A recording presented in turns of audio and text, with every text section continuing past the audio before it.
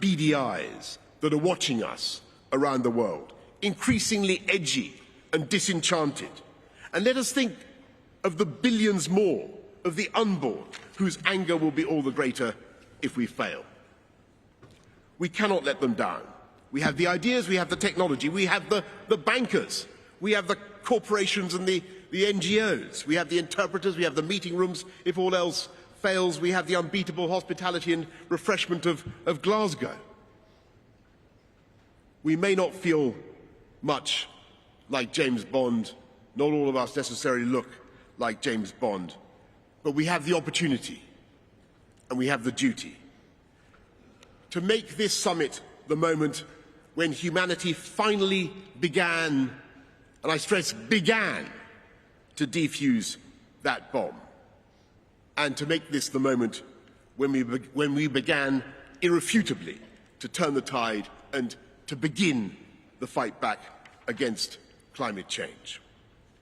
Yes, it's going to be hard, but yes, we can do it.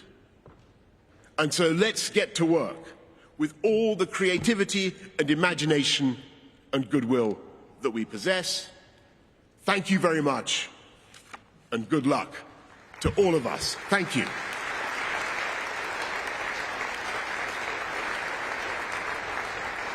Bringing voices from Earth into COP26, please welcome climate campaigner Brianna Fruin.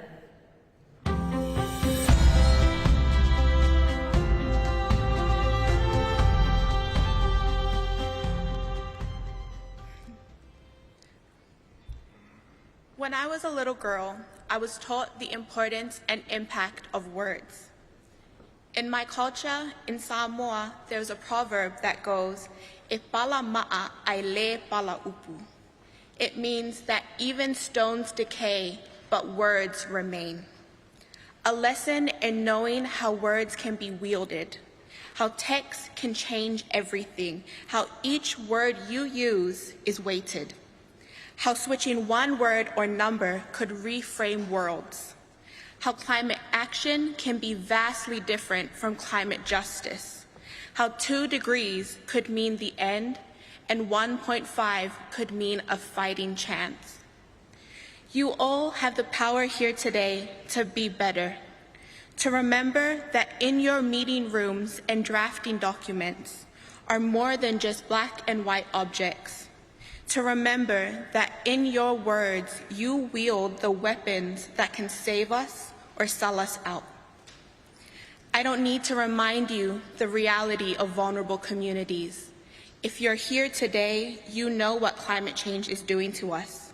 You don't need my pain or my tears to know that we're in a crisis. The real question is whether you have the political will to do the right thing, to wield the right words, and to follow it up with long overdue action. If you're looking for inspiration on this, look no further than the climate leadership of young Pacific people. We are not just victims to this crisis. We have been resilient beacons of hope. Pacific youth have rallied behind the cry, "We are not drowning, we are fighting." This is our warrior cry to the world. We are not drowning, we are fighting. This is my message from Earth to COP. I hope you remember my words today and look closely at your words as you go throughout COP, because e pala ma'a ai le pala upu. Thank you.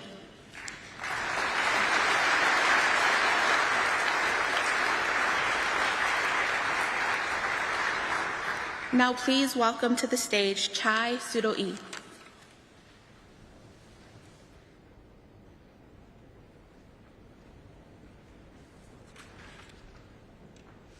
My name is Chai Suroi. I'm 1 in 24, but my people have been living in the Amazon forest at least 6,000 years. My father, the great chief Almi Suroi, taught me that we must listen to the stars, the moon, the wind, the animals, and the trees. Today, the climate is warming, the animals are disappearing, the rivers are dying, and our plants don't flower like they did before. The earth is speaking. She tells us that we have no more time.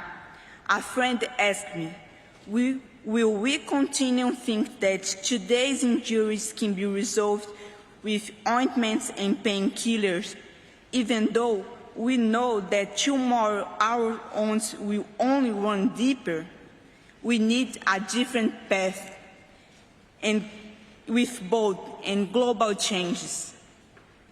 It's not 2030 or 2050, it's now. While you are closing your eyes to reality, the land defender Ariel Wewawau, my friend since I was a kid, was murdered for protecting the forest. Indigenous peoples are in the front line of the climate emergency, and we must be at the center of the decisions happening here. We have ideas to postpone the end of the world. Let us stop emptying lies and fake promises.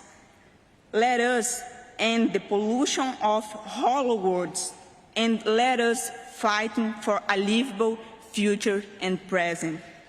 It's always necessary to believe the dream is possible. May our utopia be a future on earth. Thank you. Please welcome the Secretary General of the United Nations, Antonio Guterres.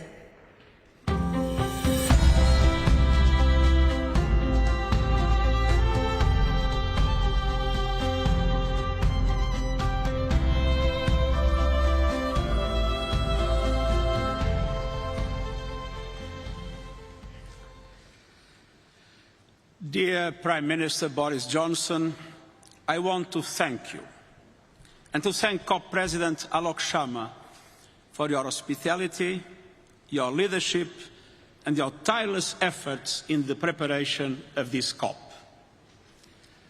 Your Royal Highnesses, Excellencies, ladies and gentlemen, the 6 years since the Paris Climate Agreement have been the 6 hottest years on record.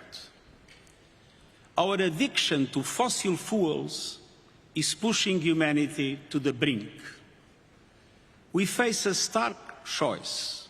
Either we stop it or it stops us. And it's time to say enough. Enough of brutalizing biodiversity. Enough of killing ourselves with carbon. Enough of treating nature like a toilet.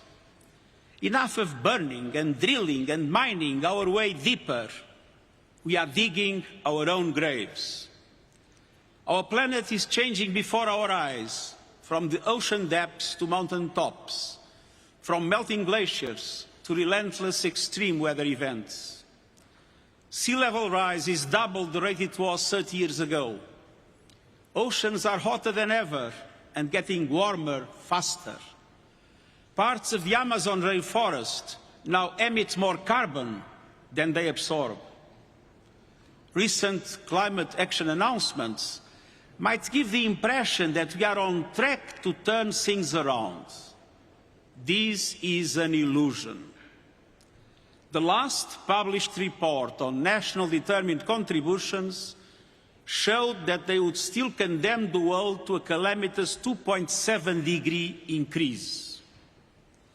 And even if the recent pledges were clear and credible, and there are serious questions about some of them, we are still careening towards climate catastrophe.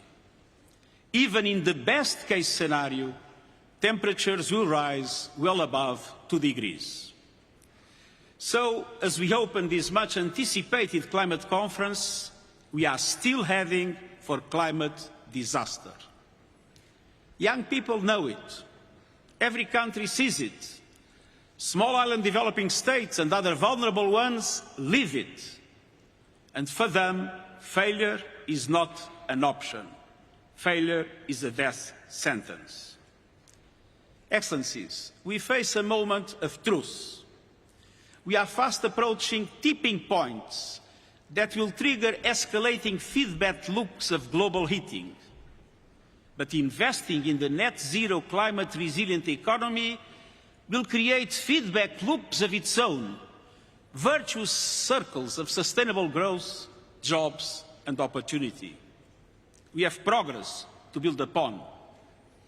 A number of countries have made credible commitments to net zero emissions by mid-century. Many have pulled the plug on international financing of coal. Over 700 cities are leading the way to carbon neutrality, and the private sector is waking up. The Net Zero Asset Owners Alliance, the gold standard for credible commitments and transparent targets, is managing $10 trillion in assets and catalyzing change across industries. The Climate Action Army, led by young people, is unstoppable. They are larger, they are louder, and I assure you they are not going away, and I stand with them. Excellencies, the science is clear. We know what to do. First, we must keep the goal of 1.5 degrees Celsius alive. This requires greater ambition on mitigation and the immediate concrete action to reduce global emissions by 45% by 2030. G20 countries have a particular responsibility as they represent around 80% of emissions. According to the principle of common but differentiated responsibilities, in light of national circumstances, developed countries must lead the effort. But emerging economies too must go the extra mile, as their contribution is essential for the effective reduction of emissions. We need maximum ambition from all countries on all fronts to make Glasgow a success. I urge developed countries and the emerging economies to build coalitions to create the financial and technological conditions to accelerate the decarbonisation of the economy as well as the phase-out of coal. These coalitions are meant to support the large emitters that face more difficulties in the transition from grey to green, for them to be able to do it. Let's have no illusions. If commitments fall short by the end of this COP, countries must revisit their national climate plans and policies, not every 5 years, every year, every moment, until keeping to 1.5 degrees is assured, until subsidies to fossil fuels end, until there is a price on carbon, until coal is phased out. But we also need greater clarity. There is a deficit of credibility and a surplus of confusion over emissions reductions and net zero targets with different meanings and different metrics. That is why, beyond the mechanisms already established in the Paris Agreement, I'm announcing today that it will establish a group of experts to propose clear standards to measure and analyse net zero commitments from non-state actors. Second, we must do more to protect vulnerable communities from the clear and present dangers of climate change. Over the last decade, nearly 4 billion people suffered climate-related disasters. That devastation will only grow. But adaptation works. Early warning systems save lives. Climate-smart agriculture and infrastructure save jobs. And all donors must allocate half their climate finance to adaptation. And public and multilateral development banks should start as soon as possible. Third, this COP must be a moment of solidarity. The $100 billion a year climate finance commitment in support of developing countries must become a 100 billion climate finance reality. And this is critical to restoring trust and credibility. I welcome the efforts led by Canada and Germany to help us get there. It is an important first step, but it delays the largest support for years, and it doesn't give clear guarantees. And beyond 100 billion, developing countries need far greater resources to fight COVID-19, to build resilience and pursue sustainable development. Those suffering the most, namely least developed countries and small island developing states, need urgent funding, more public climate finance, more overseas development aid, more grants, easier access to funding. And multilateral development banks must work much more seriously at mobilizing greater investment through blended and private finance. Excellencies, the sirens are sounding. Our planet is talking to us and telling us something. And so are people everywhere. Climate action tops the list of people's concerns across countries, age, and gender. We must listen, and we must act, and we must choose wisely. On behalf of these and future generations, I urge you, choose ambition, choose solidarity, choose to safeguard our future and save humanity, and I thank you.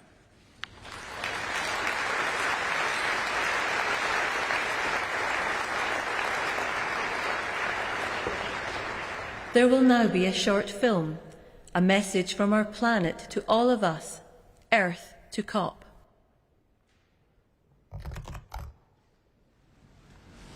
Commuter chaos this morning and delays for the day as high levels of water brought services to a standstill. The Met Office says we should be braced for more of this. Forget summer, they say. It's going...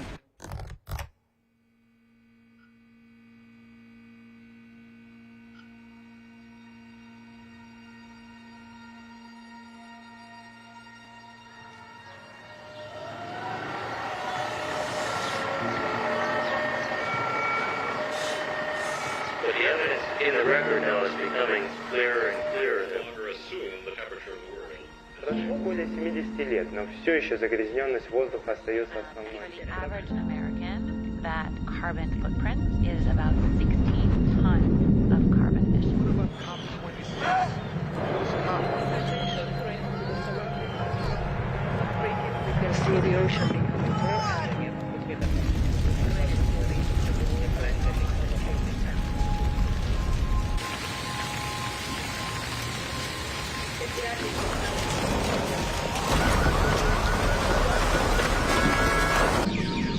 Frequency of current.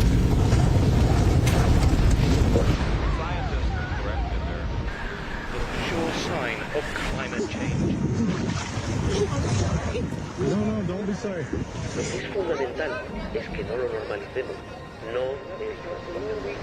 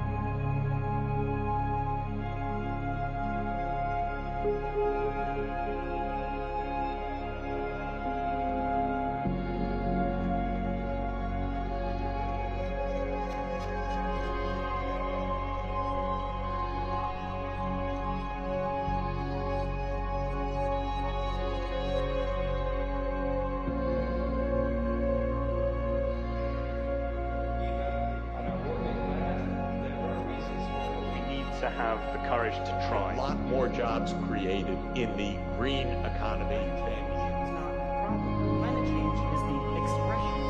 The renewable energy technologies to fundamentally transform the energy system are at our disposal. How do we begin the process of reversing global warming?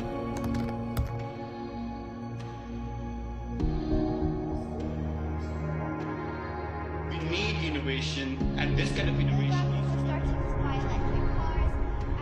launched the largest tree plantation campaign. It's now cheaper to build to develop a climate-altering by continually reinvesting in our grassland. We are looking down. This is a critical moment that we cannot not be part of.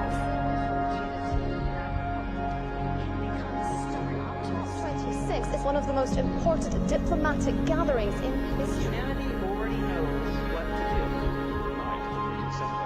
do. We've got a long way to go. But there is momentum.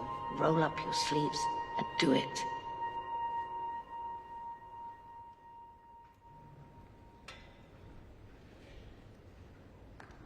Your Royal Highnesses, Your Excellencies, Lords, Ladies and Gentlemen, please welcome His Royal Highness, the Prince of Wales.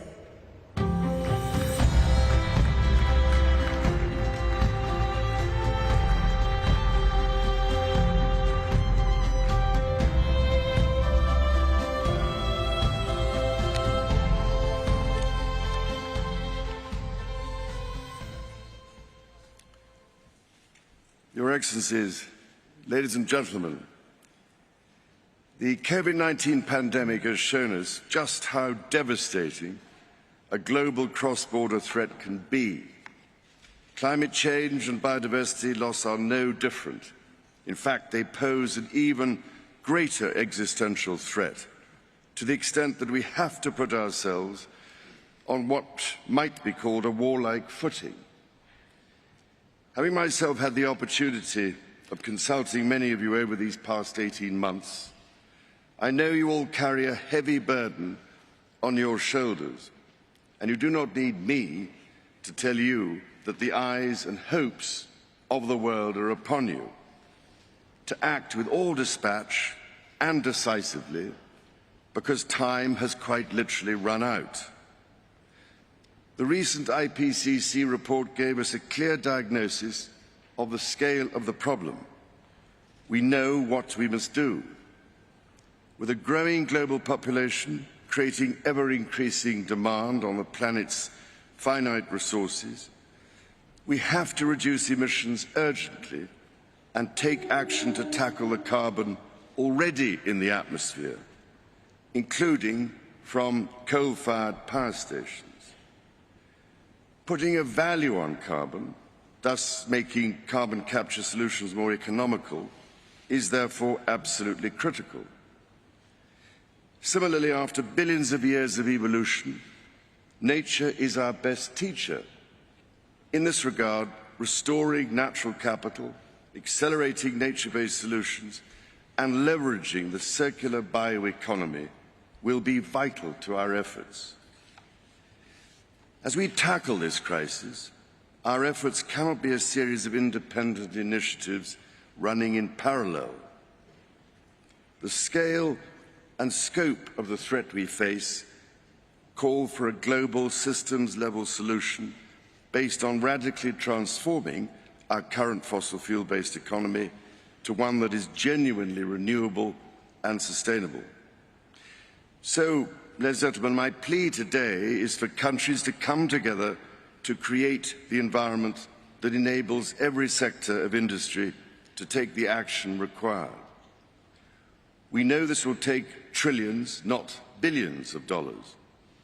We also know that countries, many of whom are burdened by growing levels of debt, simply cannot afford to go green. Here we need a vast military-style campaign to marshal the strength of the global private sector.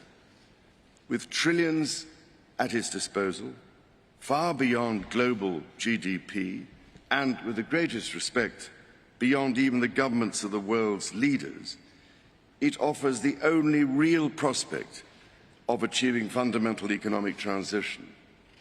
So, how do we do it? First, how do we get the private sector all pulling in the same direction? After nearly 2 years now of consultation, CEOs have told me that we need to bring together global industries to map out, in very practical terms, what it will take to make the transition. We know from the pandemic that the private sector can speed up timelines dramatically when everyone agrees on the urgency and the direction.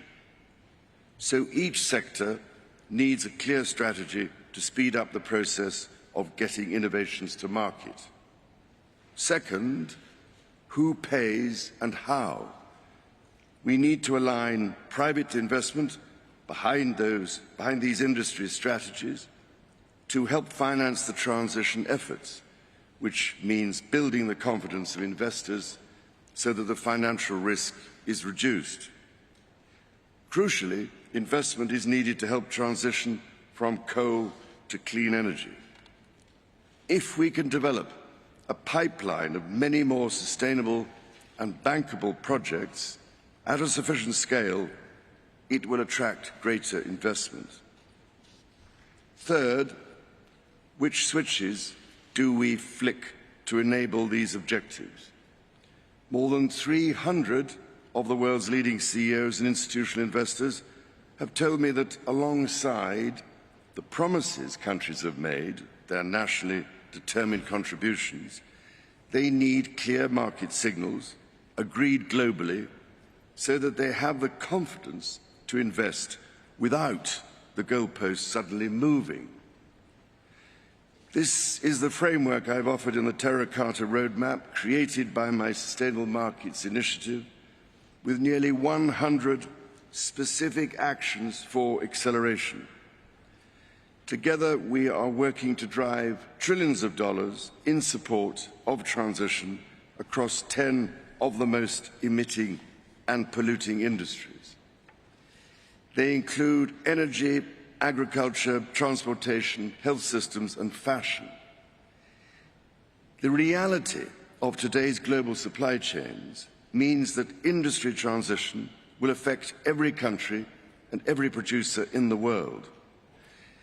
There is absolutely no doubt in my mind that the private sector is ready to play its part and to work with governments to find a way forward. Your Excellencies, ladies and gentlemen, many of your countries, I know, are already feeling the devastating impact of climate change through ever-increasing droughts, mudslides, floods, hurricanes, cyclones and wildfires, as we've just seen on that terrifying film. Any leader who has had to confront such life-threatening challenges knows that the cost of inaction is far greater than the cost of prevention. So I can only urge you, as the world's decision-makers, to find practical ways of overcoming differences so we can all get down to work together to rescue this precious planet and save the threatened future of our young people. Thank you, ladies and gentlemen.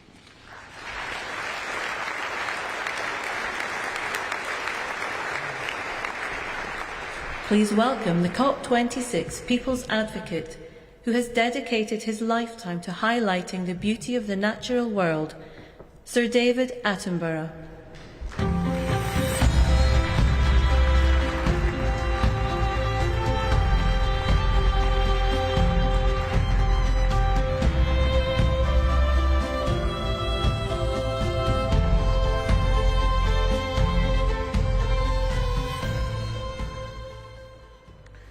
Your Excellencies, delegates, ladies and gentlemen, as you spend the next 2 weeks debating, negotiating, persuading and compromising, as you surely must, it's easy to forget that ultimately the emergency climate comes down to a single number: the concentration of carbon in our atmosphere. The measure that greatly determines global temperature. And the changes in that one number is the clearest way to chart our own story, for it defines our relationship with our world. For much of humanity's ancient history, that number bounced wildly between 180 and 300. And so too did global temperatures. It was a brutal and unpredictable world. At times, our ancestors existed only in tiny numbers. But just over 10,000 years ago, that number suddenly stabilized, and with it, Earth's climate. We found ourselves in an unusually benign period, with predictable seasons and reliable weather. For the first time, civilization was possible, and we wasted no time in taking advantage of that. Everything we've achieved in the last 10,000 years was enabled by the stability during this time. The global temperature has not wavered over this period by more than plus or minus 1 degree Celsius. Until now. Our burning of fossil fuels, our destruction of nature, our approach to industry, construction and learning are releasing carbon into the atmosphere at an unprecedented pace and scale. We are already in trouble. The stability we all depend on is breaking. This story is one of inequality as well as instability. Today, those who've done the least to cause this problem are being the hardest hit. Ultimately, all of us will feel the impact, some of which are now unavoidable.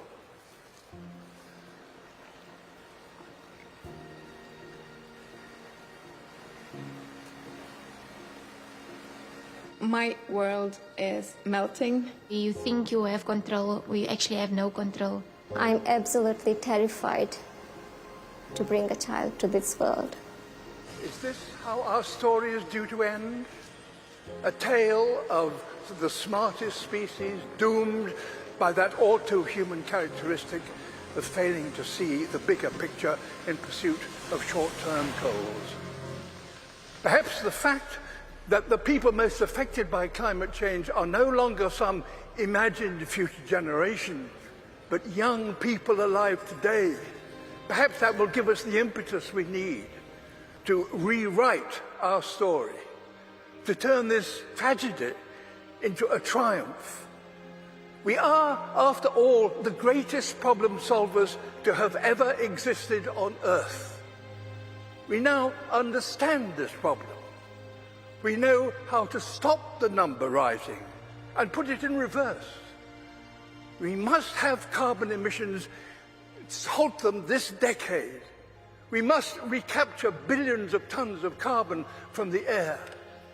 We must fix our sights on keeping 1.5 degrees within reach. A new industrial revolution, powered by millions of sustainable innovations, is essential and is indeed already beginning.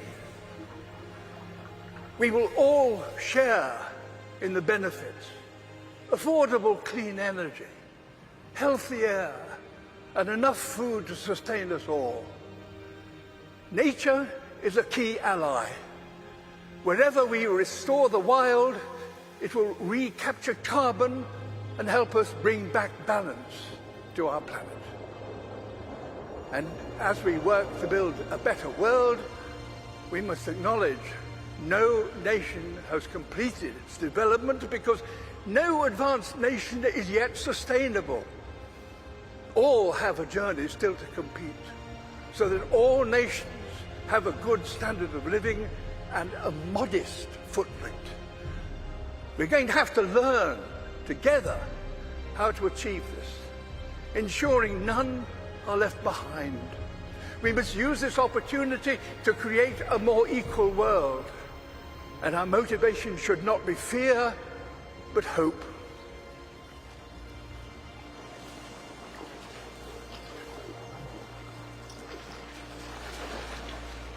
Can we fix climate problem in one generation? My answer would be yes, we have to.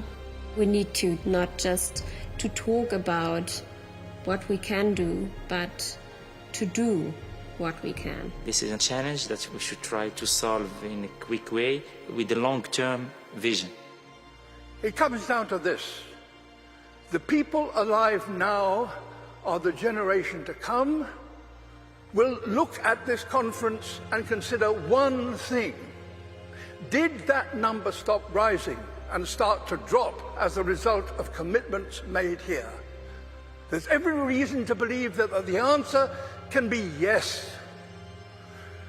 If working apart, we are a force powerful enough to destabilize our planet, surely working together, we are powerful enough to save it.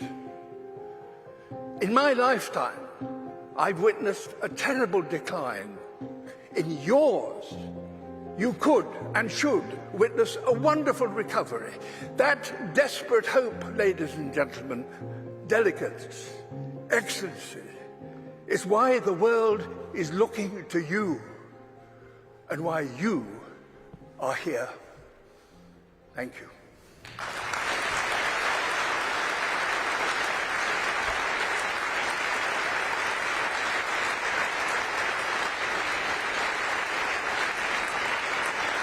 Please welcome the Prime Minister of Barbados, Mia Mottley.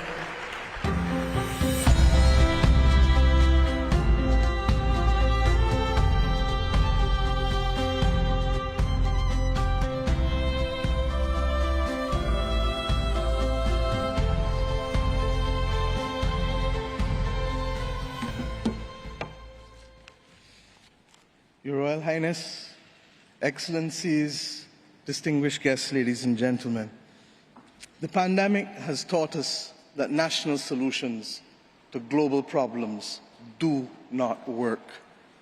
We come to Glasgow with global ambition to save our people and to save our planet, but we now find three gaps. On mitigation, climate pledges or NDCs. Without more, we will leave the world on a pathway to 2.7 degrees, and with more, we are still likely to get to 2 degrees.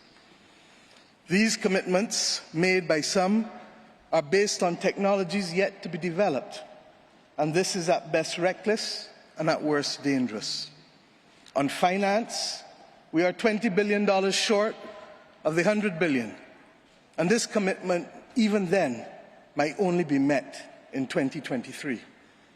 On adaptation finance remains only at 25%, not the 50-50 split that was promised nor needed given the warming that is already taking place on this earth. Climate finance to frontline small island developing states declined by 25% in 2019. Failure to provide the critical finance and that of loss and damage is measured, my friends, in lives and livelihoods in our communities. This is immoral and it is unjust. If Glasgow is to deliver on the promises of Paris, it must close these three gaps. So I ask to you, what must we say to our people living on the front line in the Caribbean, in Africa, in Latin America, in the Pacific, when both ambition and regrettably some of the needed faces at Glasgow are not present? What excuse should we give for the failure? In the words of that Caribbean icon Eddie Grant, will they mourn us on the front line? When will we, as world leaders across the world, address the pressing issues that are truly causing our people angst and worry, whether it is climate or whether it is vaccines? Simply put, when will leaders lead? Our people are watching, and our people are taking note. And are we really going to leave Scotland without the resolve and the ambition that is sorely needed to save lives and to save our planet? How many more voices and how many more pictures of people must we see on these screens without being able to move? Or are we so blinded and hardened that we can no longer appreciate the cries of humanity? I have been saying to Barbadians for many years that many hands make light work. Today, we need the correct mix of voices, ambition, and action. Do some leaders in this world believe that they can survive and thrive on their own? Have they not learned from the pandemic? Can there be peace and prosperity if 1/3 of the world literally prospers and the other 2/3 of the world live under siege and face calamitous threats to our well-being? What the world needs now, my friends, is that which is within the ambit of less than 200 persons who are willing and prepared to lead. Leaders must not fail those who elect them to lead. And I say to you, there is a sword that can cut down this Gordian knot, and it has been wielded before. The central banks of the wealthiest countries engaged in $25 trillion of quantitative easing in the last 13 years. 25 trillion. Of that, 9 trillion was in the last 18 months to fight the pandemic. Had we used that 25 trillion to purchase bonds, to finance the energy transition, or the transition of how we eat, or how we move ourselves in transport, we would now today be reaching that 1.5 degrees limit that is so vital to us. I say to you today in Glasgow that an annual increase in the SDRs of $500 billion a year for 20 years, put in a trust to finance the transition, is the real gap, Secretary General, that we need to close, not the 50 billion being proposed for adaptation. And if 500 billion sounds big to you, guess what? It is just 2% of the 25 trillion. This is the sword we need to wield. Our excitement 1 hour into this event is far less than it was 6 months ago leading up to this event. Can we, with those voices and these speeches from Sir David and others, find it within ourselves to get the resolve to bring Glasgow back on track? Or do we leave today believing that it was a failure before it starts? Our world, my friends, stands at a fork in the road. One no less significant than when the United Nations was formed in 1945. But then, the majority of our countries here did not exist. We exist now. The difference is we want to exist 100 years from now. And if our existence is to mean anything, then we must act in the interests of all of our people who are dependent on us. And if we don't, we will allow the path of greed and selfishness to sow the seeds of our common destruction. The leaders of today, not 2030, not 2050, must make this choice. It is in our hands, and our people and our planet need it more than ever. We can work with who is ready to go, because the train is ready to leave. And those who are not yet ready, we need to continue to ring circle and to remind them that their people, not our people, but their citizens, need them to get on board as soon as possible. Code red to the G7 countries. Code red to the G20. Earth to COP, that's what it said. Earth to COP. For those who have eyes to see, for those who have ears to listen, and for those who have a heart to feel, 1.5 is what we need to survive. 2 degrees, yes, SG, is a death sentence for the people of Antigua and Barbuda, for the people of the Maldives, for the people of Dominica and Fiji, for the people of Kenya and Mozambique, and yes, for the people of Samoa and Barbados. We do not want that dreaded death sentence. And we have come here today to say, try harder, because our people, the climate army, the world, the planet, needs our actions now, not next year, not in the next decade. Thank you.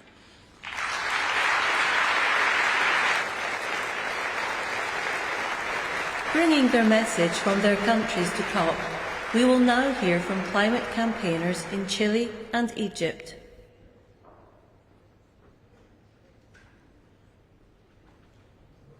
Mi nombre es Isis Riquelme, activista climática, ecofeminista y estudiante de Geografía de Chile, y hoy les hablo para que se escuche la voz de la juventud de Latinoamérica.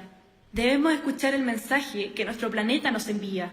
El mundo no está mal porque hay una pandemia, hay pandemias porque el mundo está mal. Hago un llamado a los líderes del mundo a que comprometan acciones concretas para detener la extinción de nuestras especies y de la humanidad. Hoy, los jóvenes alrededor del mundo hemos demostrado ser el presente a través de proyectos e ideas que aportan a mitigar y o adaptarse a la crisis climática. Es deber de todos los gobiernos escucharnos, es nuestro futuro el que está en juego. Las niñas y jóvenes mujeres latinoamericanas albergan sueños e ideas del mañana. Nos hemos empoderado de nuestras capacidades y hemos avanzado en materia de educación socioambiental para enfrentar esta crisis.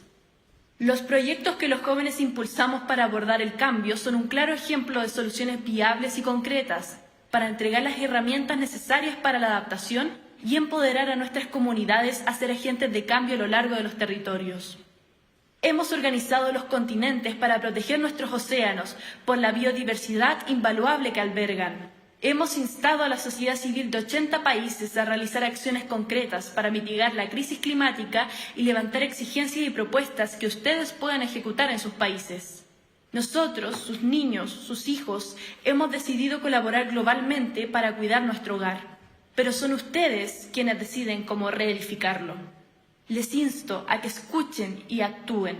Debemos seguir construyendo sobre la ambición climática de la presidencia chilena en la COP25, trabajar localmente para impactar globalmente y tomar en cuenta el conocimiento de la sociedad civil. Este es mi mensaje desde el planeta a la COP. Ayúdennos por favor a garantizar un futuro mejor. En sus manos están nuestras vidas y las de los que vienen. Lo que decidan en esta conferencia cambiará el rumbo de la humanidad. Es tiempo de actuar.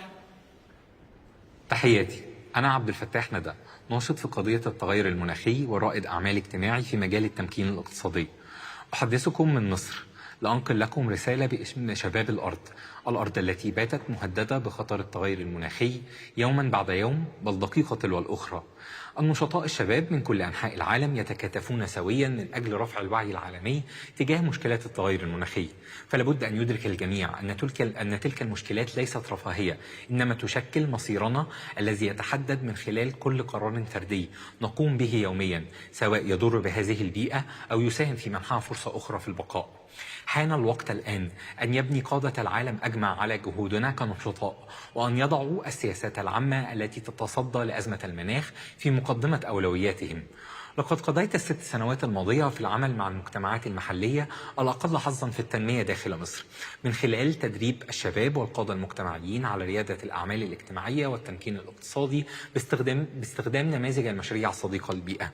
وقد وجدت أن هناك الكثير من الفرص لتحقيق التمكين الاقتصادي في تلك المناطق من خلال تلك المشاريع الخضراء. فعلى الرغم من النظرة إلى هذه المناطق أنها لا تعتبر مشكلات المناخ من ضمن أولوياتها، إلا أن الشباب هناك لديهم الكثير من الحلول المبتكرة لبدء مشاريعهم الاجتماعية الصديقة للبيئة، والتي تمكنهم من تحقيق دخل مادي بالإضافة للتصدي لأزمة التغير المناخي. هذه رسالتي من كوكب الأرض لقمة المناخ. أدعو قادة العالم لوضع مفاهيم الاقتصاد الأخضر والاقتصاد الدوار على رأس قائمة السياسات الاقتصادية العالمية في السنوات المقبلة. أؤمن بأن ذلك قد يساهم في تحويل تلك المحنة لمنحة حقيقية. أخيرا، يأمل شباب مصر في ضيافة قمة المناخ التالية، ونرحب بكم في العام القادم لرؤية نموذج مشرف من جهود شباب مصر لحماية كوكبنا وضمان مستقبل أفضل لكل من يعيش عليه. فقط تخيلوا ما يمكننا تحقيقه معا إذا وضعنا هذا الهدف كمهمتنا الجماعية. شكرا جزيلا. 15% of the world's population have a disability. Here is a message on their behalf. My name is Eddie Ndopu. Today, I'm speaking to you on behalf of the world's largest minority, the 15% of people in the world who have a disability. But make no mistake, there is nothing minor about who we are. We are larger than life, but because of systemic exclusion and inequality, our power and brilliance is often ignored or diminished. As an ambassador for the We the 15 campaign, I am here to tell you that we refuse to be rendered invisible in the climate action conversation. The impact of climate change is disproportionate for disabled people around the world. The change that climate change is creating is no longer a debate about the future or what might happen, because it is happening. We are some of the planet's most vulnerable citizens and some of the most resilient. But Earth is equally vulnerable, and its resilience is not without limits. We are dangerously close to reaching those limits. In my home in South Africa, I see the impact of climate change on our communities, on our economy, on our ability to grow food, and even to survive. I see a generation growing up with fear in their hearts at what the future holds. On behalf of everyone, disabled and non-disabled all around the world, I call on you to commit to concrete actions to stop the destruction of this magnificent planet. This conference is one of the most important meetings in history. You have the chance to make decisions and reach agreements which will affect the lives of generations to come. You are in a position of extraordinary power. You can change forever the trajectory we are on. You can make a world that is once again full of hope, not fear. This is my message from Earth to COP.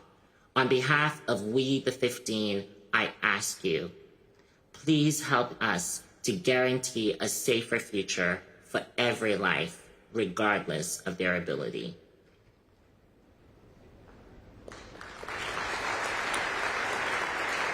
Please welcome the Prime Minister of Italy, Mario Draghi.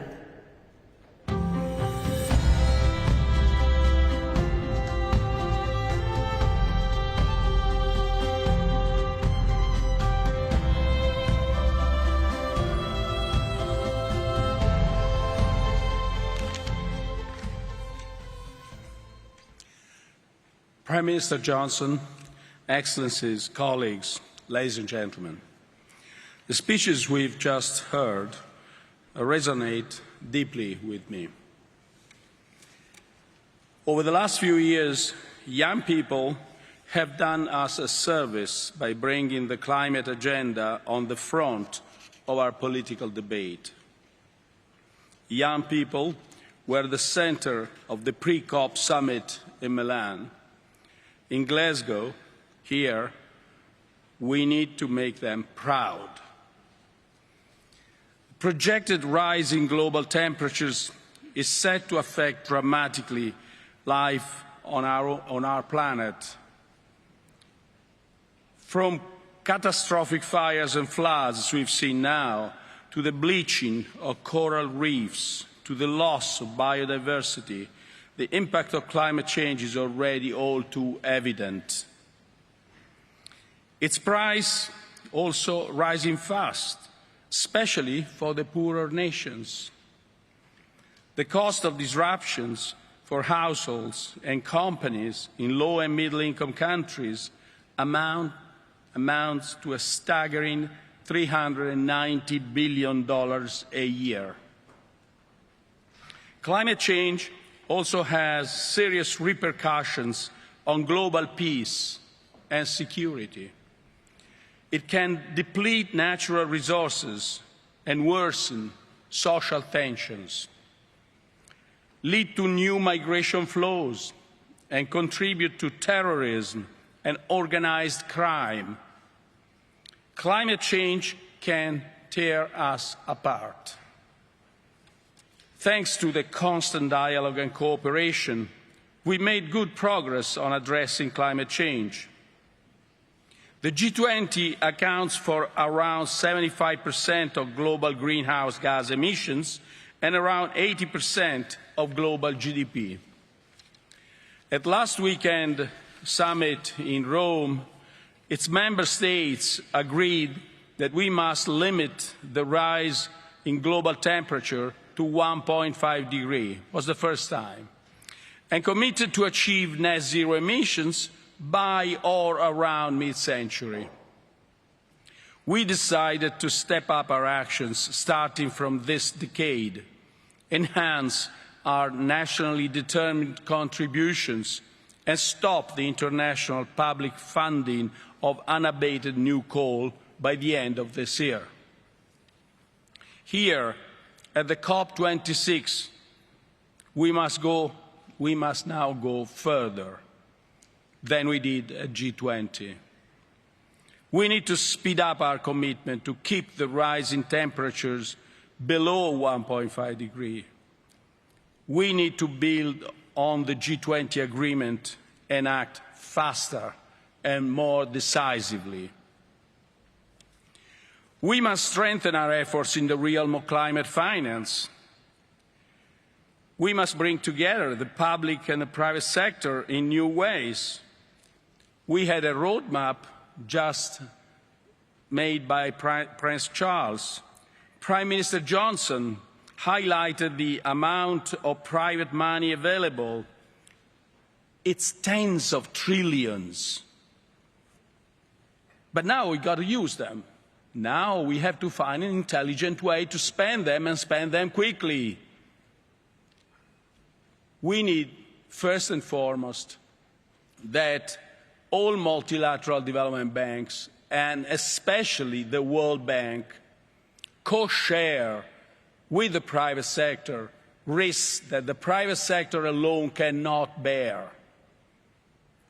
We need country-based platforms where the World Bank and other banks, multilateral development banks, can actually co-share and make all this money usable to a good effort. This is the first, in a sense, great news that Prime Minister Johnson gave us today. That money is not a concern if we want to use it well. This COP26 must be the start of a new momentum, a quantum leap in our fight against climate change. And our youth must be at the center of this process. We intend to turn the Youth for Climate event we held in Milan into a regular feature of all COPs. Future generations will judge us for what we achieve or fail to achieve. We must involve them, listen to them, and above all, learn from them. Thank you.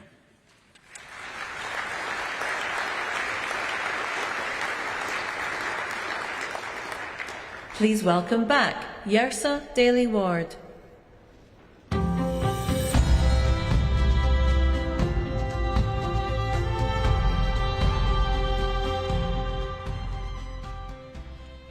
On Earth Day 2021, a competition was launched to give young people across the UK the opportunity to bring their voice to COP26.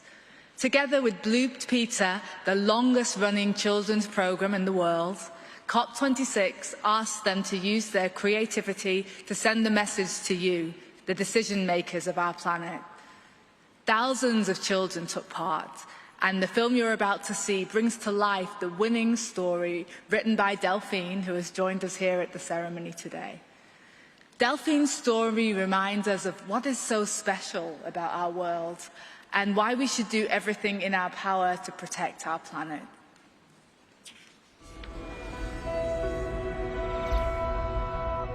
Delphine was a girl born in 2099.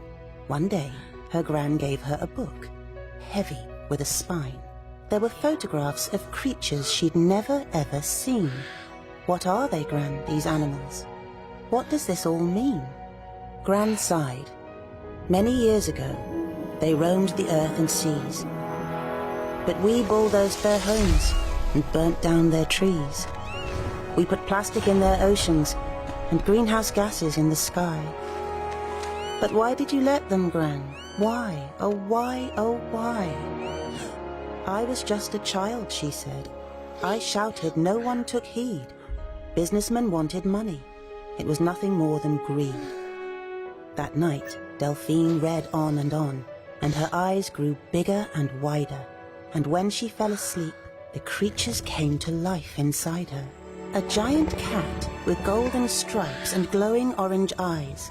A candy floss pink bird taking off across the skies. A funny little lizard with color-changing skin. Some speedy silver fish with spikes upon their fins. When the sun came up, the menagerie faded away, and Delphine's heart felt heavy in the cold grey light of day. Do you recognize them, dear readers of this tale? In 2021, they're not figments for girls' imagination. We must protect them where we can for future generations.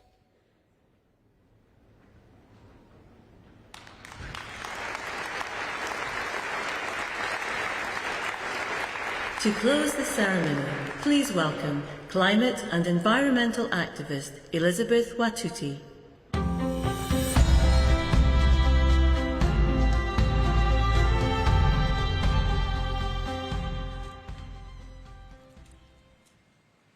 My name is Elizabeth Watuti. I am a youth climate activist from Kenya. I have done a lot of soul-searching about what to say here today. I have asked myself over and over what words might move you.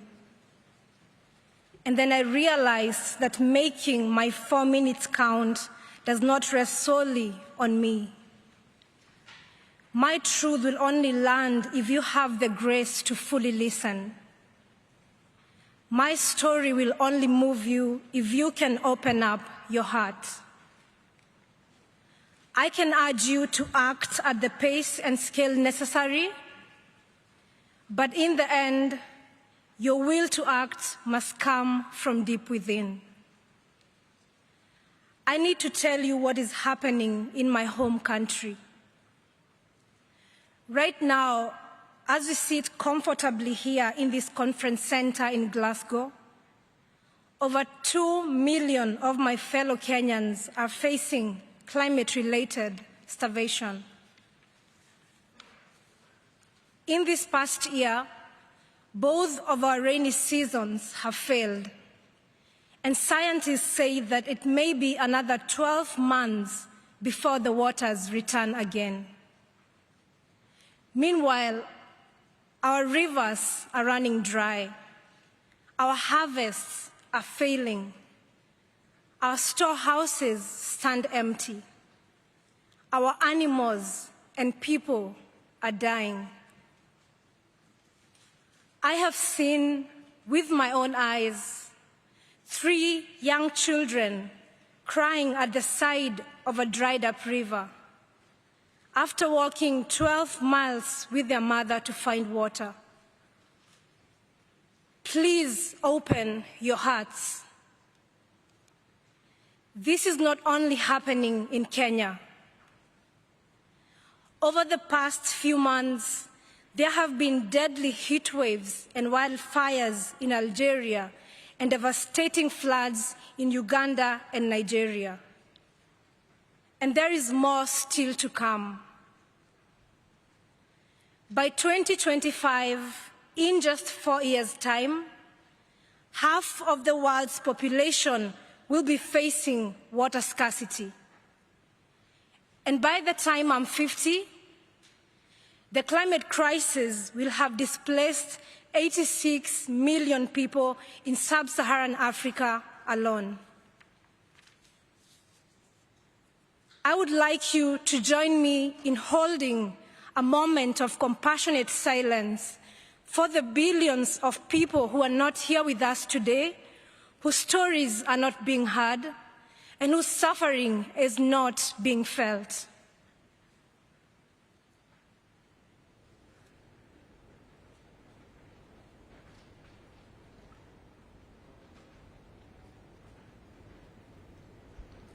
Please open your hearts. If you allow yourself to feel it, the heartbreak and the injustice is hard to bear. Sub-Saharan Africans are responsible for just 0.5% of historical emissions. The children are responsible for none, but they are bearing the brunt. We are the adults on this earth right now, and it is our responsibility to ensure that the children have food and water. I have been doing what I can. Inspired by the great Professor Wangari Maathai, I founded the Green Generation Initiative, a tree-growing initiative that enhances food security for young Kenyans. So far, we have grown 30,000 fruit trees to maturity, providing desperately needed nutrition for thousands of children. Every day, we see that when we look after the trees, they look after us. But these trees and the life-saving fruit they bear will not survive on a 2.7 degrees Celsius warmer planet. The decisions you make here will help determine whether the rains will return to our land. The decisions you make here will help determine whether the fruit trees we plant will live or perish. The decisions you make here will help determine whether children will have food and water. I believe in our human capacity to care deeply and to act collectively. I believe in our ability to do what is right if we let ourselves feel it in our hearts. So for these next 2 weeks, let us feel it in our hearts. The children cannot live on words and empty promises. They are waiting for you to act. Please open your hearts and then act. Thank you.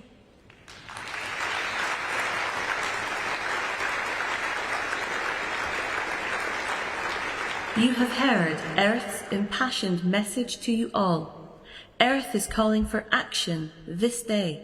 This has been Earth to COP.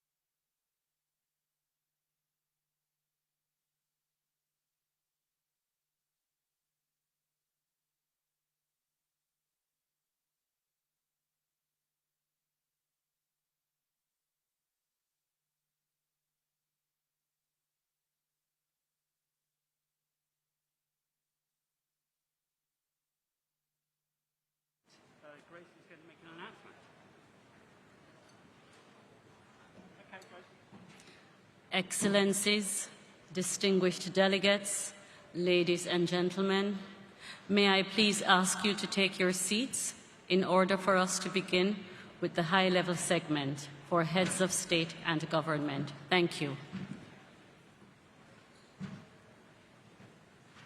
You're beautiful, Nora. Not that short.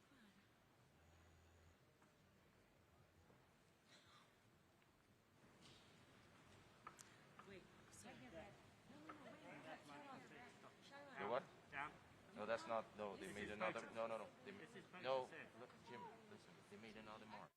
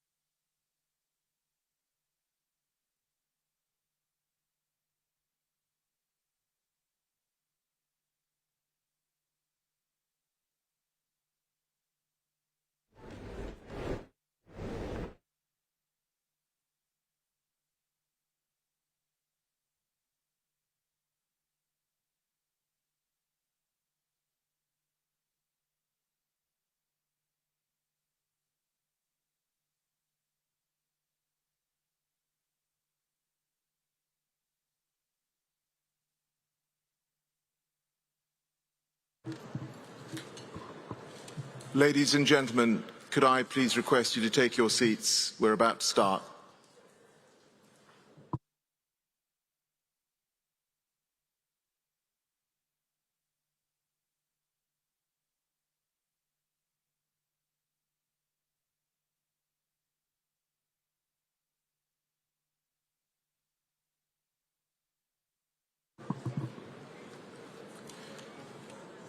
Distinguished heads of state and government, delegates, ladies and gentlemen, honoured guests, welcome to the opening of the first part of the high-level segment on the occasion of the 26th session of the Conference of the Parties, the 16th session of the Conference of the Parties serving as a meeting of the parties to the Kyoto Protocol, and the third session of the Conference of the Parties serving as a meeting of the parties to the Paris Agreement. Today, heads of state and governments will deliver national statements in parallel plenaries, Ken Grom and Penny Fan. Before we begin, I would like to remind distinguished heads of state and government of actions in place to ensure effective time management. There is a 3-minute time limit for statements during the high-level segment. Statements should be as concise as possible, noting that full text of the official statements will be made available on the UNFCCC website. And finally, please note that heads of state or government who are not in the plenary at the time for delivery of their statements will be rescheduled to speak at the end of all statements of the same category. As part of the hygiene measures to ensure a safe environment of all participants, statements will be delivered from alternate rostrums. Distinguished delegates, ladies and gentlemen, honoured guests, I'm delighted that so many of you have joined us here in Glasgow to make your vital national statements. I invite you all to take this opportunity to demonstrate how your country has strengthened its commitments under the Paris Agreement, to tell us what steps you are taking to deliver these targets and plans, and crucially, how together we can do more. On this stage today, you have the chance to send a clear signal to your negotiators and the world about what must be achieved at COP26 and why we must work together to accelerate climate action in this decisive decade. As you all know, the science is clear that the window of time that we have to keep the Paris temperature goal in reach and to avoid the worst effects of climate change is closing fast. But with political will and commitment, we can and must deliver an outcome in Glasgow the world can be proud of. I'm also pleased that after the national statements today and in breaks in the programme tomorrow, we will hear from a selection of leading voices across civil society, business and finance to celebrate and showcase action and ambition across all 3 pillars of the Paris Agreement. At this time, I will now close the video link connecting the plenaries, and we will proceed with the delivery of national statements in both plenaries. At the end of the delivery of national statements in each plenary, the meeting will be adjourned. The world will be listening intently to your statements. It is now my great pleasure to welcome His Excellency Mr. Pedro Sánchez Pérez-Castillon, President of the Government of Spain. Your Excellency, you have the floor.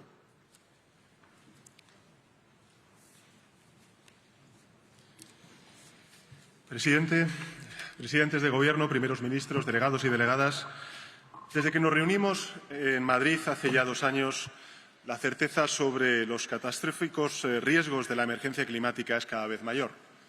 Como nos recordaba en su intervención el secretario general de Naciones Unidas, los científicos certifican el código rojo en el que nos encontramos. Es evidente que necesitamos un nuevo orden internacional que reconozca el papel de todos los actores, de los gobiernos, de las administraciones públicas, de la ciudadanía, de las empresas, del sector financiero, como agentes imprescindibles del cambio, que asuma que esta década es clave y que consiga alinear la ambición a corto plazo con una mirada de largo alcance. La buena noticia es que sabemos lo que hay que hacer, pero necesitamos determinación política y acción inmediata. El primer objetivo debe ser reducir emisiones y elevar nuestro nivel de ambición, de modo que el objetivo del 1,5 de grados centígrados sigue siendo un objetivo a nuestro alcance. Debemos apostar por las energías renovables, la eficiencia energética, la movilidad limpia, la conservación y la restauración de nuestros ecosistemas y la rehabilitación urbana. Debemos abandonar los combustibles fósiles y es fundamental proteger la biodiversidad y preservar nuestros océanos y la Antártica. Por eso, mi país, España, ha reducido la generación eléctrica de carbón en un 90% en estos últimos 4 años. Y además lo hemos hecho con diálogo y con paz social, porque la transición ecológica debe ser justa. Nuestras sociedades, y este es uno de los principales retos que tenemos por delante, deben percibir la transición ecológica no como una amenaza, sino como una inmensa oportunidad de crecimiento económico inclusivo.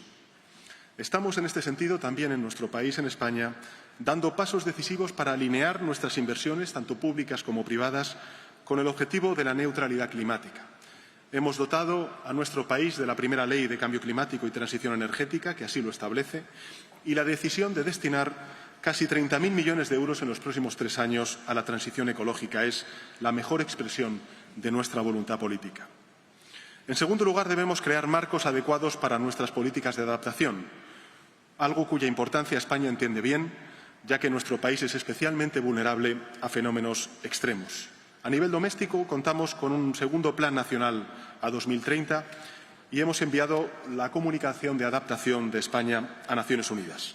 También vamos a reforzar nuestra acción exterior en este ámbito y por eso mi país, España, va a aportar 30 millones de euros al Fondo de Adaptación de Naciones Unidas en 2022. En tercer lugar, si elevamos nuestro nivel de ambición, debemos respaldar objetivos con recursos. Por eso el cumplimiento del objetivo de los 100.000 millones de dólares va a ser una de las pruebas de fuego de la COP26 a la hora de recuperar la confianza entre los países del norte y del sur. España hará de su parte. Nos comprometemos a aumentar la financiación climática para llegar en 2025 con un incremento de un 50% respecto de nuestro compromiso actual. Nuestro objetivo es alcanzar los 1.350 millones de euros anuales a partir de 2025. Además, España va a destinar el 20% de sus derechos especiales de giro a países vulnerables, un mínimo de 350 millones de euros.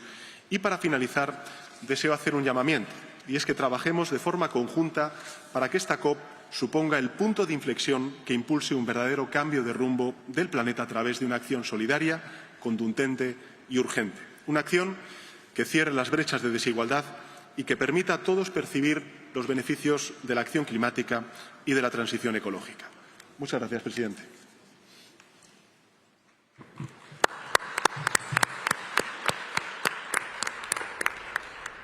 Thank you, Your Excellency.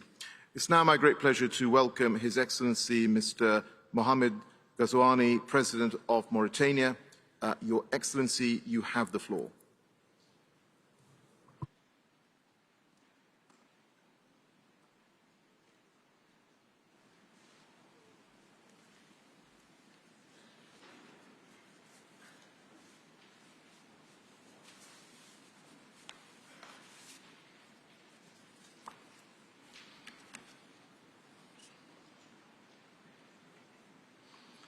أصحاب الفخامة والمعالي السادة والسيدات رؤساء الدول والحكومات، صاحب المعالي رئيس الدورة 26 لمؤتمر الأطراف في الاتفاقية الإطارية للأمم المتحدة حول التغير المناخي،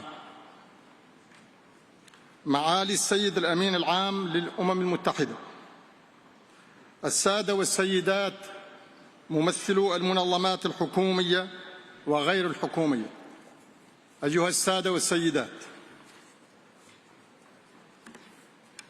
le réchauffement climatique, du fait de ses désastreuses conséquences multiformes, constitue aujourd'hui un défi de premier ordre que l'humanité tout entière se doit impérativement de relever.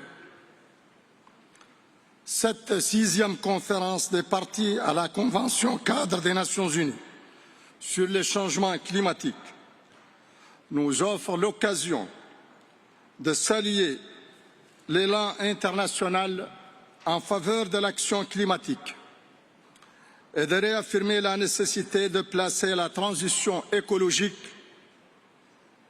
au sommet des priorités stratégiques de l'agenda 2030 et de toutes les politiques publiques de relance post-Covid. En effet, il est nécessaire que nos États mettent en œuvre individuellement et collectivement toutes les mesures qui requièrent la construction de trajectoires de développement écologique plus sobres en carbone, plus résilientes et plus inclusives. Excellences, Mesdames et Messieurs, la Mauritanie vient de réviser sa contribution nationale climat. Et bien que nos émissions de gaz à effet de serre soient très marginales, nous avons prévu de les réduire de 11% par rapport à 2018 à l'horizon 2030. Avec un appui financier extérieur plus conséquent, nous pourrions atteindre la neutralité carbone en 2030. Les efforts que nous avons consentis sur la période 2015-2021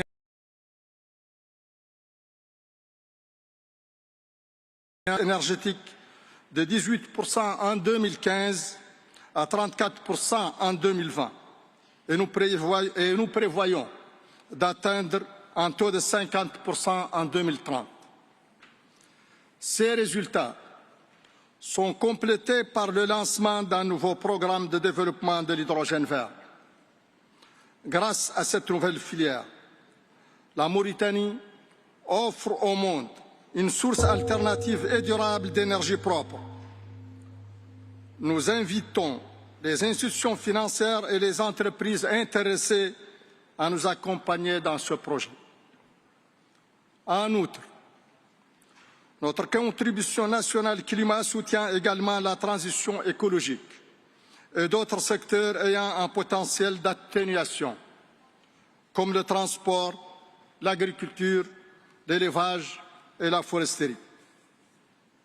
Toutefois, l'adaptation au changement climatique et le renforcement de la résilience des populations vulnérables demeurent notre priorité.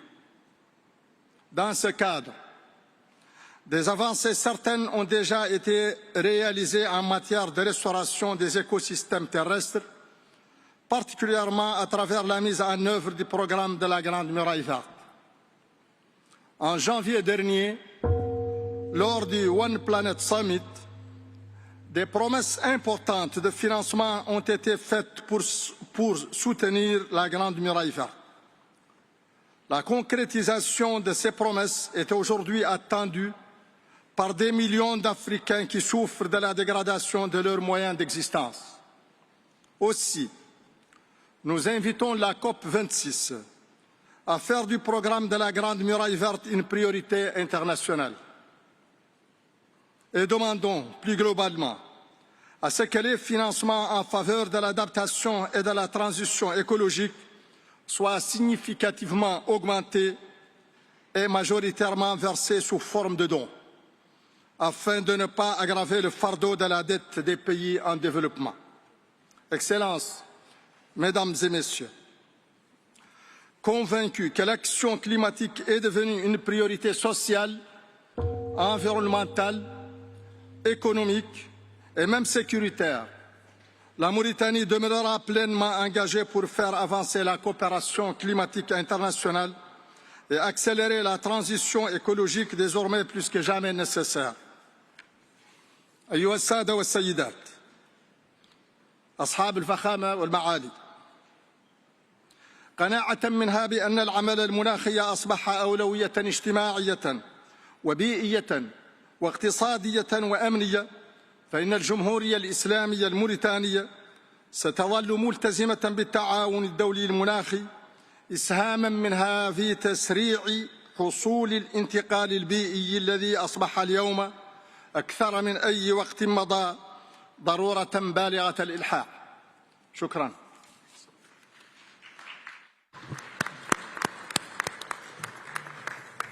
Thank you, Your Excellency.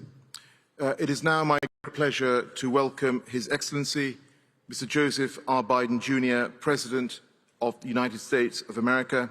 Your Excellency, you have the floor. Thank you. Ladies and gentlemen, to state the obvious, we meet with the eyes of history upon us and the profound questions before us. It's simple. Will we act? Will we do what is necessary? Will we seize the enormous opportunity before us? Or will we condemn future generations to suffer? This is the decade that will determine the answer, this decade. The science is clear. We only have a brief window left before us to raise our ambitions and to meet the task that's rapidly narrowing. This is a decisive decade in which we have an opportunity to prove ourselves. We can keep the goal of limiting global warming to just 1.5 degrees Celsius within our reach if we come together.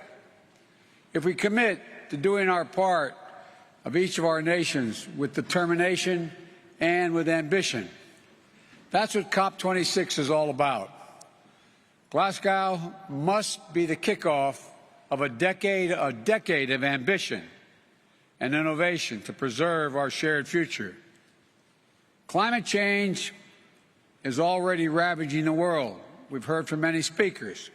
It's not hypothetical. It's not a hypothetical threat. It's destroying people's lives and livelihoods, and doing it every single day. It's costing our nations trillions of dollars. Record heat and drought, fueling more widespread and more intense wildfires in some places and crop failures in others. Record flooding and what used to be a once-in-a-century storms are now happening every few years. In the past few months, the United States has experienced all of this, and every region of the world can tell similar stories. And in an age where this pandemic is made so painfully clear that no nation can wall itself off from borderless threats, we know that none of us can escape the worst that's yet to come if we fail to seize this moment. But, ladies and gentlemen, within the growing catastrophe, I believe there's an incredible opportunity, not just for the United States, but for all of us. We're standing at an inflection point in world history. We have the ability to invest in ourselves and build an equitable, clean energy future, and in the process, create millions of good-paying jobs and opportunities around the world. Cleaner air for our children, more bountiful oceans, healthier forests and ecosystems for our planet.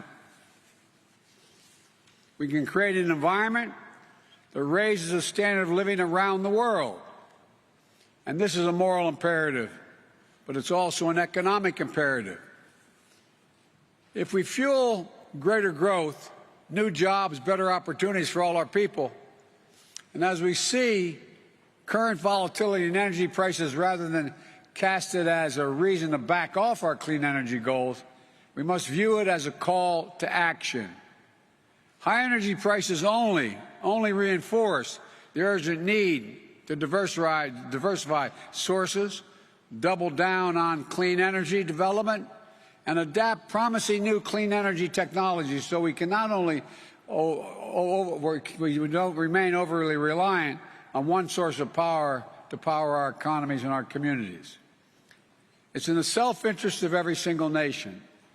And this is a chance, in my view, to make a generational investment in our economic resilience and in our workers and our communities throughout the world.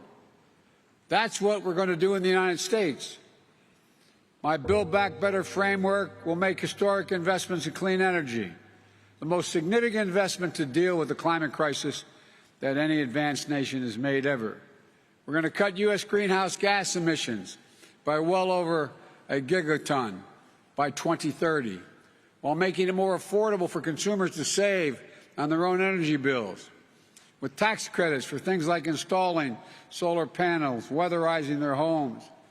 Lowering energy prices will also deliver cleaner air and water for our children, electrifying fleets of school buses, increasing credits for electric vehicles, and addressing legacy pollution. It will incentivize clean energy manufacturing, building the solar panels and the wind turbines that are growing energy markets of the future, which will create good-paying union jobs for American workers, and something that none of us should lose sight of. When I talk to the American people about climate change, I tell them it's about jobs. It's about workers who will lay thousands of miles of transmission lines of clean, modern, resilient power grid. The auto workers who build the next generation of electric vehicles and electricians who will install a nationwide network of 500,000 vehicle stations to power them throughout my country. The engineers who will design new carbon capture systems, and the construction workers who will make them a reality. The farmers who will not only help fight global hunger but also use the soil to fight climate change. The communities that revitalize themselves around new industries and opportunities. And because we are taking all these actions, the United States will be able to meet the ambitious target I set in the Leaders' Summit in Climate back in April, reducing U.S. emissions by 50 to 52% below 2005 levels by 2030. We'll demonstrate to the world the United States is not only back at the table, but hopefully leading by the power of our example. I know it hasn't been the case, and that's why my administration is working overtime to show that our climate commitment is action, not words. On my very first day in office, I took action to return the United States to the Paris Agreement. Since then, our administration has been hard at work unlocking clean energy breakthroughs to drive down the cost of technologies that will require us to achieve net zero emissions, and working with the private sector on the next generation of technologies that will power a clean economy of the future. Over the next several days, the United States will be announcing new initiatives to demonstrate our commitment to providing innovative solutions across multiple sectors, from agriculture to oil and gas, to combating deforestation, to tackling hard and to abate industries. We're planning for both short-term sprint to 2030 that will keep 1.5 degrees Celsius in reach, and for a marathon that will take us to the finish line and transform the largest economy in the world into a thriving, innovative, equitable, and just clean energy engine of net zero for a net zero world.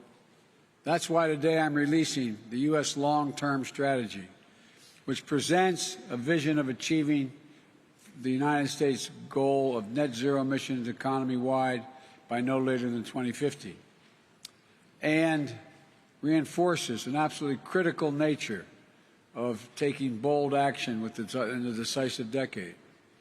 We're also going to try to do our part when it comes to helping the rest of the world take action as well. We want to do more to help countries around the world, especially developing countries, accelerate their clean energy transition, address pollution, and ensure the world we all must share a cleaner, safer, healthier planet. We have an obligation to help. At the United Nations in September, I announced that my administration is working with the Congress to quadruple our climate finance support for developing countries by 2024, including significant increases in support for adaptation efforts. This commitment is made possible to each of our collective goals of mobilizing $100 billion annually for climate finance, but mobilizing finance at the scale necessary to meet the incredible need is an all-hands-on-deck effort. As other speakers today have mentioned, governments in the private sector and multilateral development banks must also do their work to go from millions to billions to trillions, the necessary effect of this transition. Today, I'm also submitting a new adaptation communication laying out how we will implement the global goal of adaptation, as well as announcing our first ever contribution to the Adaptation Fund. But our commitment is about more than just financing. That's a critical piece of it. But we're also going to support solutions across the board. In the lead up to this gathering, the United States joined our G7 partners to launch a Build Back Better World initiative. We also reconvened the Major Economies Forum on Energy and Climate, to launch transformative actions and to raise ambition. And together with the European Union, we're launching a global methane pledge to collectively reduce methane emissions, one of the most potent greenhouse gases, by at least 30% by the end of the decade. More than 70 countries have already signed up to support rapid reduction of methane emission, and I encourage every nation to sign on. It's the simple, most effective strategy we have to slow global warming in the near term. My friends, if we're to recognize that a better, more hopeful future of every nation has to do its part with ambitious targets to keep 1.5 degrees in reach and specific plans of how to get there, especially the major economies. It's imperative that we support developing nations so they can be our partners in this effort. Right now, we're still falling short. There's no more time to hang back or sit on the fence or argue amongst ourselves. This is the challenge of our collective lifetimes, the existential threat to human existence as we know it. And every day we delay, the cost of inaction increases. So let this be the moment that we answer history's call here in Glasgow. Let this be the start of a decade of transformative action that preserves our planet and raises the quality of life for people everywhere. We can do this. We just have to make a choice to do it. So let's get to work, and thank you. Those of us who are responsible for much of the deforestation and all the problems we have so far have an overwhelming obligation to the nations who, in fact, were not there, have not done it. And we have to help much more than we have thus far. God bless you all, and may God save the planet. Thank you.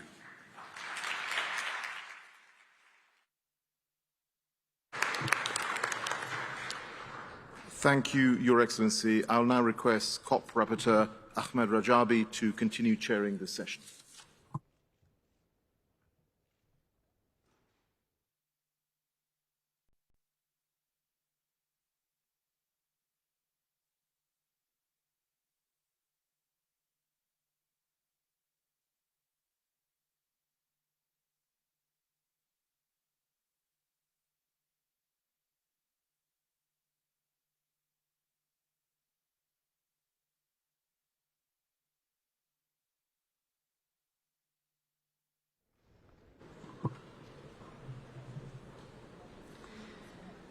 It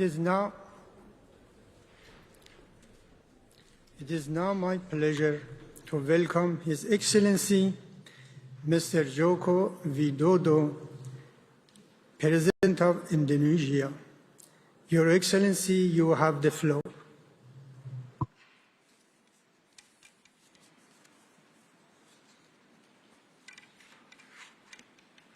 Yang mulia, perubahan iklim adalah ancaman besar bagi kemakmuran dan pembangunan global. Solidaritas, kemitraan, kerjasama, kolaborasi global merupakan kunci.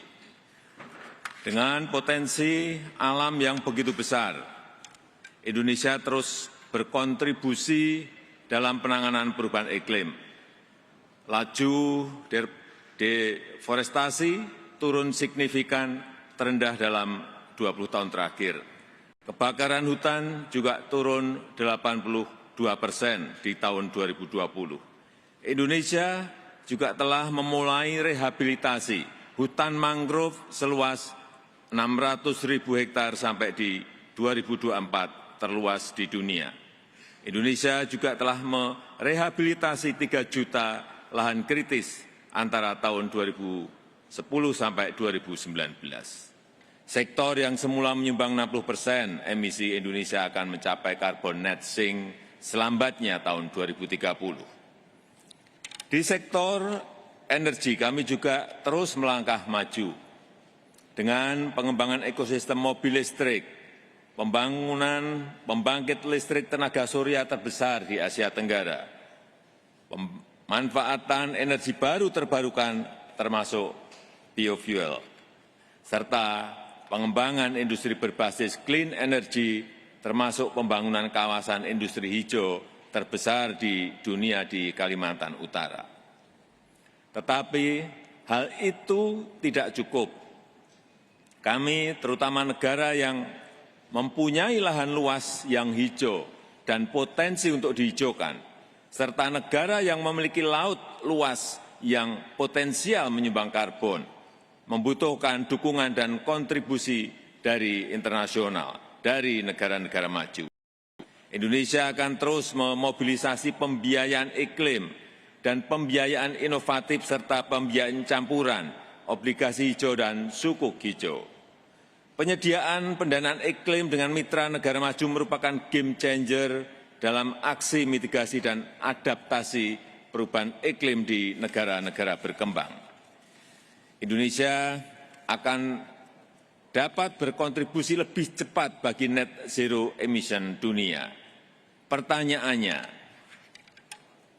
seberapa besar kontribusi negara maju untuk kami? Transfer teknologi apa yang bisa diberikan? Ini butuh aksi, butuh implementasi secepatnya. Selain itu, carbon market dan carbon price harus menjadi bagian dari upaya penanganan isu perubahan iklim. Ekosistem ekonomi karbon yang transparan, berintegritas, inklusif dan adil harus diciptakan.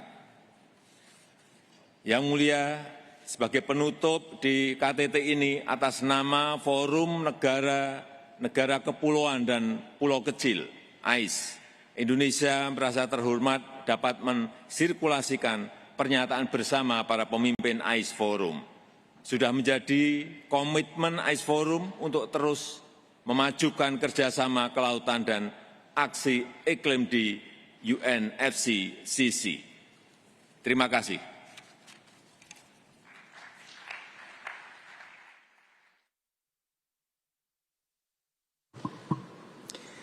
Thank you, Your Excellency. It is now my pleasure to welcome His Excellency Mr. Wawel John Charles Ramkalawan, President of Seychelles. Your Excellency, you have the floor.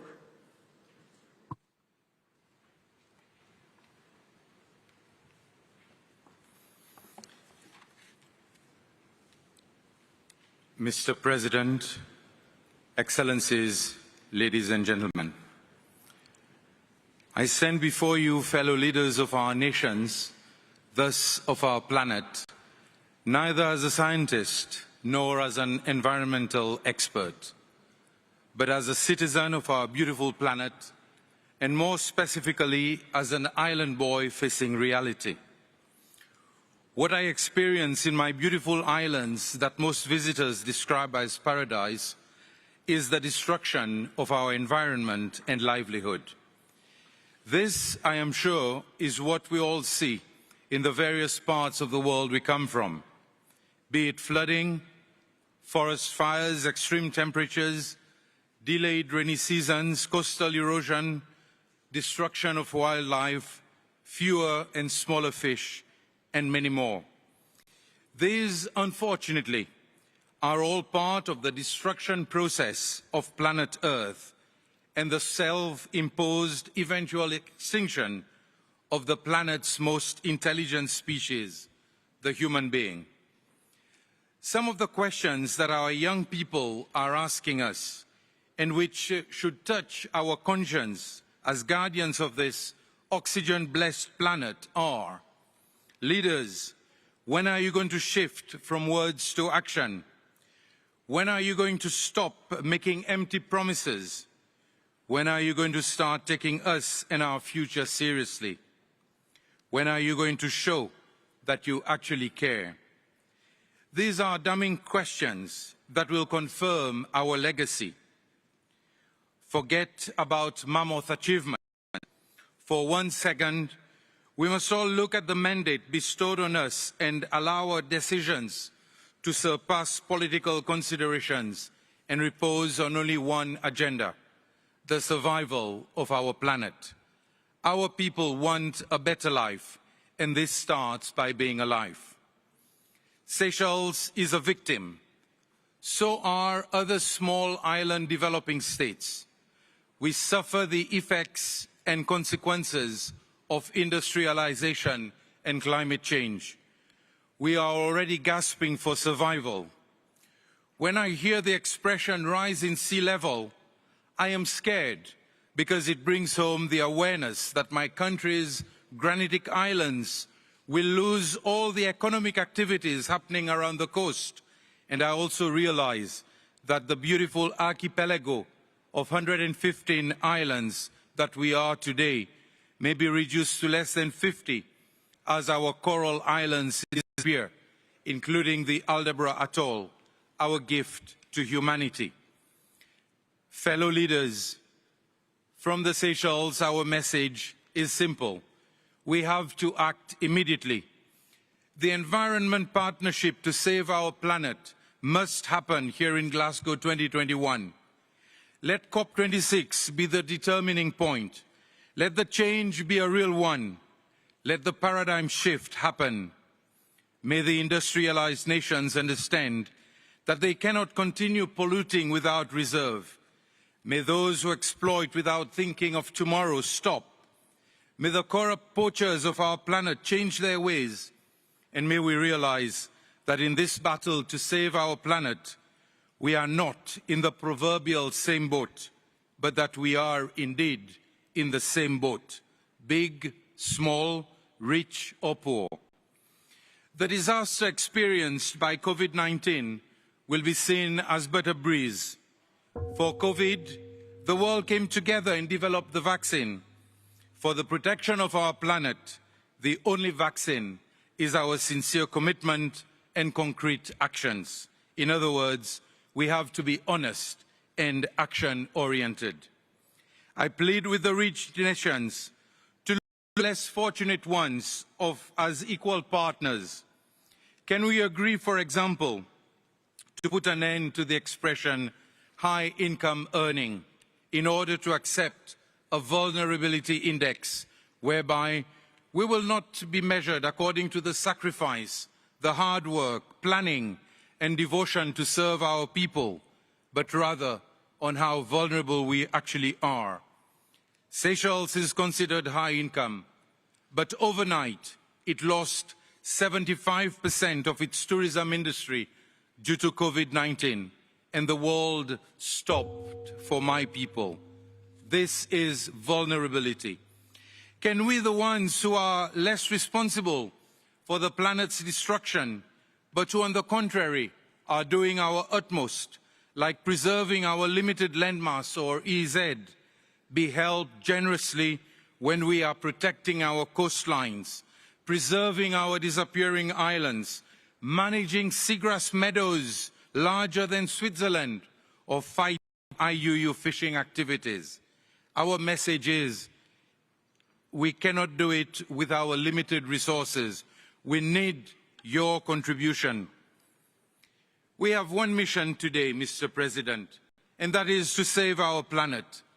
In order to accomplish the task, we have to come together and act immediately. The partnership is for yesterday. Tomorrow is not an option, for it will be too late. The African proverb resonates loudly in my head. If you want to go fast, go alone. If you want to go far, go together. But today, at COP26, my ancestors from Africa are asking me to tweak this proverb. If you want to destroy the planet quickly, go alone. If you want to save the planet, let us do it together. Our youth and future generations are pleading and counting on us. Our children, babies, and Mother Nature herself are telling us loudly and clearly, no hypocrisy, no make-believe, no empty promises, no hot air. Rather, they want our commitment, steadfastness, and resolve. So from Seychelles, we are doing our best. We are committed, however small we are. Let us not disappoint our youth and the world, but rather, as one human race, let us save our habitat, and by doing so, let us save our planet and ensure the survival of our beautiful Mother Earth. The time to act is yesterday. I thank you.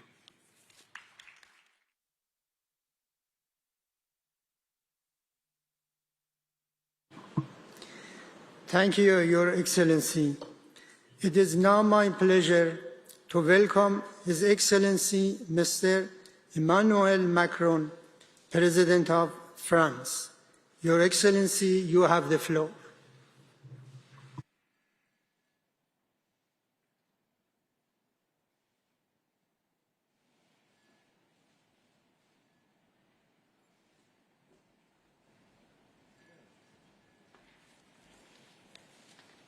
Monsieur le Président, merci beaucoup.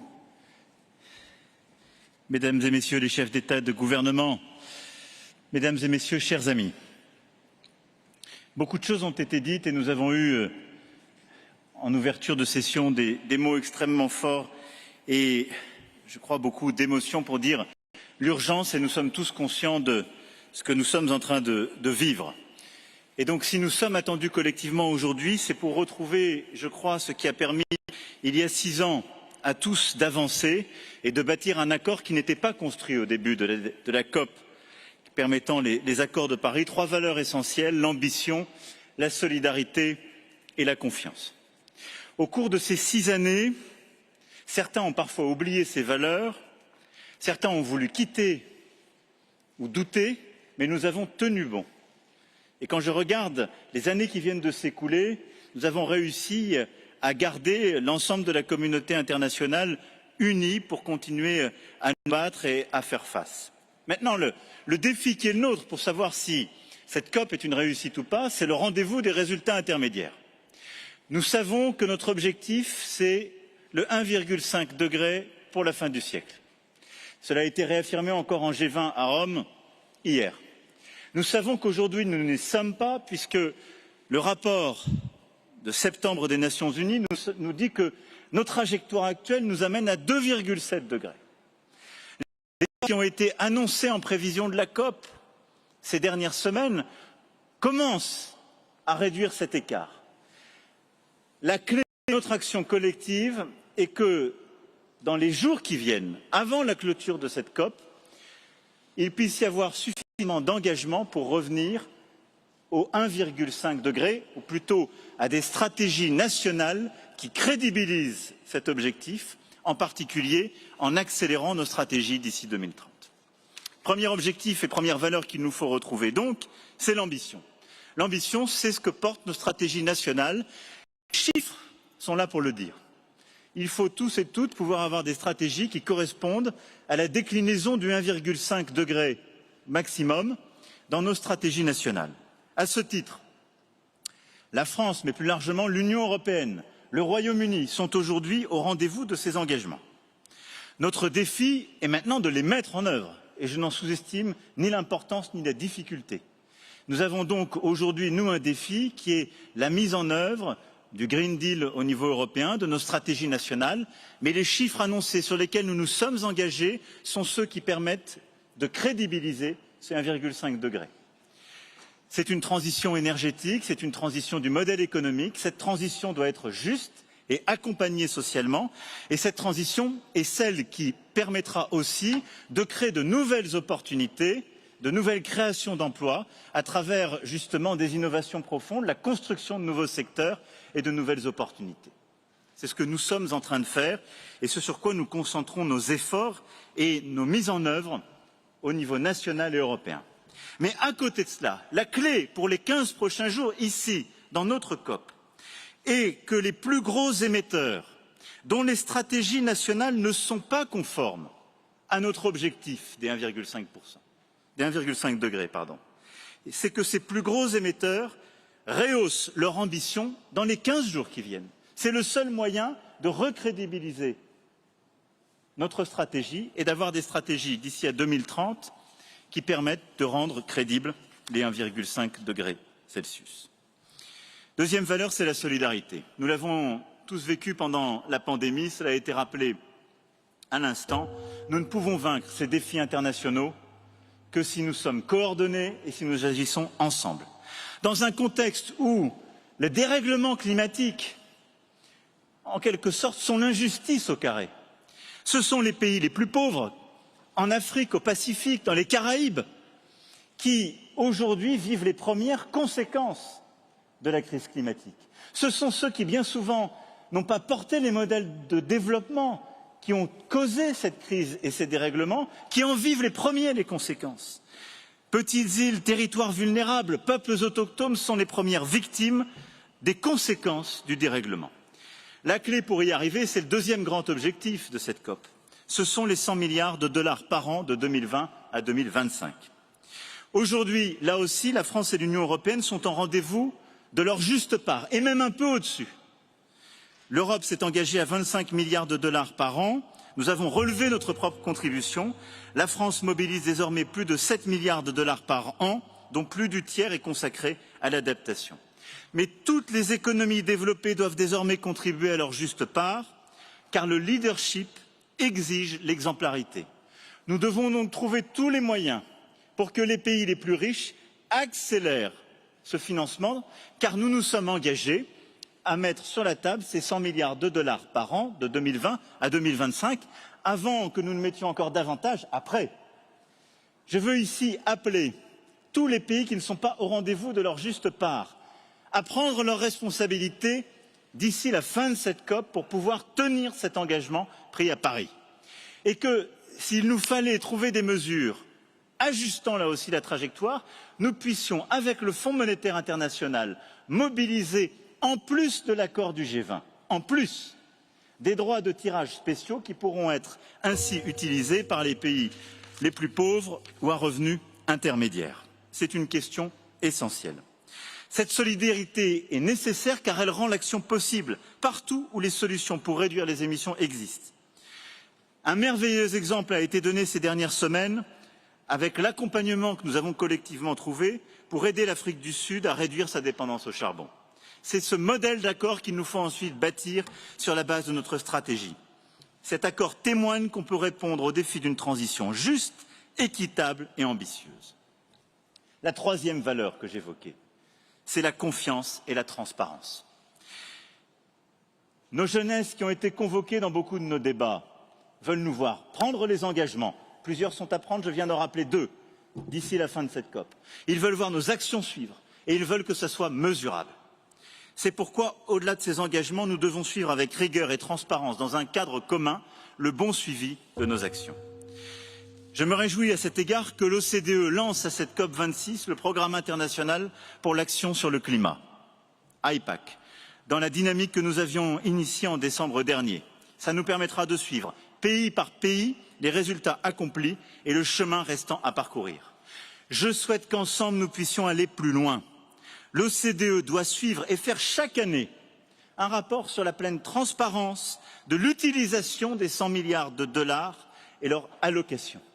Aujourd'hui, il est à peu près certain que les pays d'Afrique, du Pacifique, de l'Amérique latine, Amérique du Sud et des Caraïbes qui en ont le plus besoin ne sont pas ceux qui touchent le plus, nous le savons, ces financements. Et donc, au-delà de nos annonces, nous devons aussi avoir une transparence sur le suivi de l'utilisation de ces 100 milliards de dollars par an. Voilà, mesdames et messieurs, sur ces 3 valeurs, ce que je voulais dire ici pour que cette COP puisse être un succès. C'est à portée de main si nous nous mobilisons, décidons et agissons. Un mot pour conclure et dire qu'au-delà de toutes ces annonces, tout cela n'avancera que si nous sommes cohérents et que si nous arrivons à lier cet agenda contre le dérèglement climatique avec 2 autres agendas, celui de la biodiversité et celui du commerce. La biodiversité d'abord, car nous savons maintenant que ces agendas sont liés. La biodiversité est notre meilleur allié pour lutter contre le réchauffement climatique. Elle est ce qui permet de trouver des puits de carbone naturels, des solutions. Elle est aussi ce qui permet de redonner, en particulier au continent africain, sa pleine part dans cette bataille. Les forêts tropicales doivent être protégées. C'est cohérent et c'est un élément essentiel. Et plusieurs de mes collègues africains qui vont parler après moi en sont des promoteurs éminents. La Grande Muraille verte, défendue par le président mauritanien tout à l'heure, est une initiative essentielle qui doit nous permettre de lutter tout à la fois contre la désertification et proposer des solutions économiques. Et notre mobilisation pour les océans est indispensable. Cet agenda est complémentaire et indissociable de l'agenda de lutte contre les dérèglements climatiques. Enfin, nous devons mettre en cohérence notre cadre commercial et notre cadre environnemental et climatique. Trop d'entre nous prennent ici des engagements et ensuite signent des accords commerciaux qui font exactement le contraire. Nous ne pouvons plus continuer à avoir une planète qu'on fait fonctionner selon une grammaire et des règles qui n'intègrent pas en son cœur, ces contraintes. Nos accords commerciaux doivent refléter nos engagements climatiques. L'organisation de nos chaînes de valeur doit refléter nos exigences climatiques. Et c'est pourquoi aussi je plaide à cet égard pour que nous développions en Afrique, dans les Caraïbes, en Amérique du Sud et dans toutes ces régions, des solutions et des filières industrielles permettant de répondre à nos défis, plutôt que de continuer à importer des solutions qui viennent du bout du monde et qui sont construites sur la base de nos financements d'aujourd'hui. Notre solidarité à travers les 100 milliards de dollars par an doit permettre de développer ces filières qui sont aussi des opportunités économiques régionales. Voilà les quelques mots que je voulais échanger avec vous.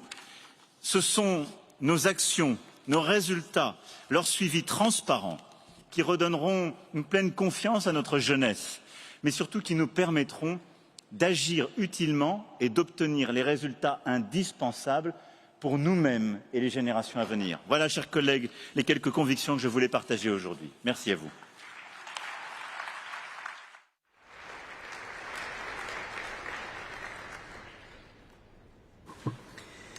Thank you, Your Excellency.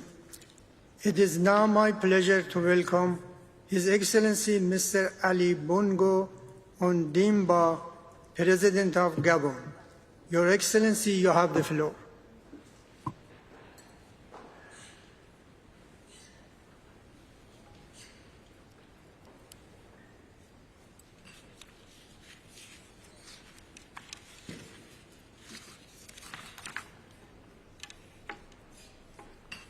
Excellences, Mesdames et Messieurs, Winston Churchill a dit « On ne devrait jamais tourner le dos à un danger pour tenter de le fuir. Si vous le faites, vous le multiplierez par 2. Mais si vous l'affrontez rapidement et sans vous dérober, vous le réduirez de moitié. » 50 ans après Stockholm, 30 ans après Rio, la COP26 doit marquer le début d'une nouvelle ère d'intégrité climatique. Nos efforts actuels sont insuffisants. Nos NDC montrent que nos émissions continueront à augmenter d'ici 2030. Alors que le dernier rapport du GIEC nous commande de les réduire d'au moins 40% sur cette même période. L'heure est grave, mais rien n'est perdu. Nous devons tout faire pour combler le gap et atteindre l'objectif de 1,5 degré Celsius. Le Gabon fait sa part avec l'adoption d'une loi innovante sur les changements climatiques. Excellencies, ladies and gentlemen, Gabon is the most carbon-positive country on earth, net absorbing more than 100 million tons of CO2 every year. I plan to keep it that way and will submit a new NDC post-Glasgow. I call on countries that are not on track, particularly the 20 nations that represent 80% of global emissions, to submit new NDCs in line with 1.5 degrees. We must establish a Marshall Plan on climate. We need to rebuild trust by honoring the pledge of $100 billion per year. This symbolic commitment will need to be multiplied tenfold beyond 2025 in order to meet the real needs of developing countries.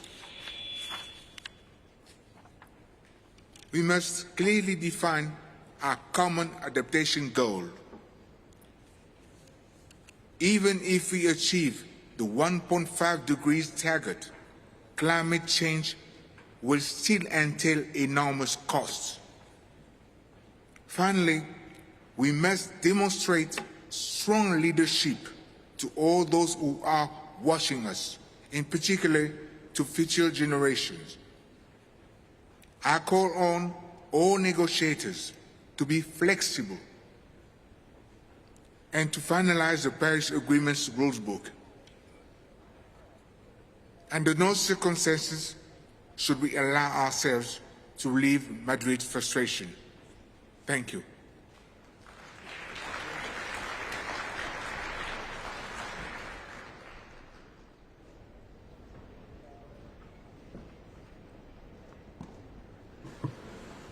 Thank you, Your Excellency.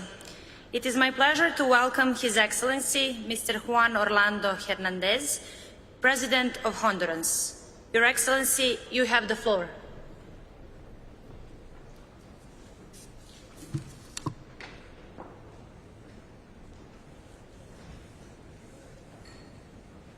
Damas y caballeros,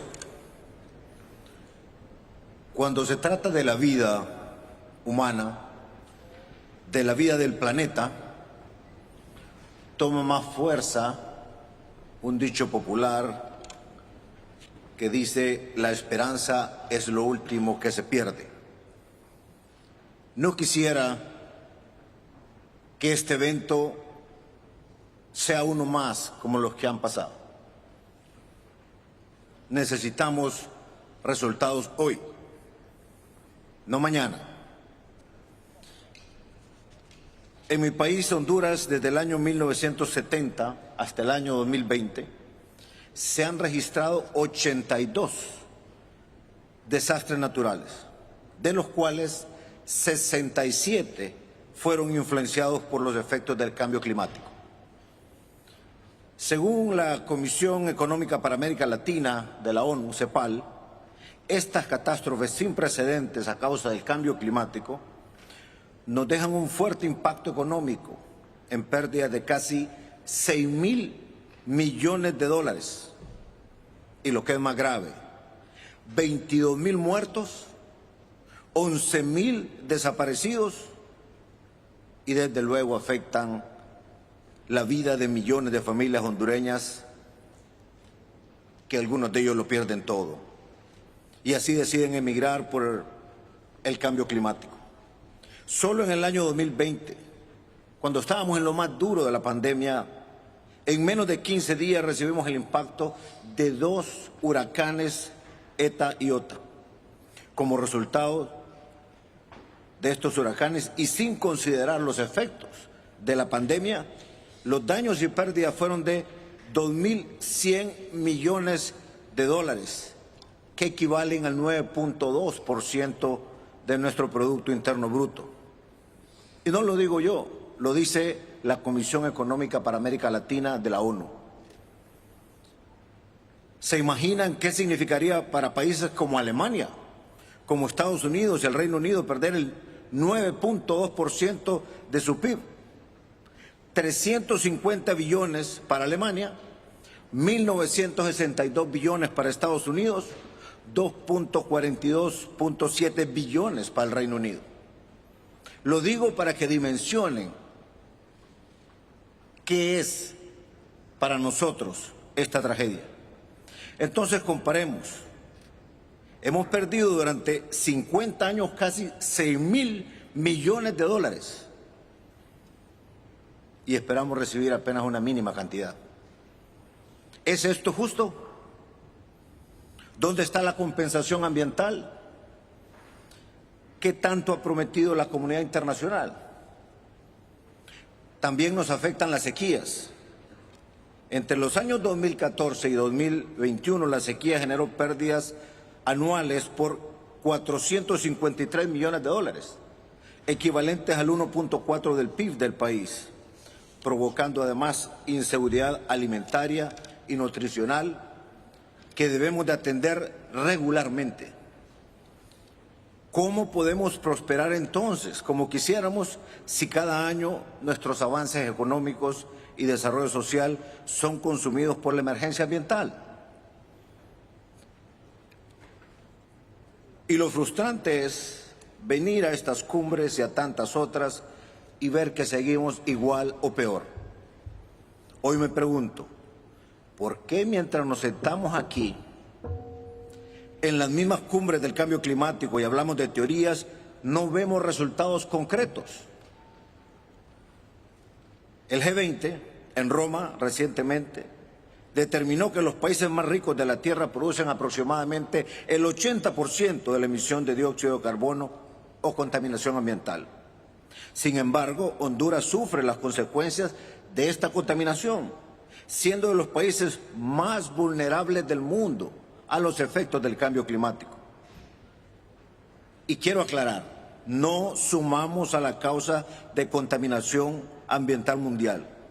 Y en la región somos los que más extensión de reservas naturales tenemos. Hoy los hondureños estamos trabajando más de lo que se solicita en combate contra el cambio climático. Con nuestras ambiciosas contribuciones nacionales, determinadas NDC recién actualizadas.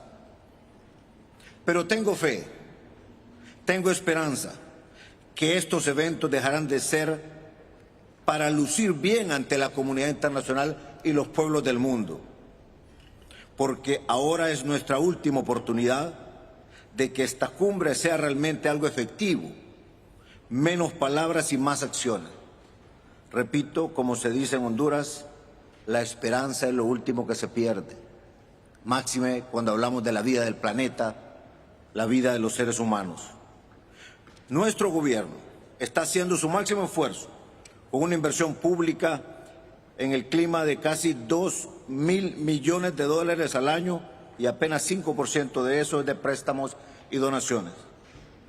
Honduras, a través de su Plan Nacional de Reconstrucción y Desarrollo Sostenible, considera, entre otras acciones, la implementación de un programa de represas múltiples enfocado a la contención de inundaciones, pero a su vez servirán para dotar agua para consumo humano, para agricultura inteligente y en algunas ocasiones generación de energía, entre otros. También estamos construyendo más de 5.000 viviendas para las familias que han sido desplazadas y las estamos reubicando en lugares seguros. Así es de que puedo seguirles contando más, pero solo me retiro diciéndoles, en materia de cambio climático, el resultado es hoy, no es mañana, ya no hay espacio. Y en Honduras no estamos pensando únicamente en el futuro de nuestros hijos y nuestros nietos. Tenemos 20 años que hemos perdido miles de vidas ya, y el año pasado también, y este también.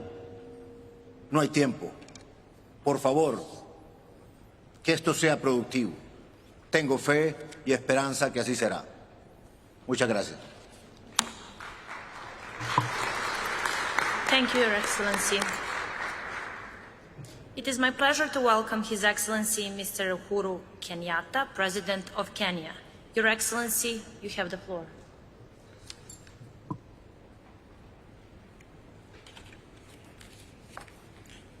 Excellencies, ladies and gentlemen, a key priority during Kenya's tenure at the United Nations Security Council is to amplify the voice of Africa and the Global South in building a compelling case for the nexus between climate change and security. And this is because we recognize that climate change is escalating and complicating new and old conflicts throughout the world. The evidence, ladies and gentlemen, is irrefutable.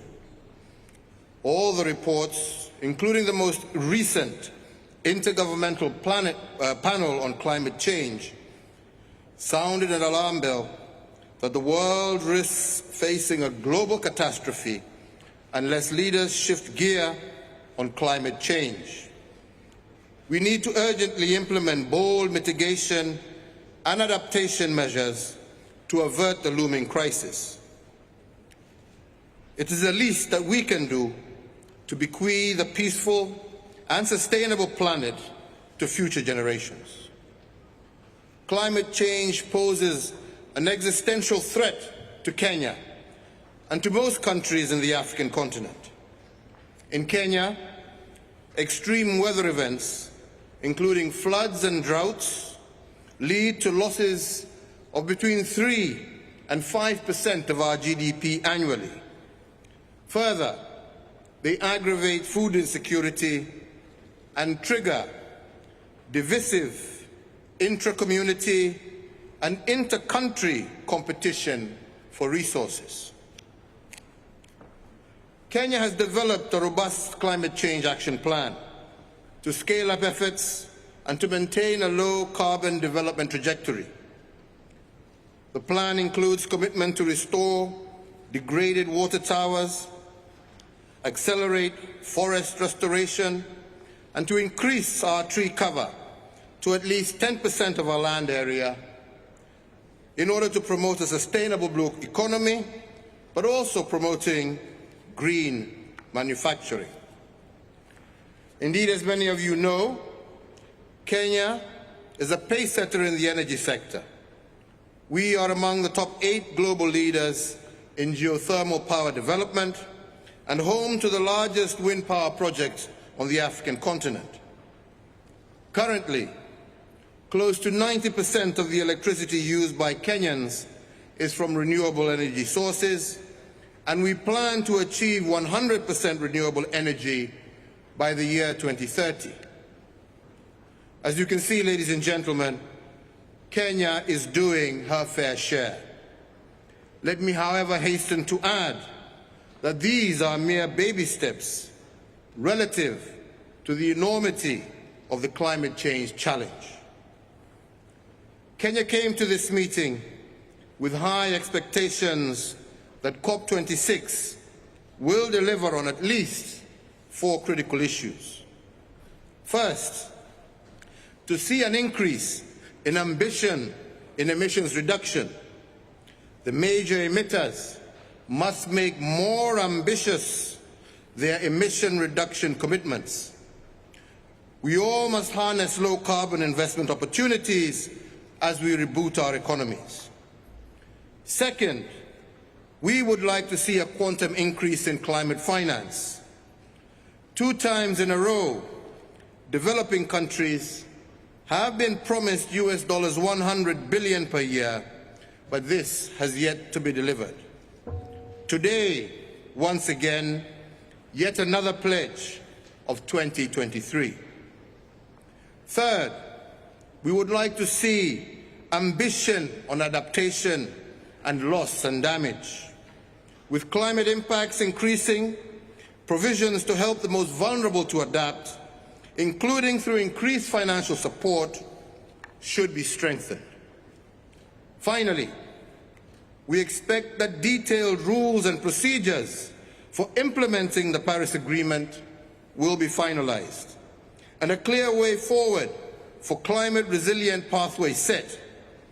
We also expect that the agreement will be sufficiently inclusive to accommodate the needs and priorities of developing countries, and in particular, the special needs and circumstances of Africa, which has been very ably put forward earlier and very well articulated by Elizabeth Wahote, the young girl who spoke to us earlier. Indeed, the findings of the international scientific community, including the recent report of the Intergovernmental Panel on Climate Change, on the physical science and basis of climate change, underscore the special needs and circumstances of Africa, contribute to the vulnerability and the low adaptive capacity of African countries to climate change. The IPCC further notes that even with scaled-up global climate action, it will not be possible to avoid and to reduce all loss and damage from the impacts of climate change, and that by 2030, the economic costs of loss and damage in developing countries is expected to be between US $290 billion and US $580 billion. Throughout Africa, as the most vulnerable continent to the impacts of climate change, countries are already experiencing loss and damage of an increasing magnitude and frequency. We are therefore deeply concerned to hear that yesterday, during the adoption of the agenda for this conference, the item on the special needs and circumstances of Africa was yet again not adopted. And we expect the COP President to undertake extensive and comprehensive consultations and address the special needs and circumstances of African states, and indeed report back to us before the close of the session of the conference. In conclusion, ladies and gentlemen, our own Kenyan Eliud Kipchoge, the greatest marathoner of all time and our climate champion, and who will be attending this conference, has demonstrated to us that in a race against time, no human is limited. We have the means and the ability to protect our planet from climate change-related destruction and to secure peace and stability for all. What we need now is to recognize that we are in a race against time, and we need unanimity of purpose, we need boldness and unwavering political commitment to achieve the 1.5-degree pathway. I thank you for your attention. Thank you, Your Excellency. It is my pleasure to welcome His Excellency Mr. Volodymyr Zelensky, President of Ukraine. Your Excellency, you have the floor. Thank you very much. Шановний пані головуючий, шановні глави держав, голови урядів, влітку міжурядова група експертів зі зміни клімату опублікувала свій 6-й звіт. Аналіз і прогноз кращих кліматологів обсягом 4000 сторінок. Праця Вільяма Джевонса «Вугільне питання» значно менша і старша на 150 років. Але їх об'єднує дуже схожий парадокс. Збільшення ефективності використання ресурсу збільшує, а не зменшує обсяг його споживання. Парадокс, але виконання Паризької угоди під загрозою через виконання Паризької угоди. Через рух до мети стримати потепління на рівні 2-1,5 градуси Цельсія, скоротити викиди парникових газів та використання вугілля і нафти. Як наслідок – зріс попит на газ. Як наслідок – рекордні ціни. Як наслідок – споживання вугілля в країнах G20 зросло на 5%, а на вугільних електростанціях Європи у вересні – на 1/3. Як наслідок – дефіцит вугілля. Те ж саме нафта. За прогнозами, сектор продовжить заміну газу цими носіями і викиди будуть більшими. За даними ООН, концентрація діоксиду вугільцю, метану і закису азоту в атмосфері рекордна за 10 років.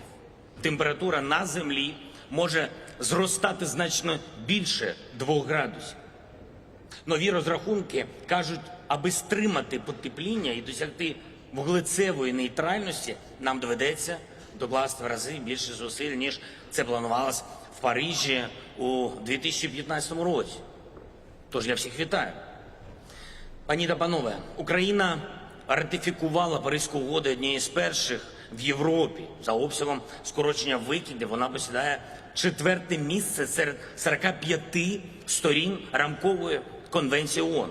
Наші цілі до 2030 року скоротити викиди парникових газів на 65%. І не пізніше 2060 року досягти кліматичної нейтральності. Україна підтримує низку ініціатив цієї конференції, зокрема декларацію щодо лісу- і землекористування.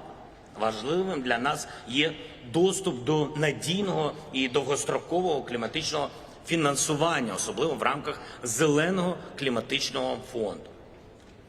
Шановні друзі, лауреат Нобелівської премії професор Парізі чітко окреслив мету конференції в Глазго. Сильні рішення, швидкі темпи. Останнє заслуговує особливої уваги.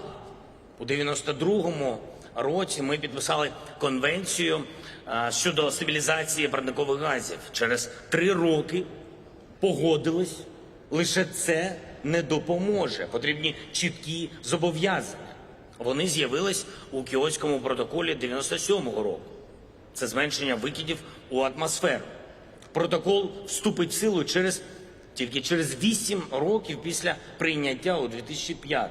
А через 6 років ми вирішимо замінити його на нову угоду. У 2015-му підпишемо Паризьку угоду і домовимося почати виконувати її через 5 років у 2020 році. Цими темпами ми долаємо загрозу довкіллю. Урагани Катріна і Сенді, вимирання Великого бар'єрного рифу, землетруси на Гаїті та в Індійському океані, цунамі, повені, пожежі, засухи в усьому світі. Навіть аномальні опади, що затопили Глазго за 2 дні до кліматичного саміту, не стають тривожними дзвіночками і не пришвидшують кожного з нас. Як на мене, щоб подолати глобальне потепління, нам необхідне глобальне потепління у відносинах держав, де щороку тане довіра. Домовленості нічого не варті, якщо для когось це просто слова. І щодо екологічних угод і тих, що не стосуються довкілля.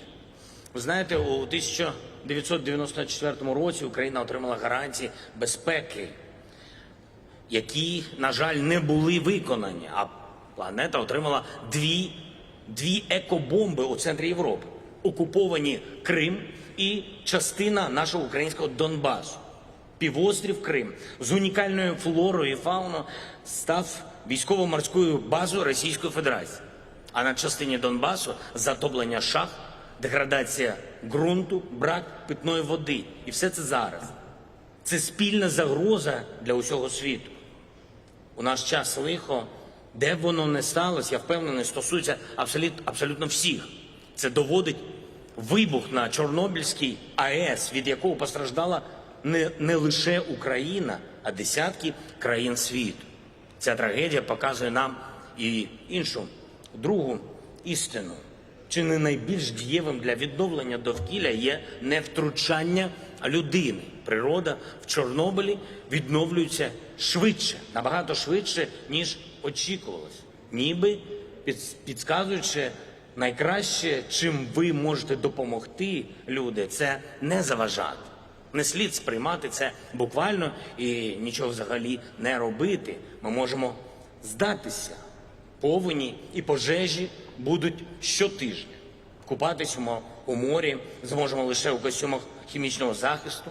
Решту життя проведемо у респіраторах. Чиста питна вода лише на вихідні. Продукти вирощені не на токсичному ґрунті лише на Новий рік, на особливі свята. А середня тривалість у світі життя складатиме 25-30 років. Можливо, це було б справедливим покаранням для нас, для людства, для тих, хто забув, що це наша планета, і для тих, хто забув, що це не наша планета. Це планета ведмедів, тигрів, панд, коал, китів, акул тощо. Вони не можуть провести свій саміт. Вони не можуть відмовитись від пластику, зменшити викиди СО2. Вони не можуть. Лише ми можемо це виправити. І лікувати треба, на мою думку, не симптоми, а першопричину. Змінювати не принципи виробництва і надрокористування, а глобального мислення, глобальної поведінки, пріоритети світової політики і кожної держави. Вимірювати не лише фінансове, а насамперед екологічне зростання, не лише рівень ВВП чи рівень інфляції, а перш за все рівень чистоти повітря, води, землі. Сприймати будь-яку територію не як ринок збуту, ринок товарів чи послуг, а як домівку для тисяч представників флори і фауни. Пишатись не новими моделями техніки, не тільки тими, що ми щось створюємо, а тим, що ми щось важливе зберігаємо. Сказано багато слів, час їх виконувати швидко, спільно, без виключень. Дякую за увагу. Thank you very much. Thank you, Your Excellency. It is my pleasure to welcome His Excellency Mr. Abdel El-Sisi, President of Egypt. Your Excellency, you have the floor.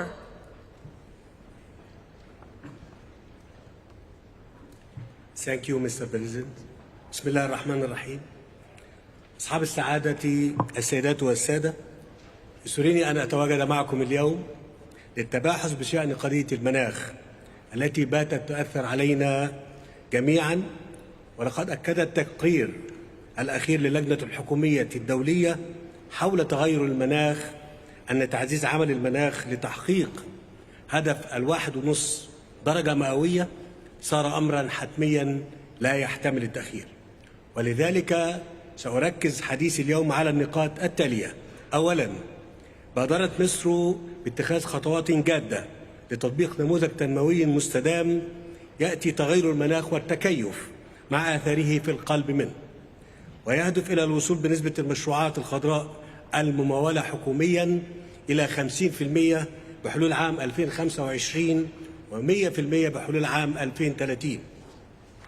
فعلى سبيل المثال تمثل مصادر الطاقة المتجددة اليوم نحو 20% من مزيج الطاقة في مصر، ونعمل على وصولها إلى 42% حلول عام 2035 بالتزامن مع ترشيد دعم الطاقة. كما تعمل مصر على التحول إلى النقل النظيف من خلال التوسع في شبكات المترو والقطارات والسيارات الكهربائية وتجهيز البنية التحتية اللازمة لذلك، فضلا عن إنشاء المدن الذكية والمستدامة.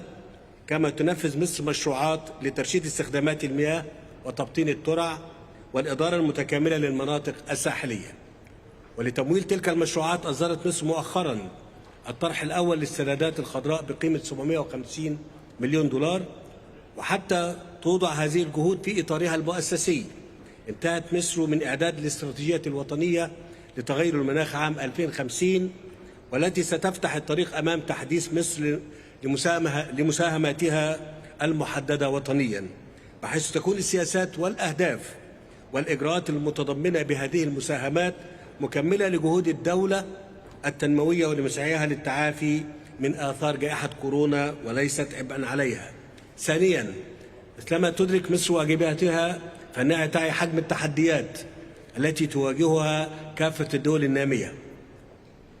وهنا أود التأكيد على أن تنفيذ الدول النامية لالتزاماتها في مواجهة تغير المناخ مرهون بحجم الدعم الذي تحصل عليه، خاصة من التمويل الذي يعد حجر الزاوية والمحدد الرئيسي لقدرة دولنا على رفع طموحها المناخي في إطار التوازن الدقيق الذي مثله اتفاق باريس، والذي يتعين الحفاظ عليه لضمان تعزيز جهود خفض الانبعاثات والتكيف مع الآثار السلبية لتغير المناخ على قدم المساواة. وإننا نشعر بالقلق إزاء الفجوة بين التمويل المتاح وحجم الاحتياجات الفعلية للدول النامية، علاوة على العقبات التي تواجه دولنا في النفاذ إلى هذا التمويل. ومن ثم فلا بد من وفاء الدول المتقدمة بتعهدها بتقديم 100 مليار دولار سنويا لصالح تمويل المناخ في الدول النامية. ونؤكد على دعمنا لما نادى به السكرتير العام للأمم المتحدة من ضرورة ألا يقل حجم التمويل الموجه إلى التكيف عن نصف التمويل المتاح، وعلى أهمية بدء المشاورات حول الهدف التمويلي الجديد لما بعد 2025. ثالثا، على الرغم من عدم مسؤوليتها عن أزمة المناخ، تواجه القارة الإفريقية التبعات الأكثر سلبية للظاهرة وما يترتب عليها من آثار اقتصادية واجتماعية وأمنية وسياسية. ومع ذلك تعد القارة نموذجا لعمل المناخ الجاد بقدر ما تسمح به إمكانياتها والدعم المتاح لها. ومن ثم تدعو مصر إلى ضرورة منح القارة الإفريقية معاملة خاصة في إطار تنفيذ اتفاق باريس بالنظر لوضعها الخاص وحجم التحديات التي تواجهها. السيدات والسادة، إنني واثق أن المداولات التي ستشهدها قمتنا والنتائج التي ستخرج بها ستعبر عن التزامنا السياسي بمواجهة تغير المناخ والتكيف مع آثاره السلبية. كما أثق أن ذلك سوف يصل إلى وفودنا التي تستعد الآن لبدء التفاوض حول الموضوعات المطروحة على جدول أعمال المؤتمر ليكون دافعا ومحفزا لها للخروج بنتائج إيجابية. كما أود الإعراب عن ترحيبنا بلجنة اختراق جلاسكو وبالتقارير التي ستصدر عنها، وكذلك دعمنا للرئاسة البريطانية للمؤتمر التي سنعمل معها على مدار الأيام والأشهر القادمة، وصولا إلى الدورة القادمة للمؤتمر التي نتطلع إلى استضافتها في مصر باسم القارة الإفريقية، حيث سنسعى خلال رئاستنا إلى تعزيز عمل المناخ الدولي للوصول إلى أهداف اتفاق باريس تحقيقا لمصالح شعوب قارتنا وشعوب دول العالم أجمع. شكرا لكم. Thank you, Mr. President. Thank you, Your Excellency. It is my pleasure to welcome His Excellency Mr. Stevo Pendarovsky, President of North Macedonia. Your Excellency, you have the floor.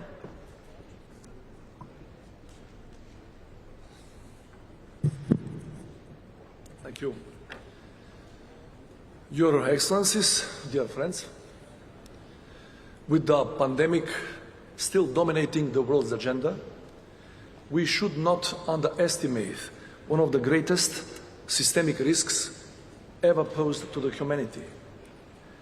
Scientists say there might be only 1 decade left for the world to fundamentally redesign its development paradigms, to change our life habits and reconstruct our economies on a sustainable basis. If we ignore these worrying trends, catastrophic consequences will follow for the environment, health, food and water security, in fact for the overall human safety and development. So what we promised in Paris, we must deliver here in Glasgow. As EU candidate country ready to start negotiations, North Macedonia has already been transposing European climate acquis in its national legislation. By supporting the European Green Deal, we are committed to do our share in turning Europe into the first carbon-neutral continent by 2050. Despite the fact that we are a small European country, we have great climate ambitions. To this end, we adopted the enhanced national determined contributions. Our target for 2030 is to reduce greenhouse gas emissions by 51% compared to 1990 levels, or 82% in net emissions compared to the same base year. We designed 63 mitigation policies and measures which are gender responsive and are linked to 15 sustainable development goals. By implementing our long-term strategy on climate action, we aim to transform North Macedonia into a low-carbon economy, enhancing competitiveness and promoting social cohesion. This whole-of-society approach will help us fight unemployment by creating green jobs, decrease pollution with renewables, and develop sustainable habits through education. We have made these commitments against the backdrop of several structural challenges to our domestic economic growth, worsened by the devastating effects of COVID-19, because we do believe that the only sustainable recovery from the pandemic is green recovery. If the country with the GDP per capita of below $6,000 is fully dedicated to achieving these ambitious pledges, then each state in the world can do it. We have already designed transparent, coordinated and inclusive climate action in partnership with science, businesses, civil society and youth. In the same time, we are fully aware that international financing will be dependent on the effective, functional and just governance at both national and international levels. Dear friends, 50 years ago, W.H. Auden penned the hymn to the United Nations In it, he says that peace means to change at the right time, as the world clock goes tick and tock. For too long, humanity's unsustainable modes of production and consumption have been out of sync with the rhythm of nature. At this last hour, it is high time to wind back the clock of the climate system so that future generations can not only survive, but live in a secure, decent, and prosperous world as well. I thank you for your attention. Thank you, Your Excellency. It is my pleasure to welcome His Excellency Mr. Luis Arce, President of Bolivia. Your Excellency, you have the floor.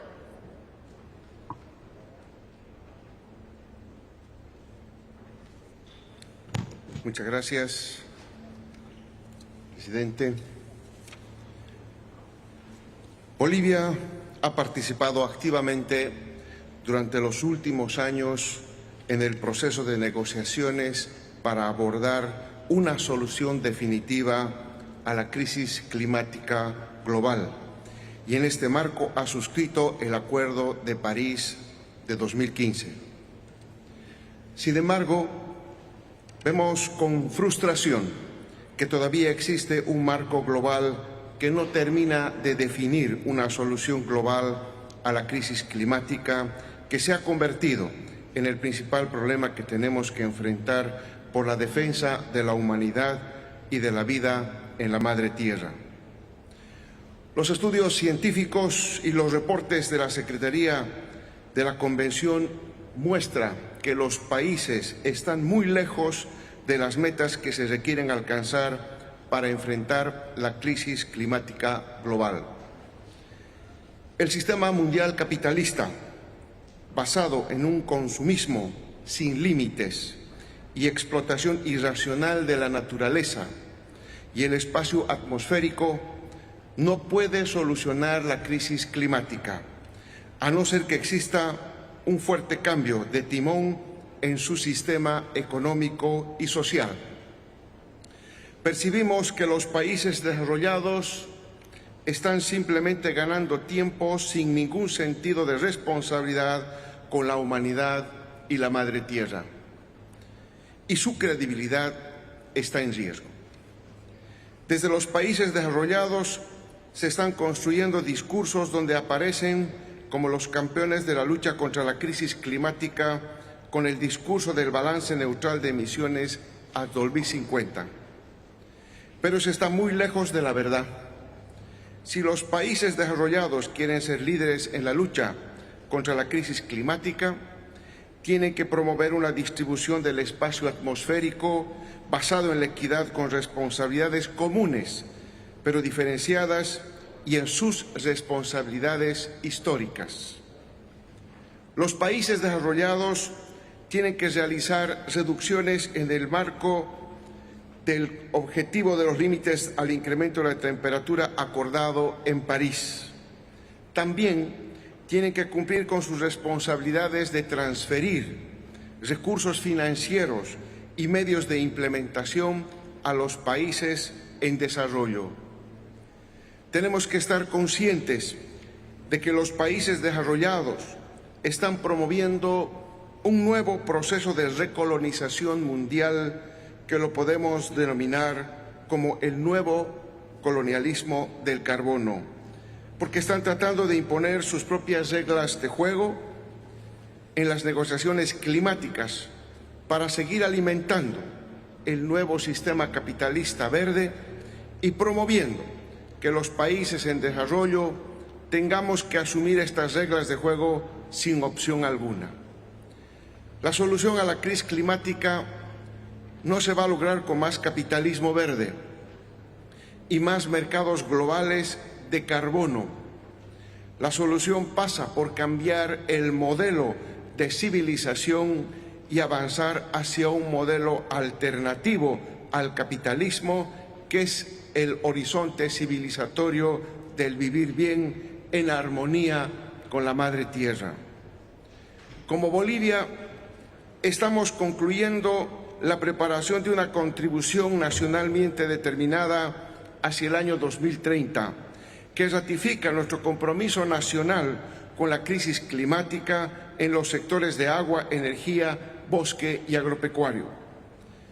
Esperamos facilitar acuerdos entre Bolivia y la cooperación internacional para avanzar en la provisión del financiamiento y otros medios de implementación para impulsar a una mayor escala los esfuerzos nacionales, para lograr las metas de mitigación, adaptación y desarrollo integral de nuestros países.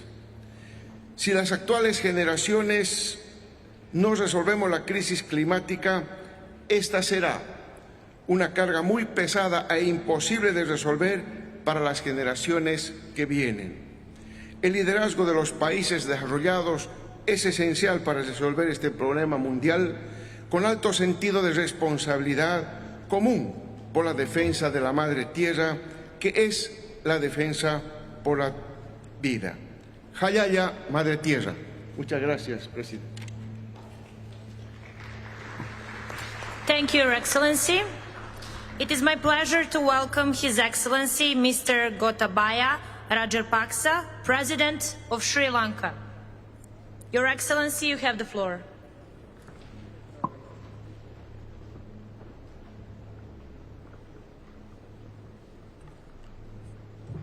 Chairperson, Excellencies, delegates.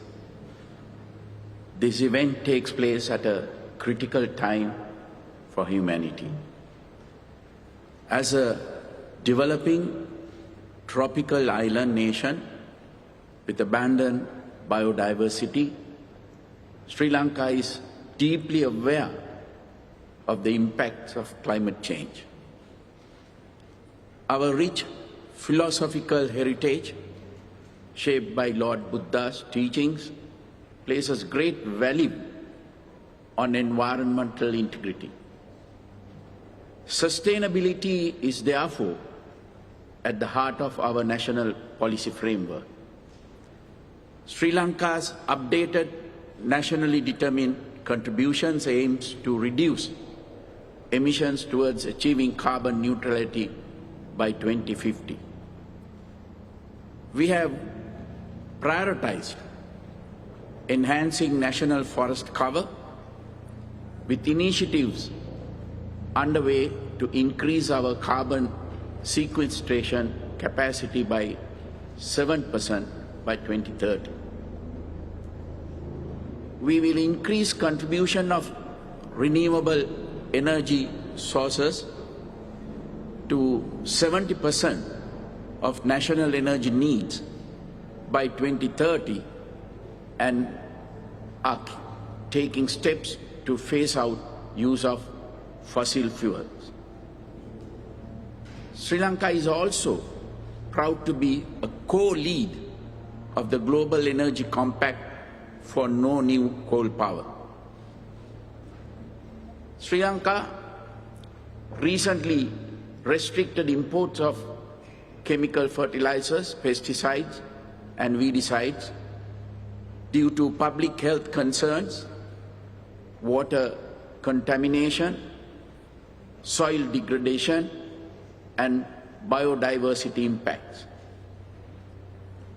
Although opposed by entrenched lobbies, this has created opportunities for innovation and investment into organic agriculture that will be healthier and more sustainable in future.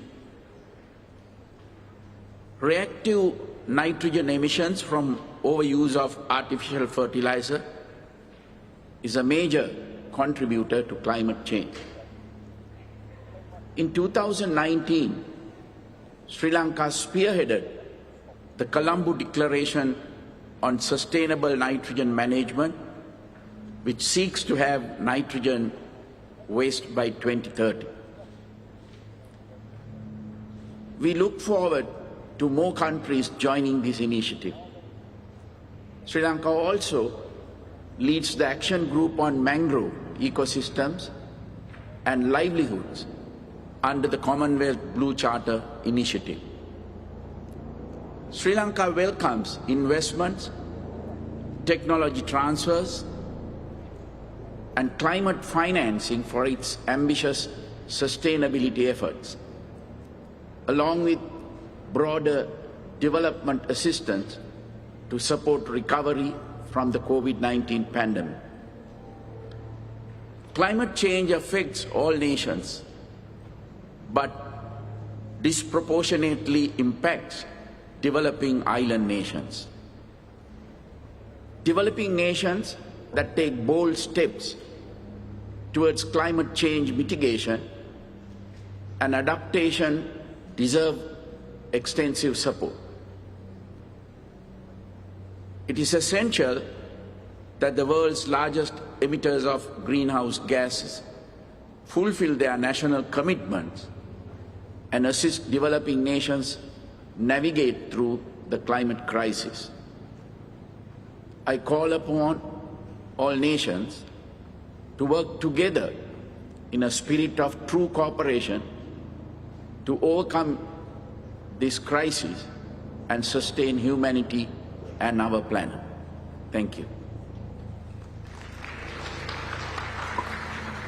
Thank you, Your Excellency. It is my pleasure to welcome His Excellency, Mr. Milo Đukanović, President of Montenegro. Your Excellency, you have the floor.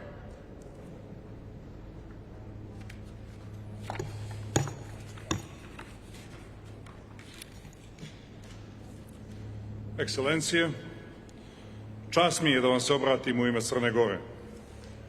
Ovogodišnji COP26 uslovljenja pandemije je veliki podvig. Hvala domaćinu, vladi Ujedinjenog kraljevstva. I ovim potvrđujemo da kada poštujemo pravila i striktna ograničenja, kada smo spremni da se odreknemo komfora na koji smo navikli i to činimo zajedno i solidarno, možemo doći do cilja. Vjerujem da je to najbolji put za najdjelotvorniji odgovor i na klimatske promjene. Kroz zajedničku odgovornost i solidarnost i saradnju, kroz multilateralizam. Očekivanja međunarodne javnosti su velika. Sve ono što smo do sada radili nije dovoljno da spriječimo porast emisija. Klimatske promjene i gubitak biodiverziteta su egzistencijalna prijetnja. Devastirajući efekti pandemije čine stanje dodatno složenim. Svijet se zagrijava brže nego što smo se nadali, a jedino ljudska ruka može učiniti potez koji će proces usporiti. Nacionalna odgovornost i odgovornost prema globalnoj zajednici nas navode da učinimo ono što moramo i na što smo se već obavezali da bismo postigli cilj, sačuvali planetu i omogućili sigurniju, zeleniju i održiviju budućnost. Prošlogodišnju klimatsku ambiciju smo potvrdili. Crna Gora je podnijela ažurirani nacionalni utvrđeni doprinos smanjenja emisija od 35% do 2030. Ipak, danas smo ovdje da pokažemo spremnost da idemo i više od onog što znamo da možemo. Da potvrdimo volju i vjeru da možemo koračati i brže i zahtjevnije za opštu dobrobit. Crna Gora je preuzela obavezu da dijeli klimatsku ambiciju i da zajedno sa Europskom unijom bude klimatski neutralna do 2050. Integracija u Europsku uniju je strateški put zemlje i Crna Gora će učiniti sve da u tome uspije.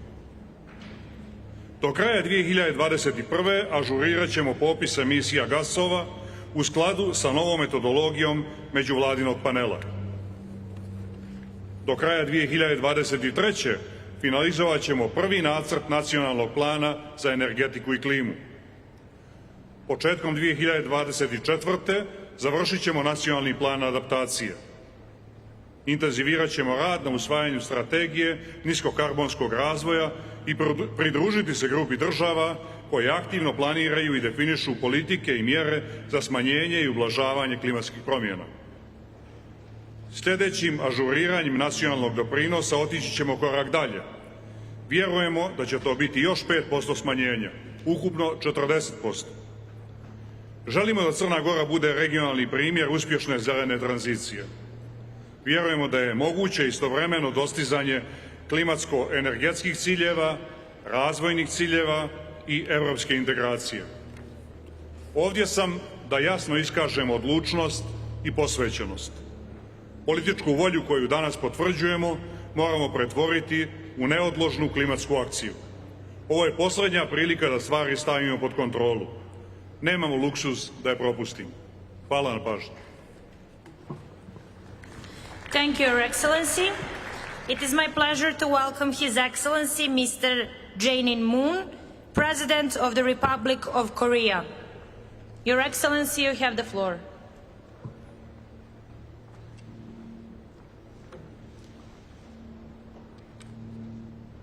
존경하는 보리스 존슨 총리님, 패트리시아 에스피노자 유엔 기후변화협약 사무총장님, 정상 여러분, 글래스고의 뜻깔나무 숲은 사람과 동식물이 어울려 사는 신화의 세계로 우리를 이끕니다. 자연은 오랫도록 우리를 기다려 주었습니다. 이제 우리가 자연을 위해 행동하고 사랑해야 할 때입니다. COP26이 그 출발점이 될 것입니다. 더 이상의 지구 온난화를 막고 기다려준 자연에게 응답하게 되길 바랍니다.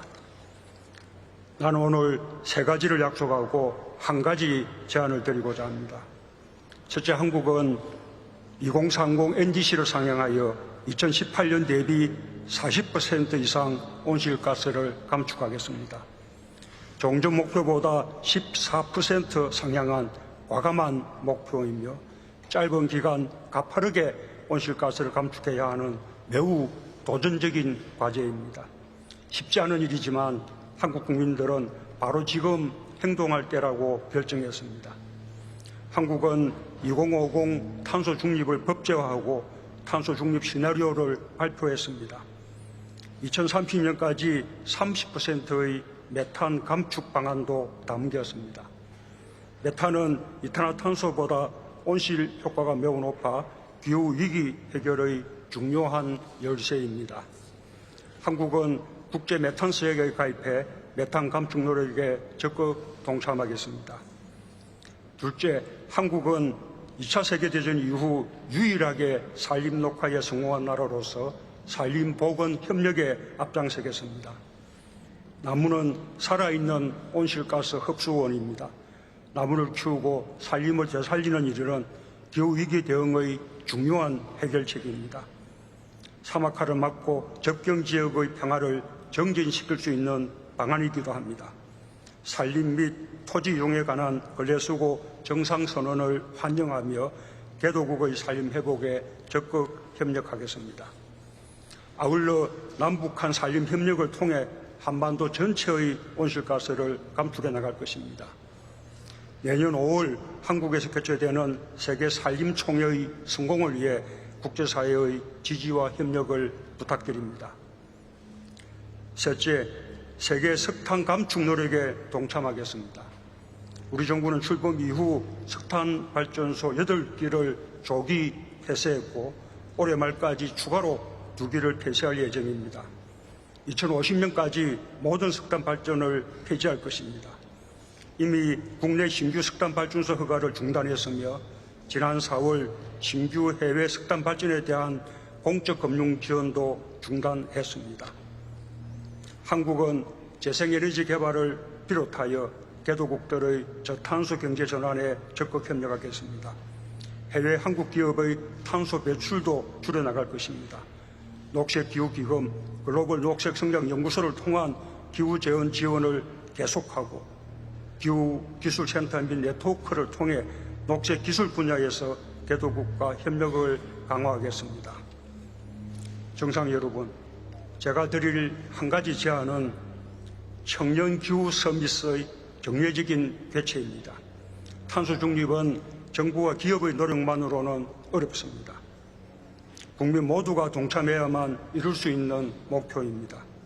기후위기의 당사자인 미래세대와 기성세대가 함께 기후위기 해법을 찾는다면 지속가능한 세계를 향한 인류의 발걸음도 한층 빨라질 것입니다. 청년 기후 서밋의 정례 개최에 정상 여러분의 많은 관심과 지지를 요청합니다.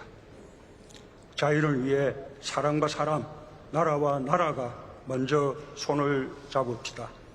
지구를 위해 더 일찍 행동하지 않았다는 후회를 남기지 않도록 합시다. 감사합니다. Thank you, Your Excellency. It is my pleasure to welcome His Excellency Mr.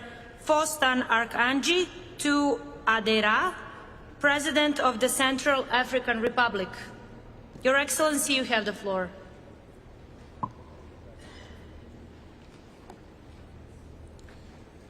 Madame la Présidente, Excellences, Mesdames et Messieurs les chefs d'État et de gouvernement, Mesdames et Messieurs, la République centrafricaine, mon pays, est honoré de prendre part à cette rencontre mondiale de dernière chance qui nous permet de prendre conscience de la vulnérabilité de notre environnement et de la nécessité d'adopter des mesures très restrictives pour lutter contre le changement climatique.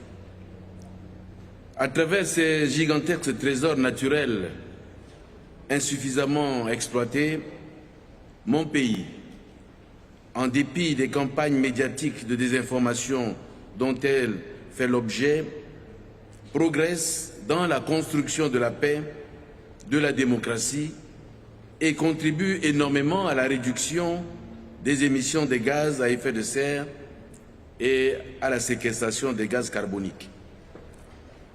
La République centrafricaine œuvre de concert avec les pays membres de la Commission des forêts d'Afrique centrale, COMIFAC, institution ambitieuse ayant pour mission la gestion rationnelle et la protection des forêts du bassin du Congo, deuxième massif forestier de la planète après celui de l'Amazonie, et a pris des engagements fermes dans ses contributions déterminées au niveau national. Mesdames et Messieurs, les changements climatiques et la pandémie du Covid-19 constituent aujourd'hui les grands défis mondiaux qui ne peuvent être surmontés que dans le cadre du multilatéralisme et d'une solidarité internationale agissante. La République centrafricaine souhaite que cette COP26 intègre dans ses décisions finales la nécessité pour les pays développés de fournir des ressources financières en soutien à la mise en œuvre effective et efficiente des contributions déterminées au niveau national par les pays en développement.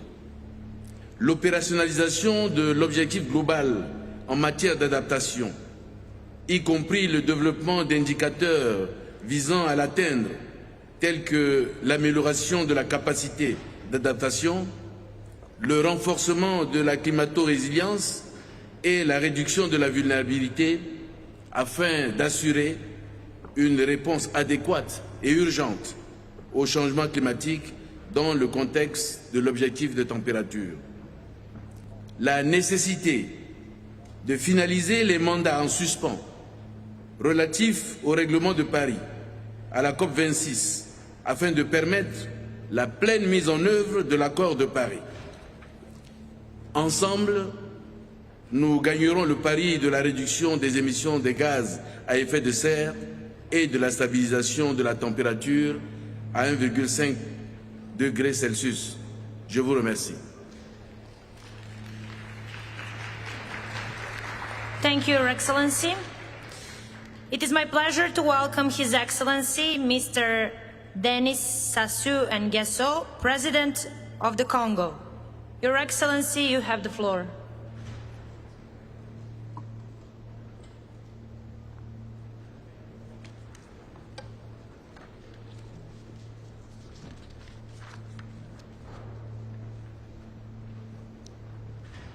Madame la Présidente, Excellences, Mesdames et Messieurs les chefs d'État et de gouvernement,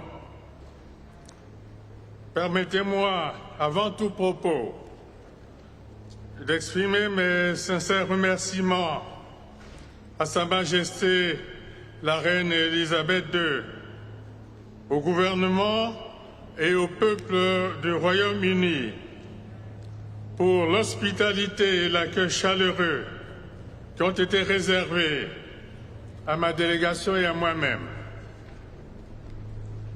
Permettez-moi aussi, en ma qualité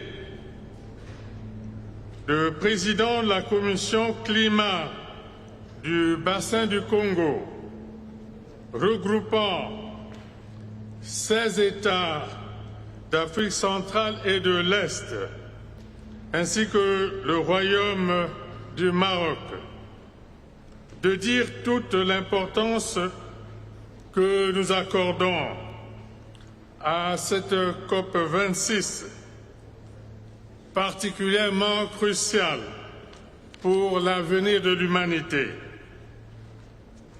Mon pays, la République du Congo, se situe au sein du bassin du Congo. Cet immense massif de forêts et de tourbières qui est aujourd'hui le premier capteur de carbone net de la planète après la déforestation de l'Amazonie. À elles seules, les tourbières de la cuvette centrale séquestrent 31 milliards de tonnes de carbone, soit 3 années d'émissions mondiales. La place qu'occupe le bassin du Congo dans la réalisation des objectifs de l'accord de Paris est donc absolument incontournable. Vous l'avez clairement compris, le bassin du Congo rend au monde des services écosystémiques inestimables. Mais que reçoit-il en échange? Hélas, très peu. En effet, les pays industrialisés à qui incombe la responsabilité historique du dérèglement climatique se montrent réticents à mobiliser les financements nécessaires à la concrétisation de leurs engagements. Les grandes difficultés auxquelles se heurte l'application de l'article 6 de l'accord de Paris, qui engage les pays riches à soutenir les efforts d'atténuation et surtout d'adaptation des pays en développement, en sont la preuve évidente. La République du Congo, en ce qui la concerne, a déjà soumis au secrétariat de la Convention sa contribution déterminée au niveau national et révisée. Nos ambitions, qui prennent en compte l'ensemble des secteurs d'émissions de gaz à effet de serre, ont été rehaussées et la République du Congo fait figure d'élève modèle au palmarès de l'écologie mondiale. Je ne cesse de le répéter sur toutes les tribunes. Depuis le sommet de Rio en 1992, la détermination des pays du bassin du Congo en général et celle de la République du Congo en particulier à préserver ce vaste ensemble est totale. Toutefois, cet engagement va de pair avec la volonté tout aussi inexorable de poursuivre notre développement économique et social pour le bien-être de nos populations. Ces deux objectifs ne s'excluent pas, ils se complètent. Exiger de nous un ralentissement de notre développement pour que la planète respire mieux serait en effet profondément injuste et même immoral. C'est pourquoi vous me permettrez de faire ici, une fois de plus, le plaidoyer du Fonds bleu, initiative commune des pays membres de la Commission climat du bassin du Congo, auquel s'est joint le Royaume du Maroc et qui n'attend plus qu'à être abondé avec l'engagement de tous nos partenaires. En prenant la décision de protéger et de conserver le bassin du Congo pour le bien de l'humanité, nous avons su prendre nos responsabilités. À chacun, désormais, d'assumer les siennes. Je vous remercie. Thank you, Your Excellency. It is my pleasure to welcome His Excellency Mr. Charles Michel, President of the European Council, and Her Excellency Ms. Ursula von der Leyen, President of the European Commission, European Union. Your Excellencies, you have the floor. Madame la Présidente, Excellences, Mesdames et Messieurs, c'est nous, l'espèce humaine, qui avons déclenché une guerre contre la nature. C'est nous, l'espèce humaine, qui avons provoqué ces changements climatiques qui menacent gravement notre sécurité et la sécurité des générations futures. Et c'est à nous, l'espèce humaine, qu'il appartient de stopper cette menace, d'inverser la courbe et de rendre de l'espoir pour les futures générations. Et cela suppose, nous le mesurons bien, de changer radicalement le paradigme pour notre prospérité, de changer radicalement le paradigme pour la coopération entre nous. La science l'indique avec force et avec clarté, et en Europe, comme ailleurs, les jeunes générations ont réveillé nos consciences. Les jeunes activistes, engagés, informés, ont raison d'être mobilisés, ont raison d'exiger plus de nous, et c'est notre devoir et notre responsabilité d'être à la hauteur. L'Union européenne entend cet appel et souhaite être pleinement mobilisée, d'abord en fixant des objectifs ambitieux. Nous avons été les premiers, il y a 2 ans, à affirmer cette ambition de la neutralité climat à l'horizon 2005. Nous avons été les premiers à renforcer les engagements pour 2030 et nous avons décidé de mettre en place des cadres juridiquement contraignants qui enracinent ces objectifs dans le cadre légal. Le package du Green Deal, la mobilisation des financements publics, l'importance de canaliser les investissements privés doivent aussi nous mobiliser pleinement. Alors, mesdames et messieurs, cette transition climatique, cet engagement, il ne doit pas conduire au sacrifice des plus vulnérables et des plus fragiles. C'est vrai dans nos sociétés, il convient de mettre en place les mesures d'accompagnement pour avoir tout le monde avec nous, tourné vers cet objectif.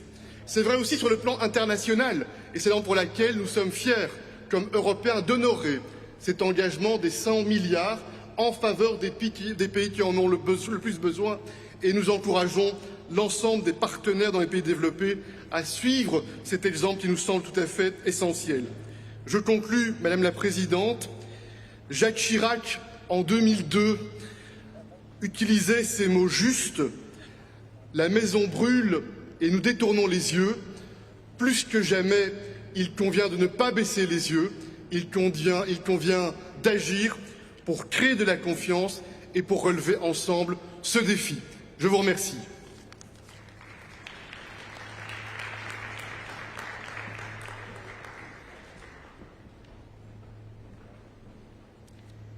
Madam President, fellow leaders, I know that all of us here at COP26 want to be on the right side of history. And this is why I call on all of us to do whatever it takes now to limit global warming to 1.5 degrees Celsius. And we can do it because climate change is man-made. Science tells us, so we can do something about it. It's our opportunity to write history. Even more, it's our duty to act now. Europe, with its European Green Deal, will spare no effort to become the first climate-neutral continent. But at this COP, we all must speed up our race to net zero. We're running out of time, and therefore, 4 points in 1 minute. First of all, we have to give strong commitments to reduce emissions by 2030. Net zero by 2050 is good, but it's not enough. We need real action during this decade now. For Europe, this minus 55% at least implemented and delivered. Second, we need to agree to a robust framework of rules, for example, to make global carbon markets a reality. Put a price on carbon. Nature cannot pay that price anymore. Number 3, we must mobilize climate finance for supporting vulnerable countries to adapt and leapfrog to clean growth. The European Union will fully contribute to achieve our global goals on adaptation. With close to $27 billion in 2020, Team Europe is already the largest provider of climate finance. Almost half of our finance is for adaptation. And we pledge an additional $5 billion up to 2027 from the EU budget. And we will double our funding for biodiversity, especially in vulnerable countries. And fourth and finally, innovation and technology is available. Now we have to scale up and deploy it. Fellow leaders, we must make this COP26 a success. We owe it to our children. Thank you. Thank you, Your Excellencies. It is my pleasure to welcome His Excellency Mr. Guy Parmeet, President of Switzerland. Your Excellency, you have the floor.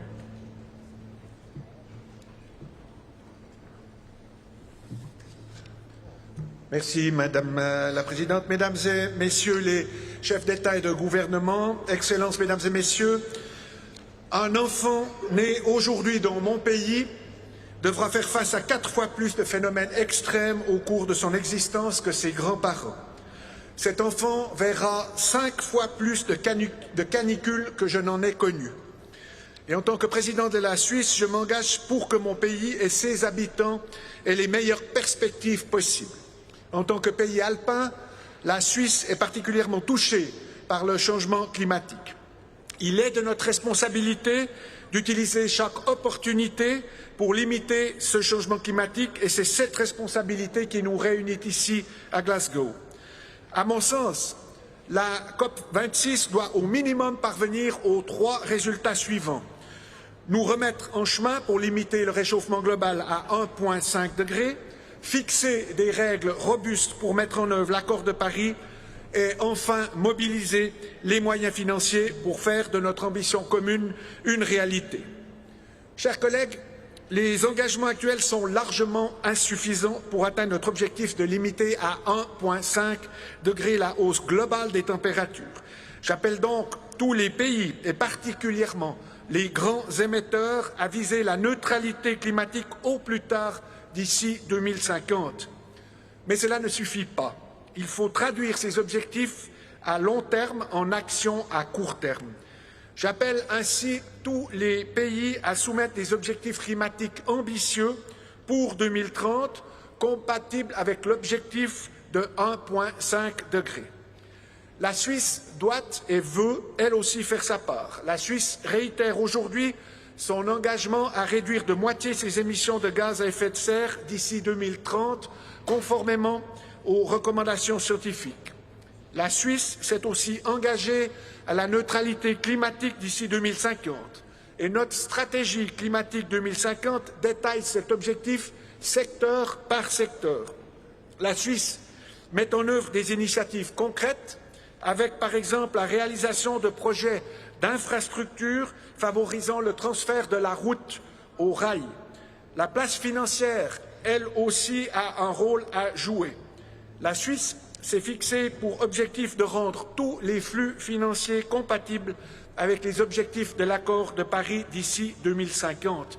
Et pour concrétiser cette ambition, il est impératif que la COP26 adopte les règles nécessaires pour assurer la mise en œuvre de l'accord de Paris. Ces règles doivent prévenir le double comptage des réductions des émissions ainsi que la prise en compte des réductions d'émissions déjà réalisées dans le passé. Ces règles doivent assurer la transparence, qui est la colonne vertébrale de l'accord de Paris. Enfin, nous devons mobiliser les moyens financiers nécessaires pour concrétiser notre ambition. La COP26 doit lancer un processus visant à définir un nouvel objectif de financement collectif pour la période postérieure à 2025 et doit nous amener vers un financement efficace et équitable. Tous les pays qui ont aujourd'hui la capacité de le faire doivent soutenir ceux qui ont besoin du soutien. Chers collègues, je suis heureux à ce titre d'annoncer une nouvelle contribution volontaire de la Suisse d'environ 11 millions de dollars destinés au fonds d'adaptation. La Suisse contribue également au fonds pour les pays les moins avancés à hauteur d'environ 9 millions de dollars. 16 millions de dollars sont dédiés au fonds d'investissement climatique et la Suisse engagera encore environ 11 millions de dollars dans le programme High Impact Partnership for Climate Action de la Banque européenne de reconstruction et de développement. Enfin, je me réjouis d'annoncer une contribution d'environ 8 millions de dollars à la coalition pour le climat et l'air pur. Mesdames et Messieurs, Excellences, nos enfants et nos concitoyens nous regardent et ils attendent de nous un engagement concret. Donnons-leur une raison de croire en un avenir viable et vivable. Merci de votre attention. Thank you, Your Excellency. It is my pleasure to welcome His Excellency Mr. Lazarus Chakwera, President of Malawi. Your Excellency, you have the floor.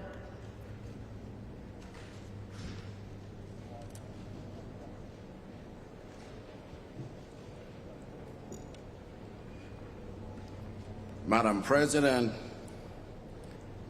Excellencies, ladies and gentlemen,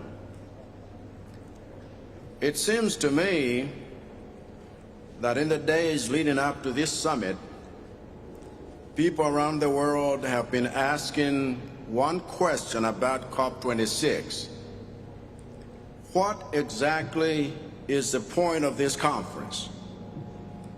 If you listen to this question very carefully, you will see that it is an indictment. When the nations we lead ask, what exactly is the point of this conference? What they are really asking is this: what is the point of having you go to COP26 on our behalf? If you are going to Glasgow for COP26, should we expect you to come back with real solutions on climate change? Or should we just ask the Scottish Government to keep you for good because you are part of the problem? This is what the people in Mozambique, Zimbabwe, and Malawi are asking after burying relatives they lost during Cyclone Idai. This is what the people of Haiti, Kiribati, and Philippines are asking after their children were swept away by hurricanes. This is what the people in Yemen and Lebanon are asking as they scramble for water. This is what the people of Africa are asking when you leave them with no tools for cooking than charcoal and no source of electricity except coal. And it is here that we must answer them. We must answer them with binding commitments from the G20 to cut emissions to zero, period. We must answer them with the immediate disbursement of the money pledged to least developed countries by developed nations, which is not a donation, but a cleaning fee. We must answer them by the urgent loosening of the debt that strangles climate change adaptation efforts in vulnerable regions like SADC, Southern Africa Development Community. We must answer them by establishing timelines for replacing all toxic technologies with clean ones. We must answer them through bilateral and multilateral relations that build green economies. And as you consider your answer, know that neither Africa in general nor Malawi in particular will take no for an answer. Not anymore. And I thank you for your attention. Thank you, Your Excellency. It is my pleasure to welcome His Excellency Mr. Hurel Suuna, President of Mongolia. Your Excellency, you have the floor.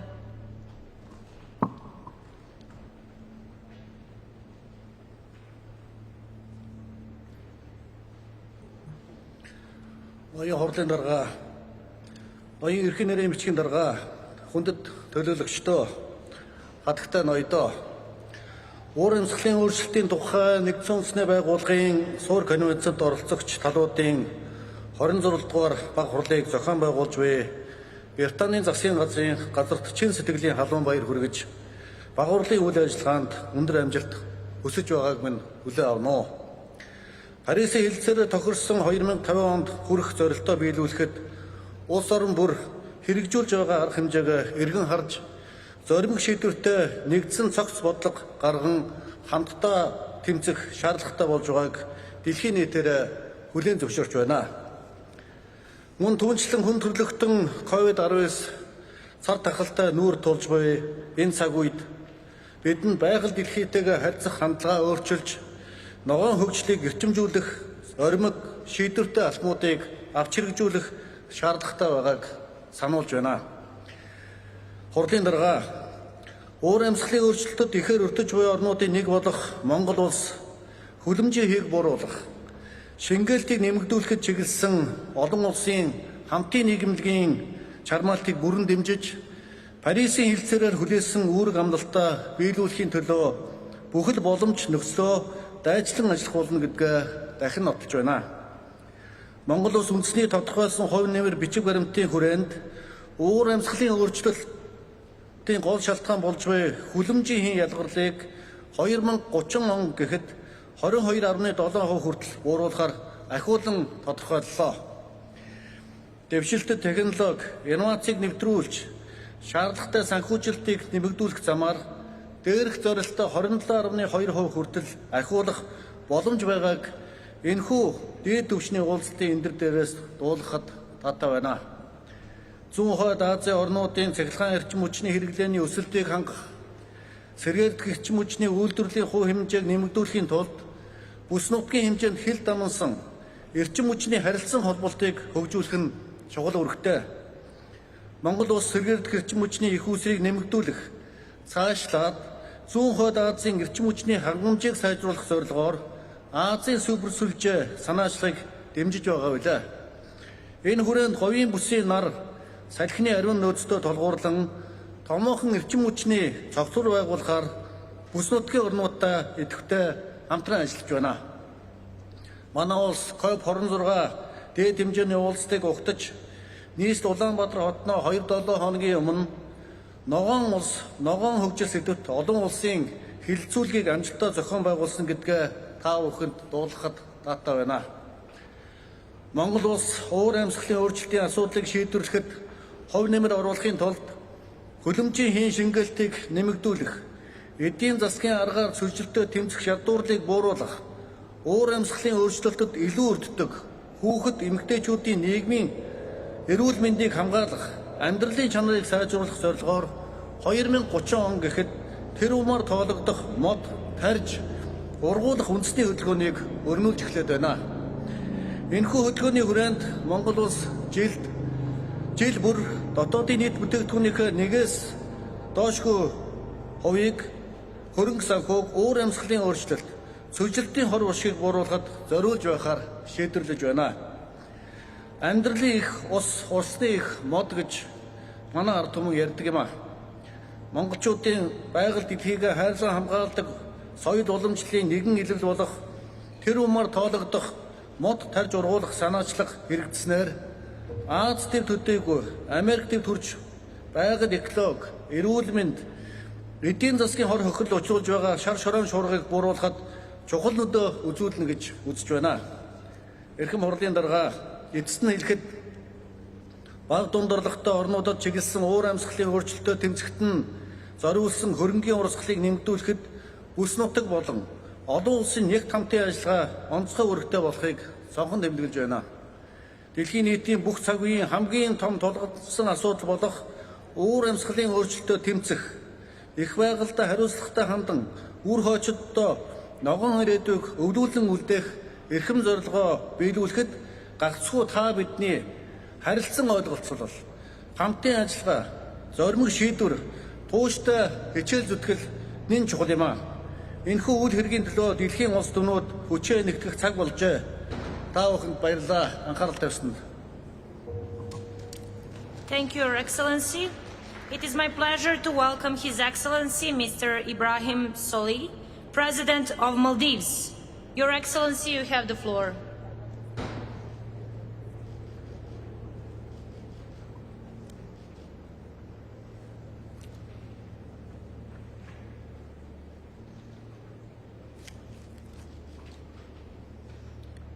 Bismillahirrahmanirrahim.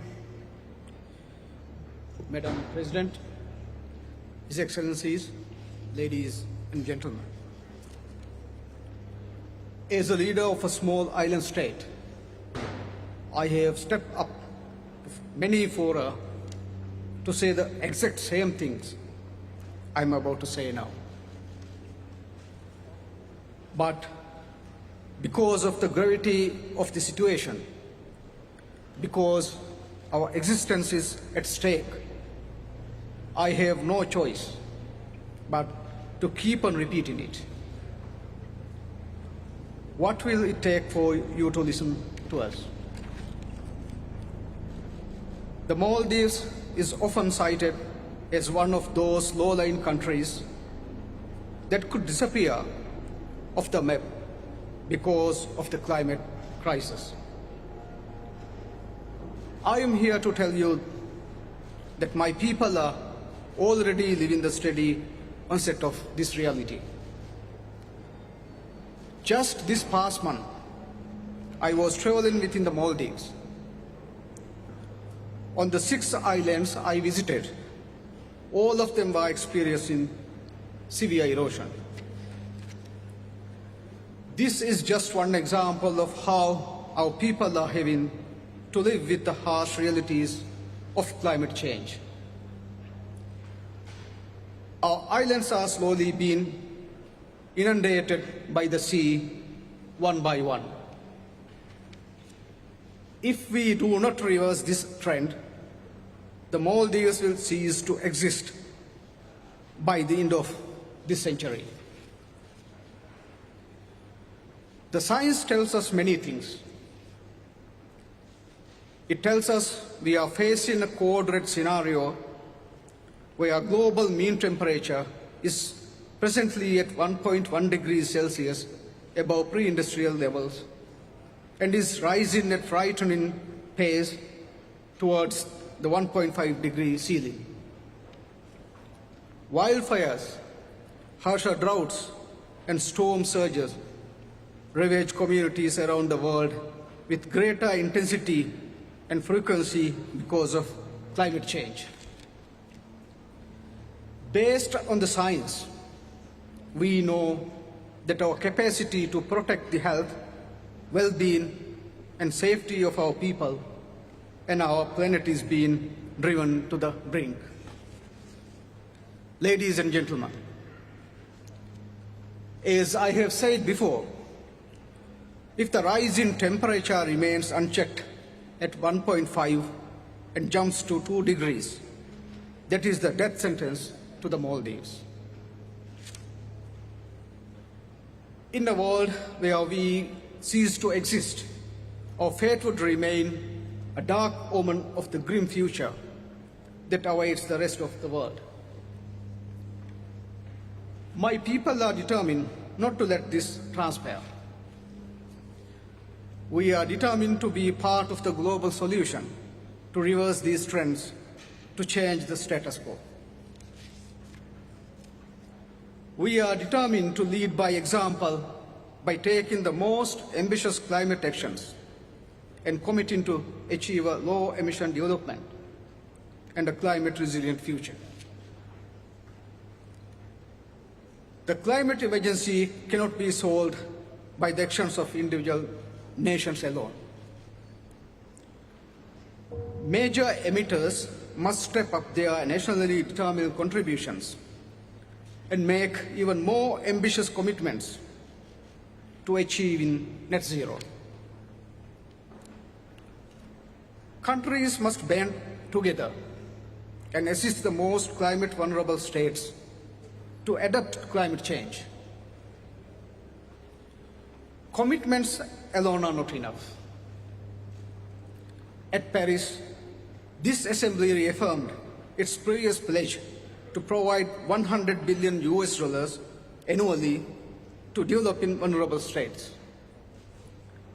I am disappointed that we are nowhere near to realizing this. Even when a project gets green light for financing under these commitments, we are mired in red tape and a myriad of reports, studies, and other assorted paperwork that render ineffective these projects mean to address the urgency imparted on our communities by climate change. We need to agree on stringent accountability measures to ensure that all commitments on climate finance are met if vulnerable states are to stand a chance. We have all decided to come to Glasgow, despite the pandemic, with common purpose. We all know that this might, in fact, be the last chance we have to get ahead of climate change. Please do not let this opportunity go to waste. I thank you. Thank you, Your Excellency.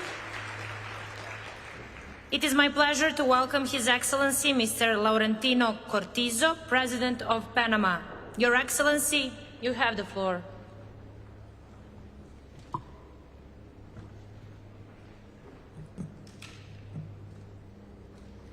Sus Excelencias, de los 193 países miembros de Naciones Unidas, solo 3 países han presentado su inventario de emisiones como carbono negativo. Repito, de los 193 países miembros de Naciones Unidas, solo 3 países han presentado su inventario de emisiones como carbono negativo. Panamá es uno de esos 3 países. Muchos de los líderes mundiales en esta cumbre han compartido los planes de sus países para lograr ser carbono neutrales para el 2030, algunos para el 2050. Nosotros, en Panamá, ya logramos ser carbono negativo, es decir, los bosques de Panamá absorben más carbono del que emitimos como país. ¿Cómo lo hicimos? Los panameños entendimos que lo que es bueno para Panamá también es bueno para el planeta. Comenzamos por respetar a los pueblos originarios y nuestros bosques, con lo cual protegimos el 33% de la superficie de nuestro país. Panamá, entre dos mares, también cuida de los océanos. Logramos proteger el 30% de nuestras áreas marítimas, adelantándonos nuevamente, esta vez por 9 años, al cumplimiento de las metas globales, lo cual nos convierte en líder mundial azul. Nuestra contribución al planeta tiene especial relevancia si se toma en cuenta que Panamá es el país con la mejor conectividad marítima y aérea de América Latina y el Caribe. Nuestro canal de Panamá, una de las principales rutas comerciales del mundo, conecta 170 países y 1.920 puertos. Señoras y señores, Panamá ha logrado ser carbono negativo con acciones concretas. Y eso es lo que la Madre Tierra necesita de los países desarrollados, la ejecución de acciones concretas. Resulta irónico que de los 100 millones comprometidos en el Acuerdo de París para apoyo verde a los países emergentes, Panamá no haya recibido nada. Hoy estamos aquí, una vez más, hablando nuevamente de fondos que deben ser destinados a incentivar a los países que lo hacen bien. Me pregunto, ¿qué respuesta concreta le va a dar esta cumbre a países como el nuestro, que no se quedan en discursos, sino que ejecutamos acciones concretas?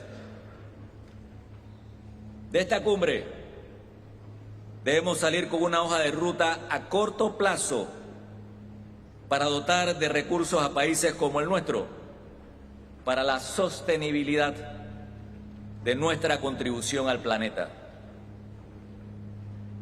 O actuamos ahora, o vamos rumbo a más desastres. Muchas gracias. Thank you, Your Excellency. It is my pleasure to welcome His Excellency Mr. Mohamed Bazoum, President of Niger. Your Excellency, you have the floor.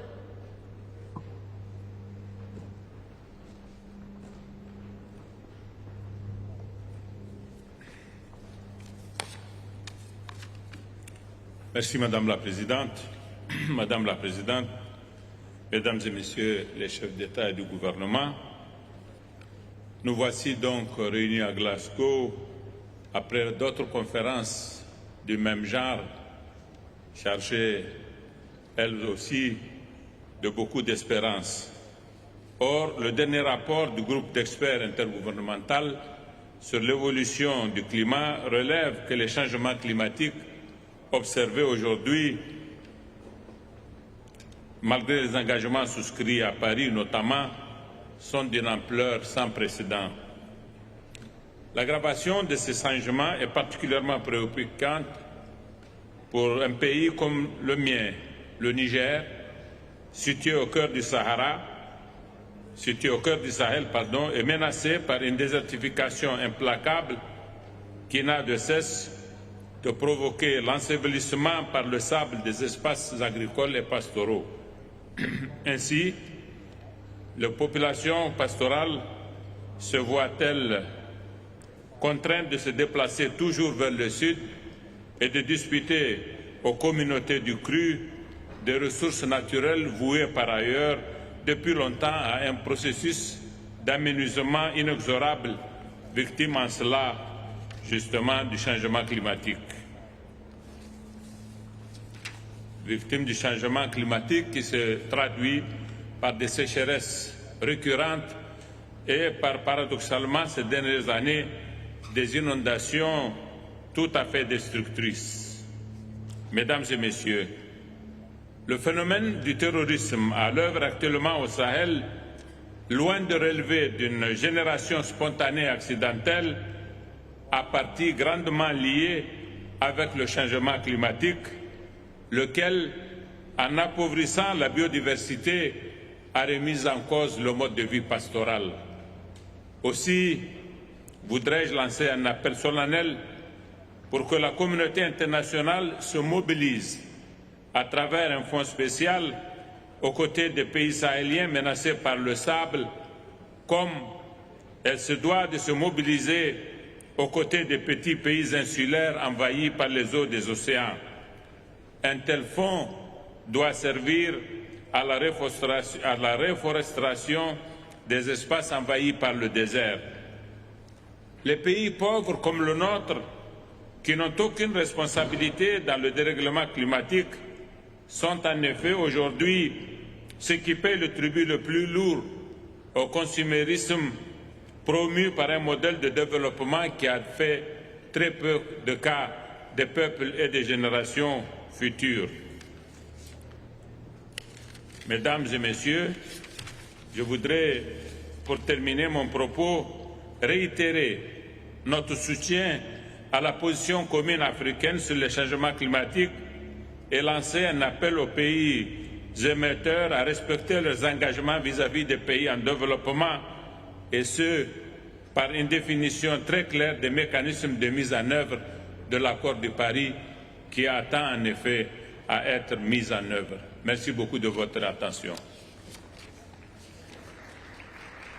Thank you, Your Excellency. Before we proceed, I would ask Excellencies to speed up their speeches since the transportation is set and it's ready for pick you up outside. Thank you. Now it is my pleasure to welcome His Excellency Mr. Hakainde Hichilema, President of Zambia. Your Excellency, you have the floor.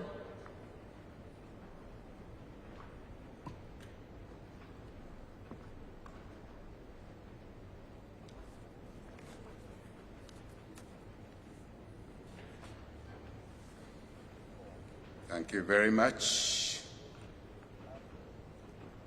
Your Excellency Boris Johnson, Prime Minister of the United Kingdom and Chairperson of the Summit.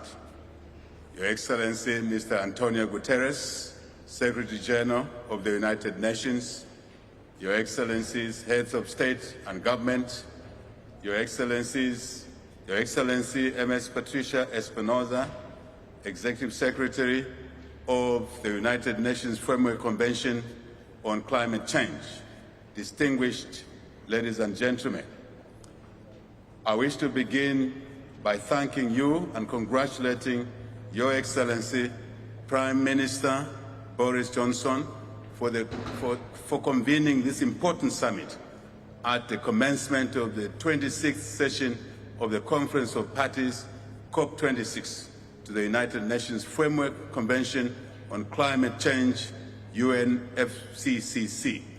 I am confident that together with the global community of nations, we will deliver the outcome that the world urgently needs for averting a climate crisis. Chairperson, science is clear that we only have a small window of opportunity to ensure that we collectively take decisive action and prevent the negative impact of climate change.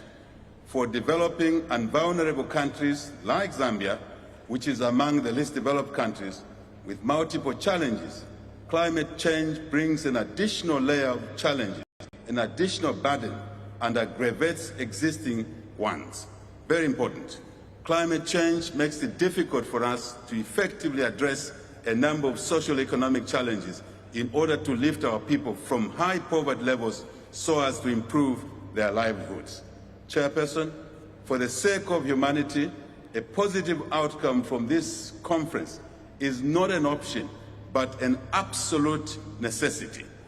We are confident that the global community will share our sense of urgency in this matter.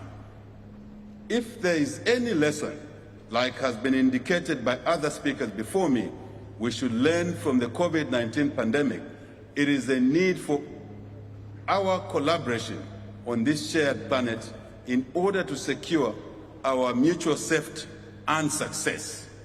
We are hopeful and confident that if the desired outcome from this summit, and indeed COP26 is achieved, we should move to agree the following. Number one, clear, deep and real cuts in greenhouse gas emissions to be addressed by all countries, with the developed countries taking the lead. Number two, adequate, predictable financing to enable the developing countries to make impactful contributions to address this critical global challenge. Number three, support with technologies and the capacities that the world needs to shift from carbon-intensive development paths to low-carbon green economies. Absolutely essential. Number four, placing a premium on adaptation measures and the support required to ensure that we safeguard the lives and livelihoods of the most vulnerable people on the planet and to protect natural ecosystems. Number five, resolving the remaining technical bottlenecks that are delaying us from unleashing the full potential of the Paris Agreement. Chairperson, Zambia is willing and ready to support your leadership and will work closely with the global community in resolving this challenge. In this regard, I'm happy to report that prior to this summit in July 2021, Zambia submitted a revised and updated nationally determined contribution to the Paris Agreement, spelling out the following ambitious efforts. Number one, we have pledged to reduce the greenhouse gas emissions by 25% based on the 2010 levels by 2030, using a combination of our own domestic resources and other support that we have traditionally received before.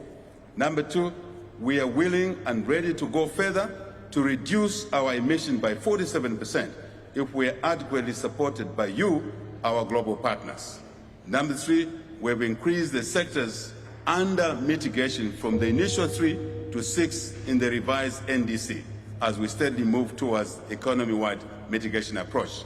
Number four, given that adaptation is critical, a critical component of our NDC, we have also developed indicators to enable us to track progress on how we are building resilience in the natural and human systems.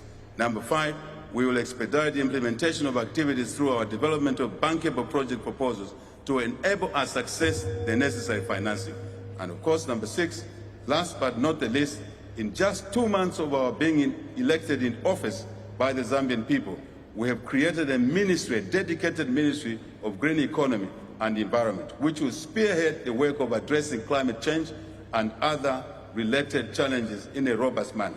Chairperson, as I conclude, I wish to emphasize the need for us all to foster a sense of urgency as we work to give our political momentum to our negotiators and encourage them to make good use of the next 2 weeks to give the world an outcome it needs from this conference.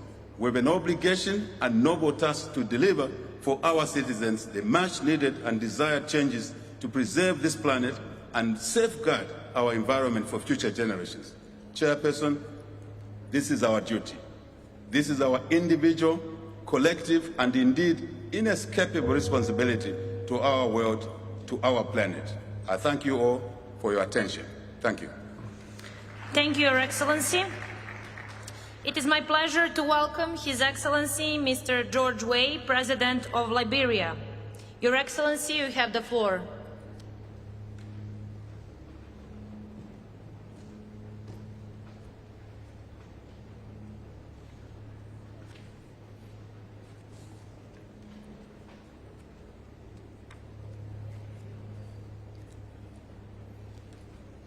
Excellency, distinguished ladies and gentlemen, this year COP26 is taking place at a time when the world is having to learn to live with the devastating and disruptive consequences of the deadly coronavirus pandemic.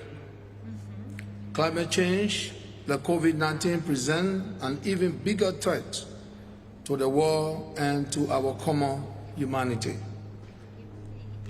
We have therefore gathered here at this 26th United Nations Climate Change Conference to seek common action to save our planet and bring equity and fairness to how we achieve this objective under the Paris Accord on climate change. We are all aware that there is an inherent imbalance in the current architecture of climate financing. Countries like Liberia, who maintain and protect the largest remaining tracts of forest reserves, receive the lowest benefit for these ecosystem services. We who are the richest in terms of forest resources and biodiversity are the poorest in terms of socio-economic development.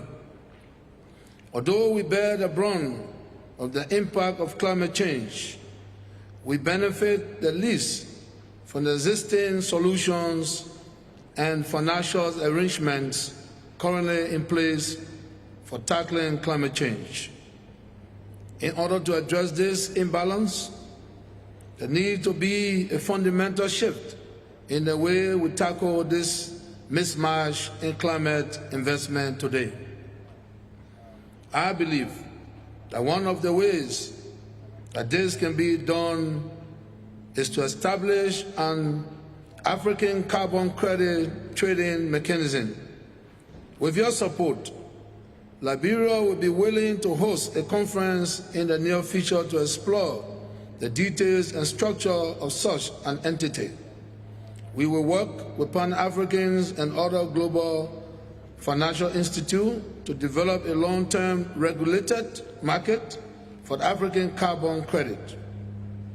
I am convinced that this initiative will increase the chances of all African countries that depend on their forest reserve to attain sustainable economic growth and national development in line with the vision set out in the 2030 Agenda.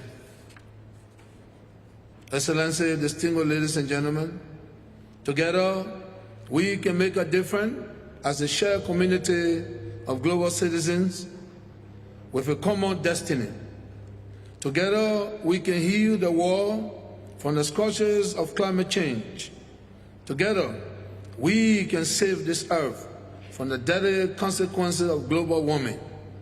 Together we can bring humankind into harmony with nature.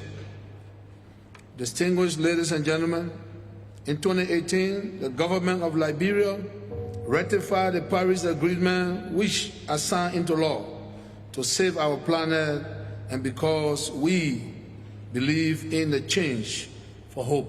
I thank you.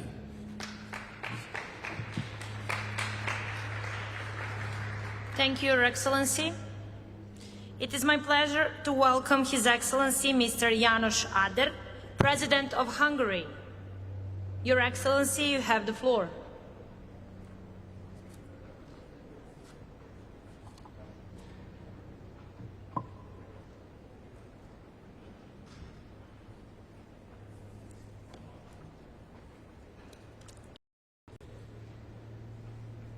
Kritikus pillanatban vagyunk, az óra ketyeg, a 24. órában vagyunk.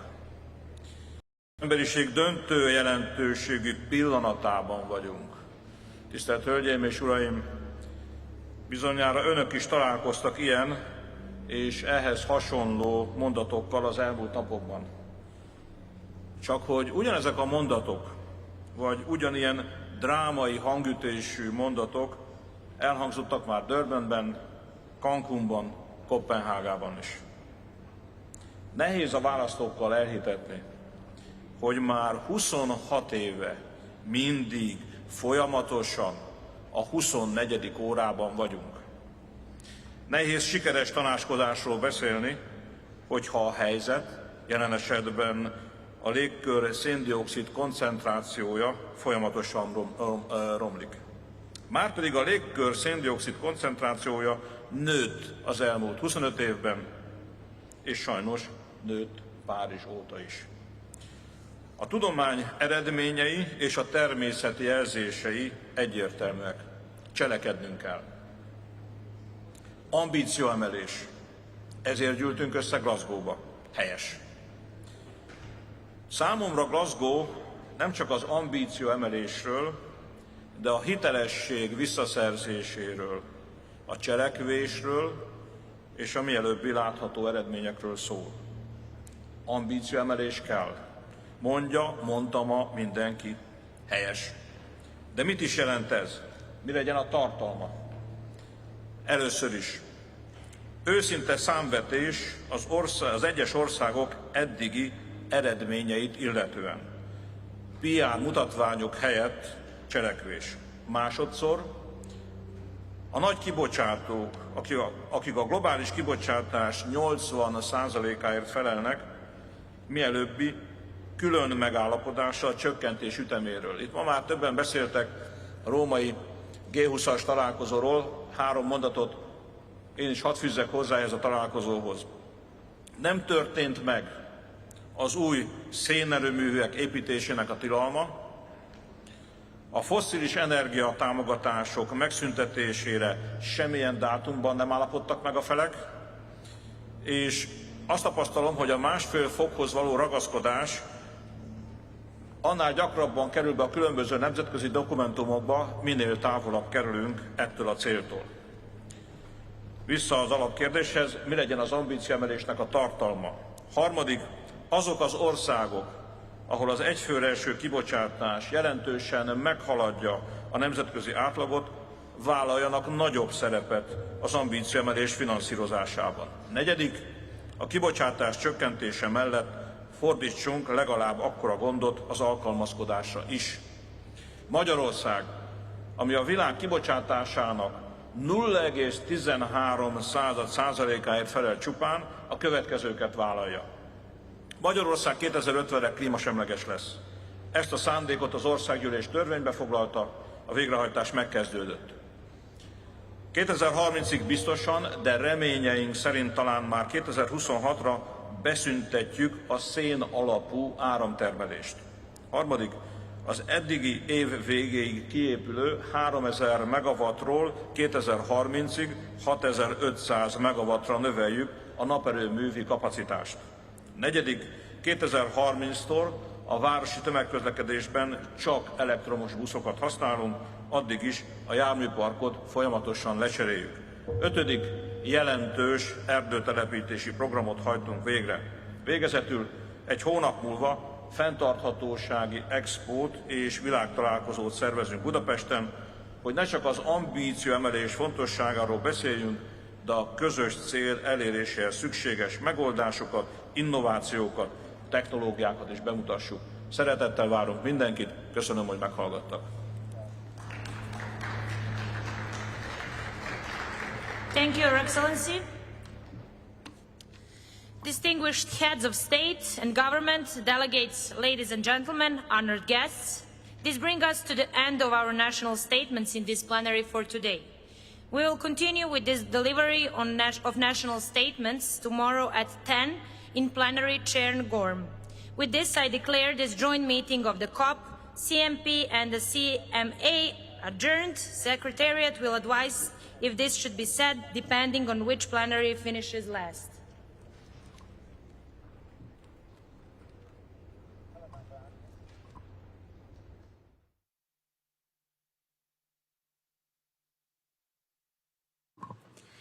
Now that we have finished the high-level segment for today, we will have a short interval with leading non-state actor voices on stage. I would now like to welcome Dr. Salim Hugh, Director of the International Center for Climate Change and Development, Kristalina Georgieva, Managing Director of the International Monetary Fund, and David Malpass, President of the World Bank, to the stage on the theme of finance and resilience. Thank you very much, Madam President. Excellencies, distinguished delegates, ladies and gentlemen, good afternoon. It's a pleasure to join you today on behalf of the Race to Resilience campaign and communities around the world, including my own in Bangladesh, who are already living with the impacts of a changed climate. We know the scale of the challenge we are facing. It doesn't matter where you live or where you govern. Floods are devastating in Germany and Bangladesh, and indeed in Scotland in the last few days, as we saw here. Droughts ruin livelihoods in California and the Sahel. Extreme heat is already a reality for most people and is proliferating. That is my first message. Adapting to climate change and building resilience is a call for everyone, all countries, rich and poor. It is also why it is so important we place adaptation and resilience on par with mitigation in terms of actions and investments. It is adapt or die unless we take action now. My second message is about the frontline communities who are the most vulnerable to the impacts of climate change.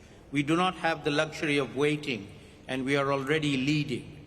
Let me give you an example from my country, Bangladesh, which is one of the most vulnerable countries to the impacts of climate change, with a very low-lying coastal population already feeling the impacts of salinity from sea level rise. But they are not sitting idle. They are taking actions. Farmers are growing salt-tolerant varieties of rice. We have one of the best cyclone warning and evacuation systems in the world, and people are taking actions themselves. We need to build on these stories, and there are many, many more in other vulnerable developing countries where we can share knowledge and support locally led adaptation to climate change. The good news is that this is happening. To support the efforts already underway by non-state actors, the COP26 President helped launch the Race to Resilience. This has mobilized a global coalition of partners who are taking action to build the resilience of urban, rural, and coastal communities in over 100 countries. Their actions will reach over 2 billion people who are exposed to climate hazards and help regenerate systems of nature which are vital to both mitigation and resilience.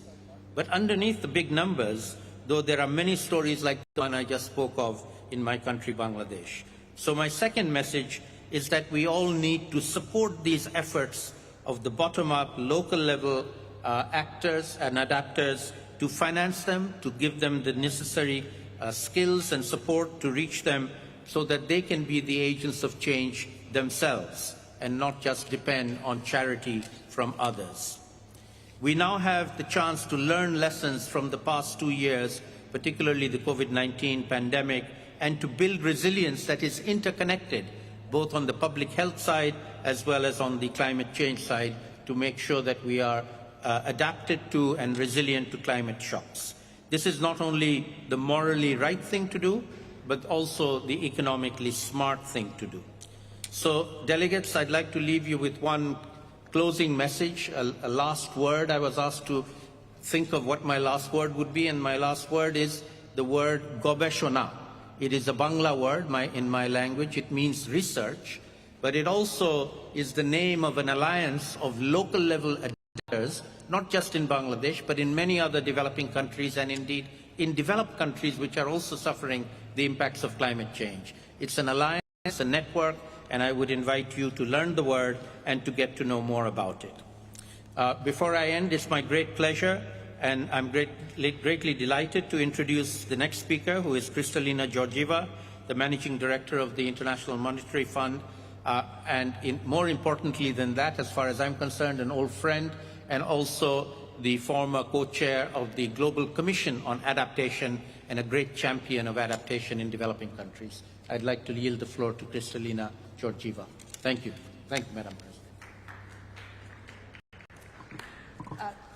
Thank you very much, Salim. Because we failed to cut emissions on time and scale necessary to protect our beautiful planet, adaptation needs are going up and up and up. For developing countries alone, in this decade, they are to spend somewhere between $140 and $300 billion. And if we continue to drag our feet, that is going to double. So communities are acting, as we heard from Salim. Policymakers also have a responsibility to act. First, they need to understand the vulnerabilities of their countries. In other words, we need to have good assessments, and that assessments need to inform investment decisions. They need to make sure that there are early warning systems, resilient infrastructure, social protection programs, so when families are hit, help is on the way. And I'm proud my institution is working in that regard. Second, they need to eliminate barriers to adaptation. There has to be access to insurance for everyone, and there has to be prohibition on excessive risk-taking so societies are better protected. And third, they need to provide incentives for the private sector to step forward and deliver climate-resilient agriculture, smart cities, all the things that make us stronger in the face of climate change. We all have a role to play. In my institution, the IMF, we work with vulnerable countries to help them assess their risks and put in place strategies to mitigate them. And most recently, we have received support to create a new financial instrument. We call it Resilience and Sustainability Trust. It will be there to provide long-term financing on concessional terms to vulnerable countries, small island states, countries affected by droughts and floods, so they can have the financial resources necessary to be strong in the face of climate shocks to come. I am proud that we put adaptation on equal footing with mitigation in our work, as did the World Bank, and I know next speaker would be the World Bank President. Thank you.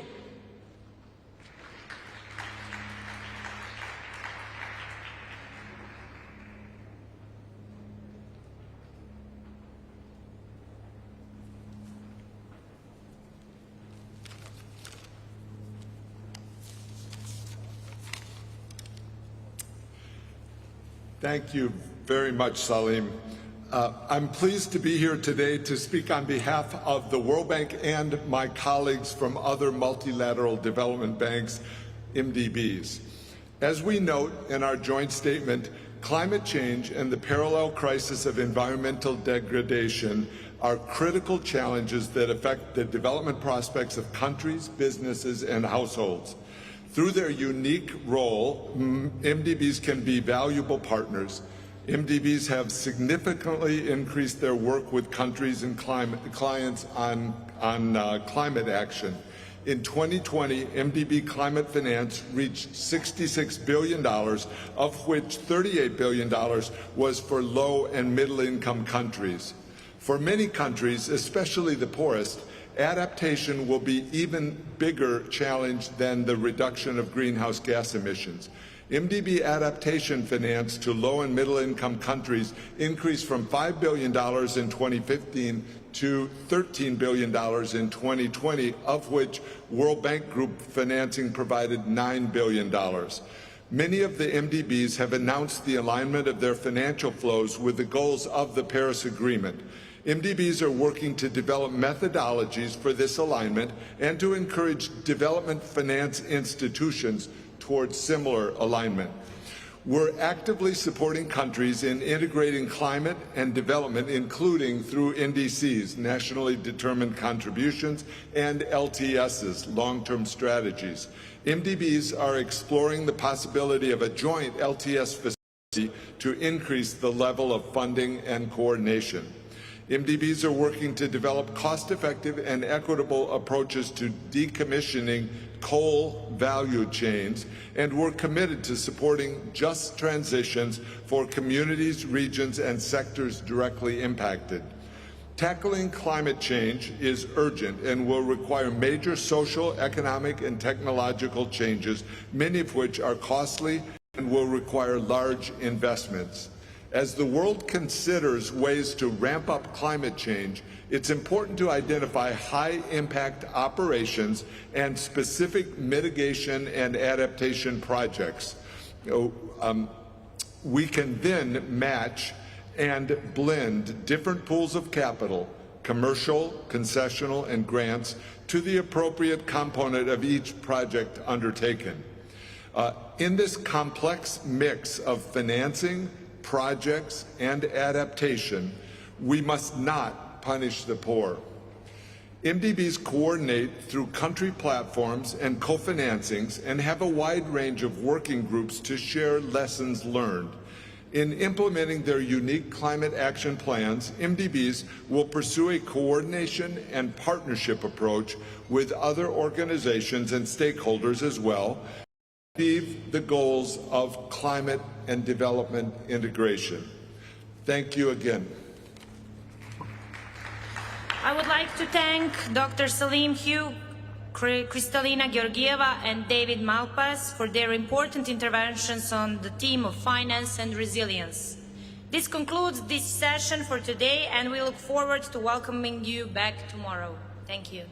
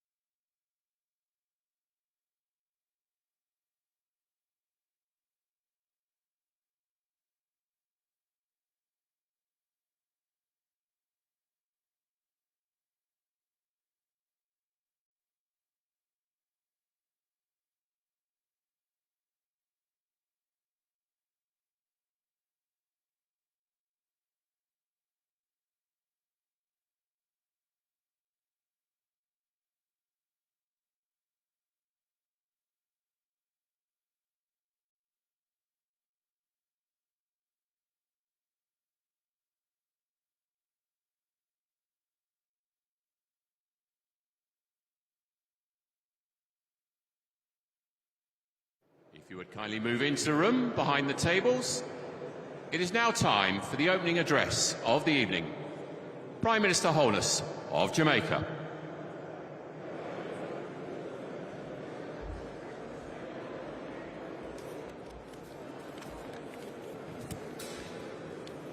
Your Royal Highnesses,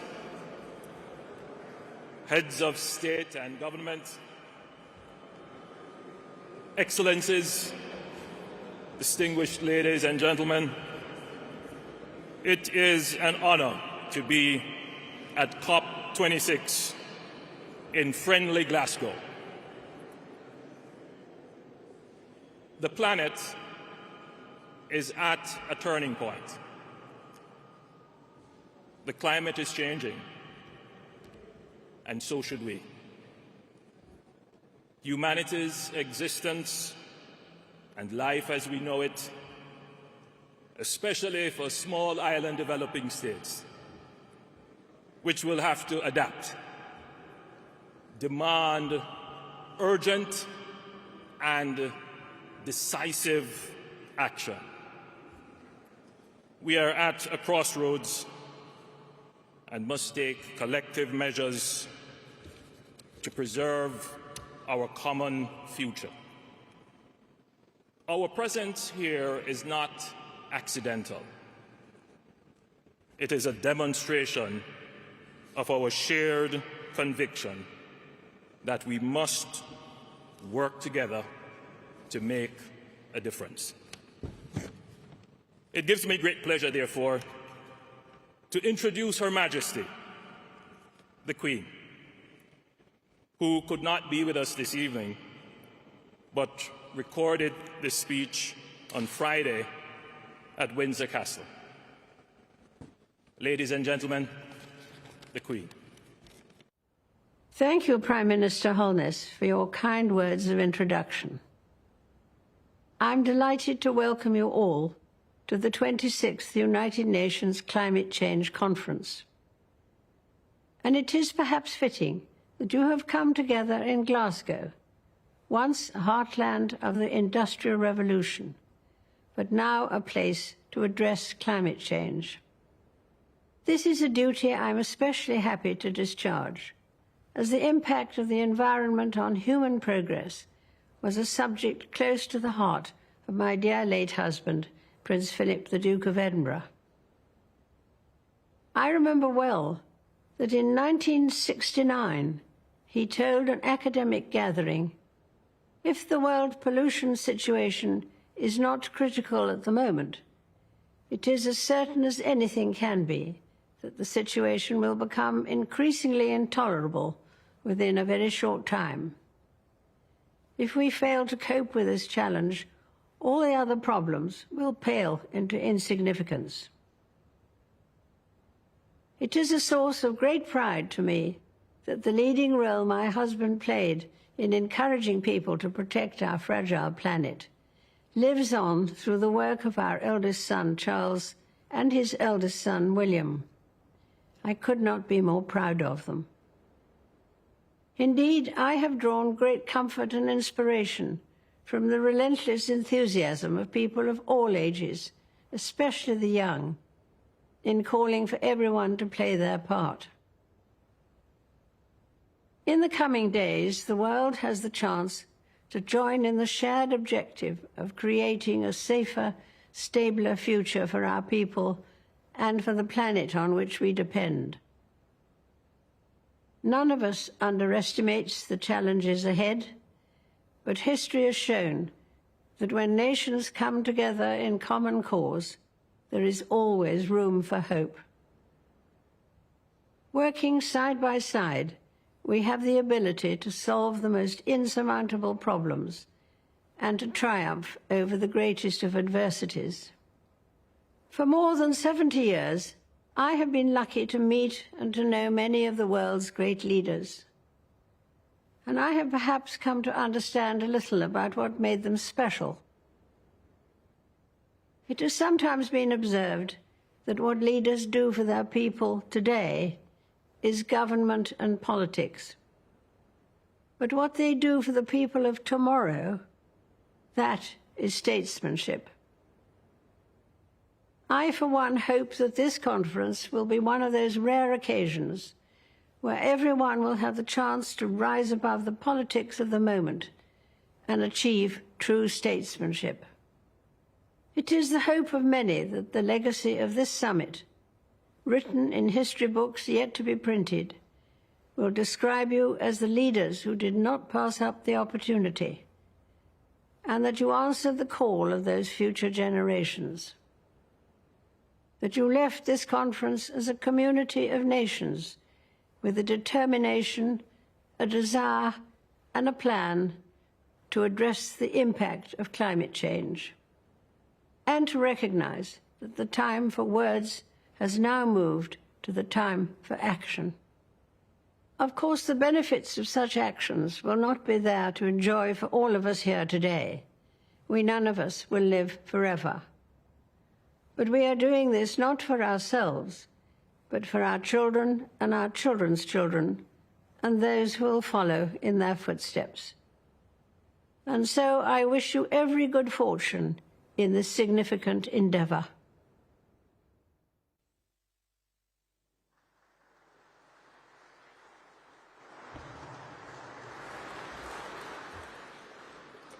Your Royal Highnesses, ladies and gentlemen, I just want to thank Her Majesty the Queen for that wonderful expression of sympathy for our labours today and tomorrow and in the course of the next few days. What we've got today, as Her Majesty alluded to, is the biggest gathering of world leaders in this country since the foundation of the UN at the end of the Second World War. And it's quite extraordinary, a historic event. But in a way, what we're doing today is even more important, because we face nothing less than a mortal threat to our planet and to our civilization, to our way of life. And our voters now want us to fix it. And as Her Majesty said, we have a royal family that is deeply dedicated to these issues. And you heard me earlier on say that this was a job for Bond. Were you paying any attention to what I said earlier on? I said this was a job for James Bond. Well, we have somebody, luckily, who drives an electric Aston Martin, as far as I know, and who has a plan that you will have heard earlier on to defuse the ticking time bomb and to get the private sector involved in greening the world, and I thought it was very, very well set out today. So I just want to say, forgive me for Your Royal Highness for pointing this out, but I think that you have been a prophet without honour for too long in this matter, and you've been right for a very long time, and thank you for the leadership that you have shown. I'm very, very grateful indeed. And it's true, isn't it? It's true. And I just want to say, I want to pick up on what one of the young delegates said today, a young woman called Nisreen. Were you in the session with Nisreen? And Nisreen said she wanted COP to be a coup. Do you remember that? And she said she didn't want any of you to sustain, unfortunately, a coup while your backs were turned here in Glasgow. That would be very unfortunate. None of us would want that. What she meant was that she wanted COP to be a coup in the sense of a great achievement, a great blow for progress and for the advance of humanity. And she's right, isn't she? And how do you turn COP into coup? What do you add to turn COP into coup? You add you. You add you, because it's a very simple idea. You add you. You can make the difference.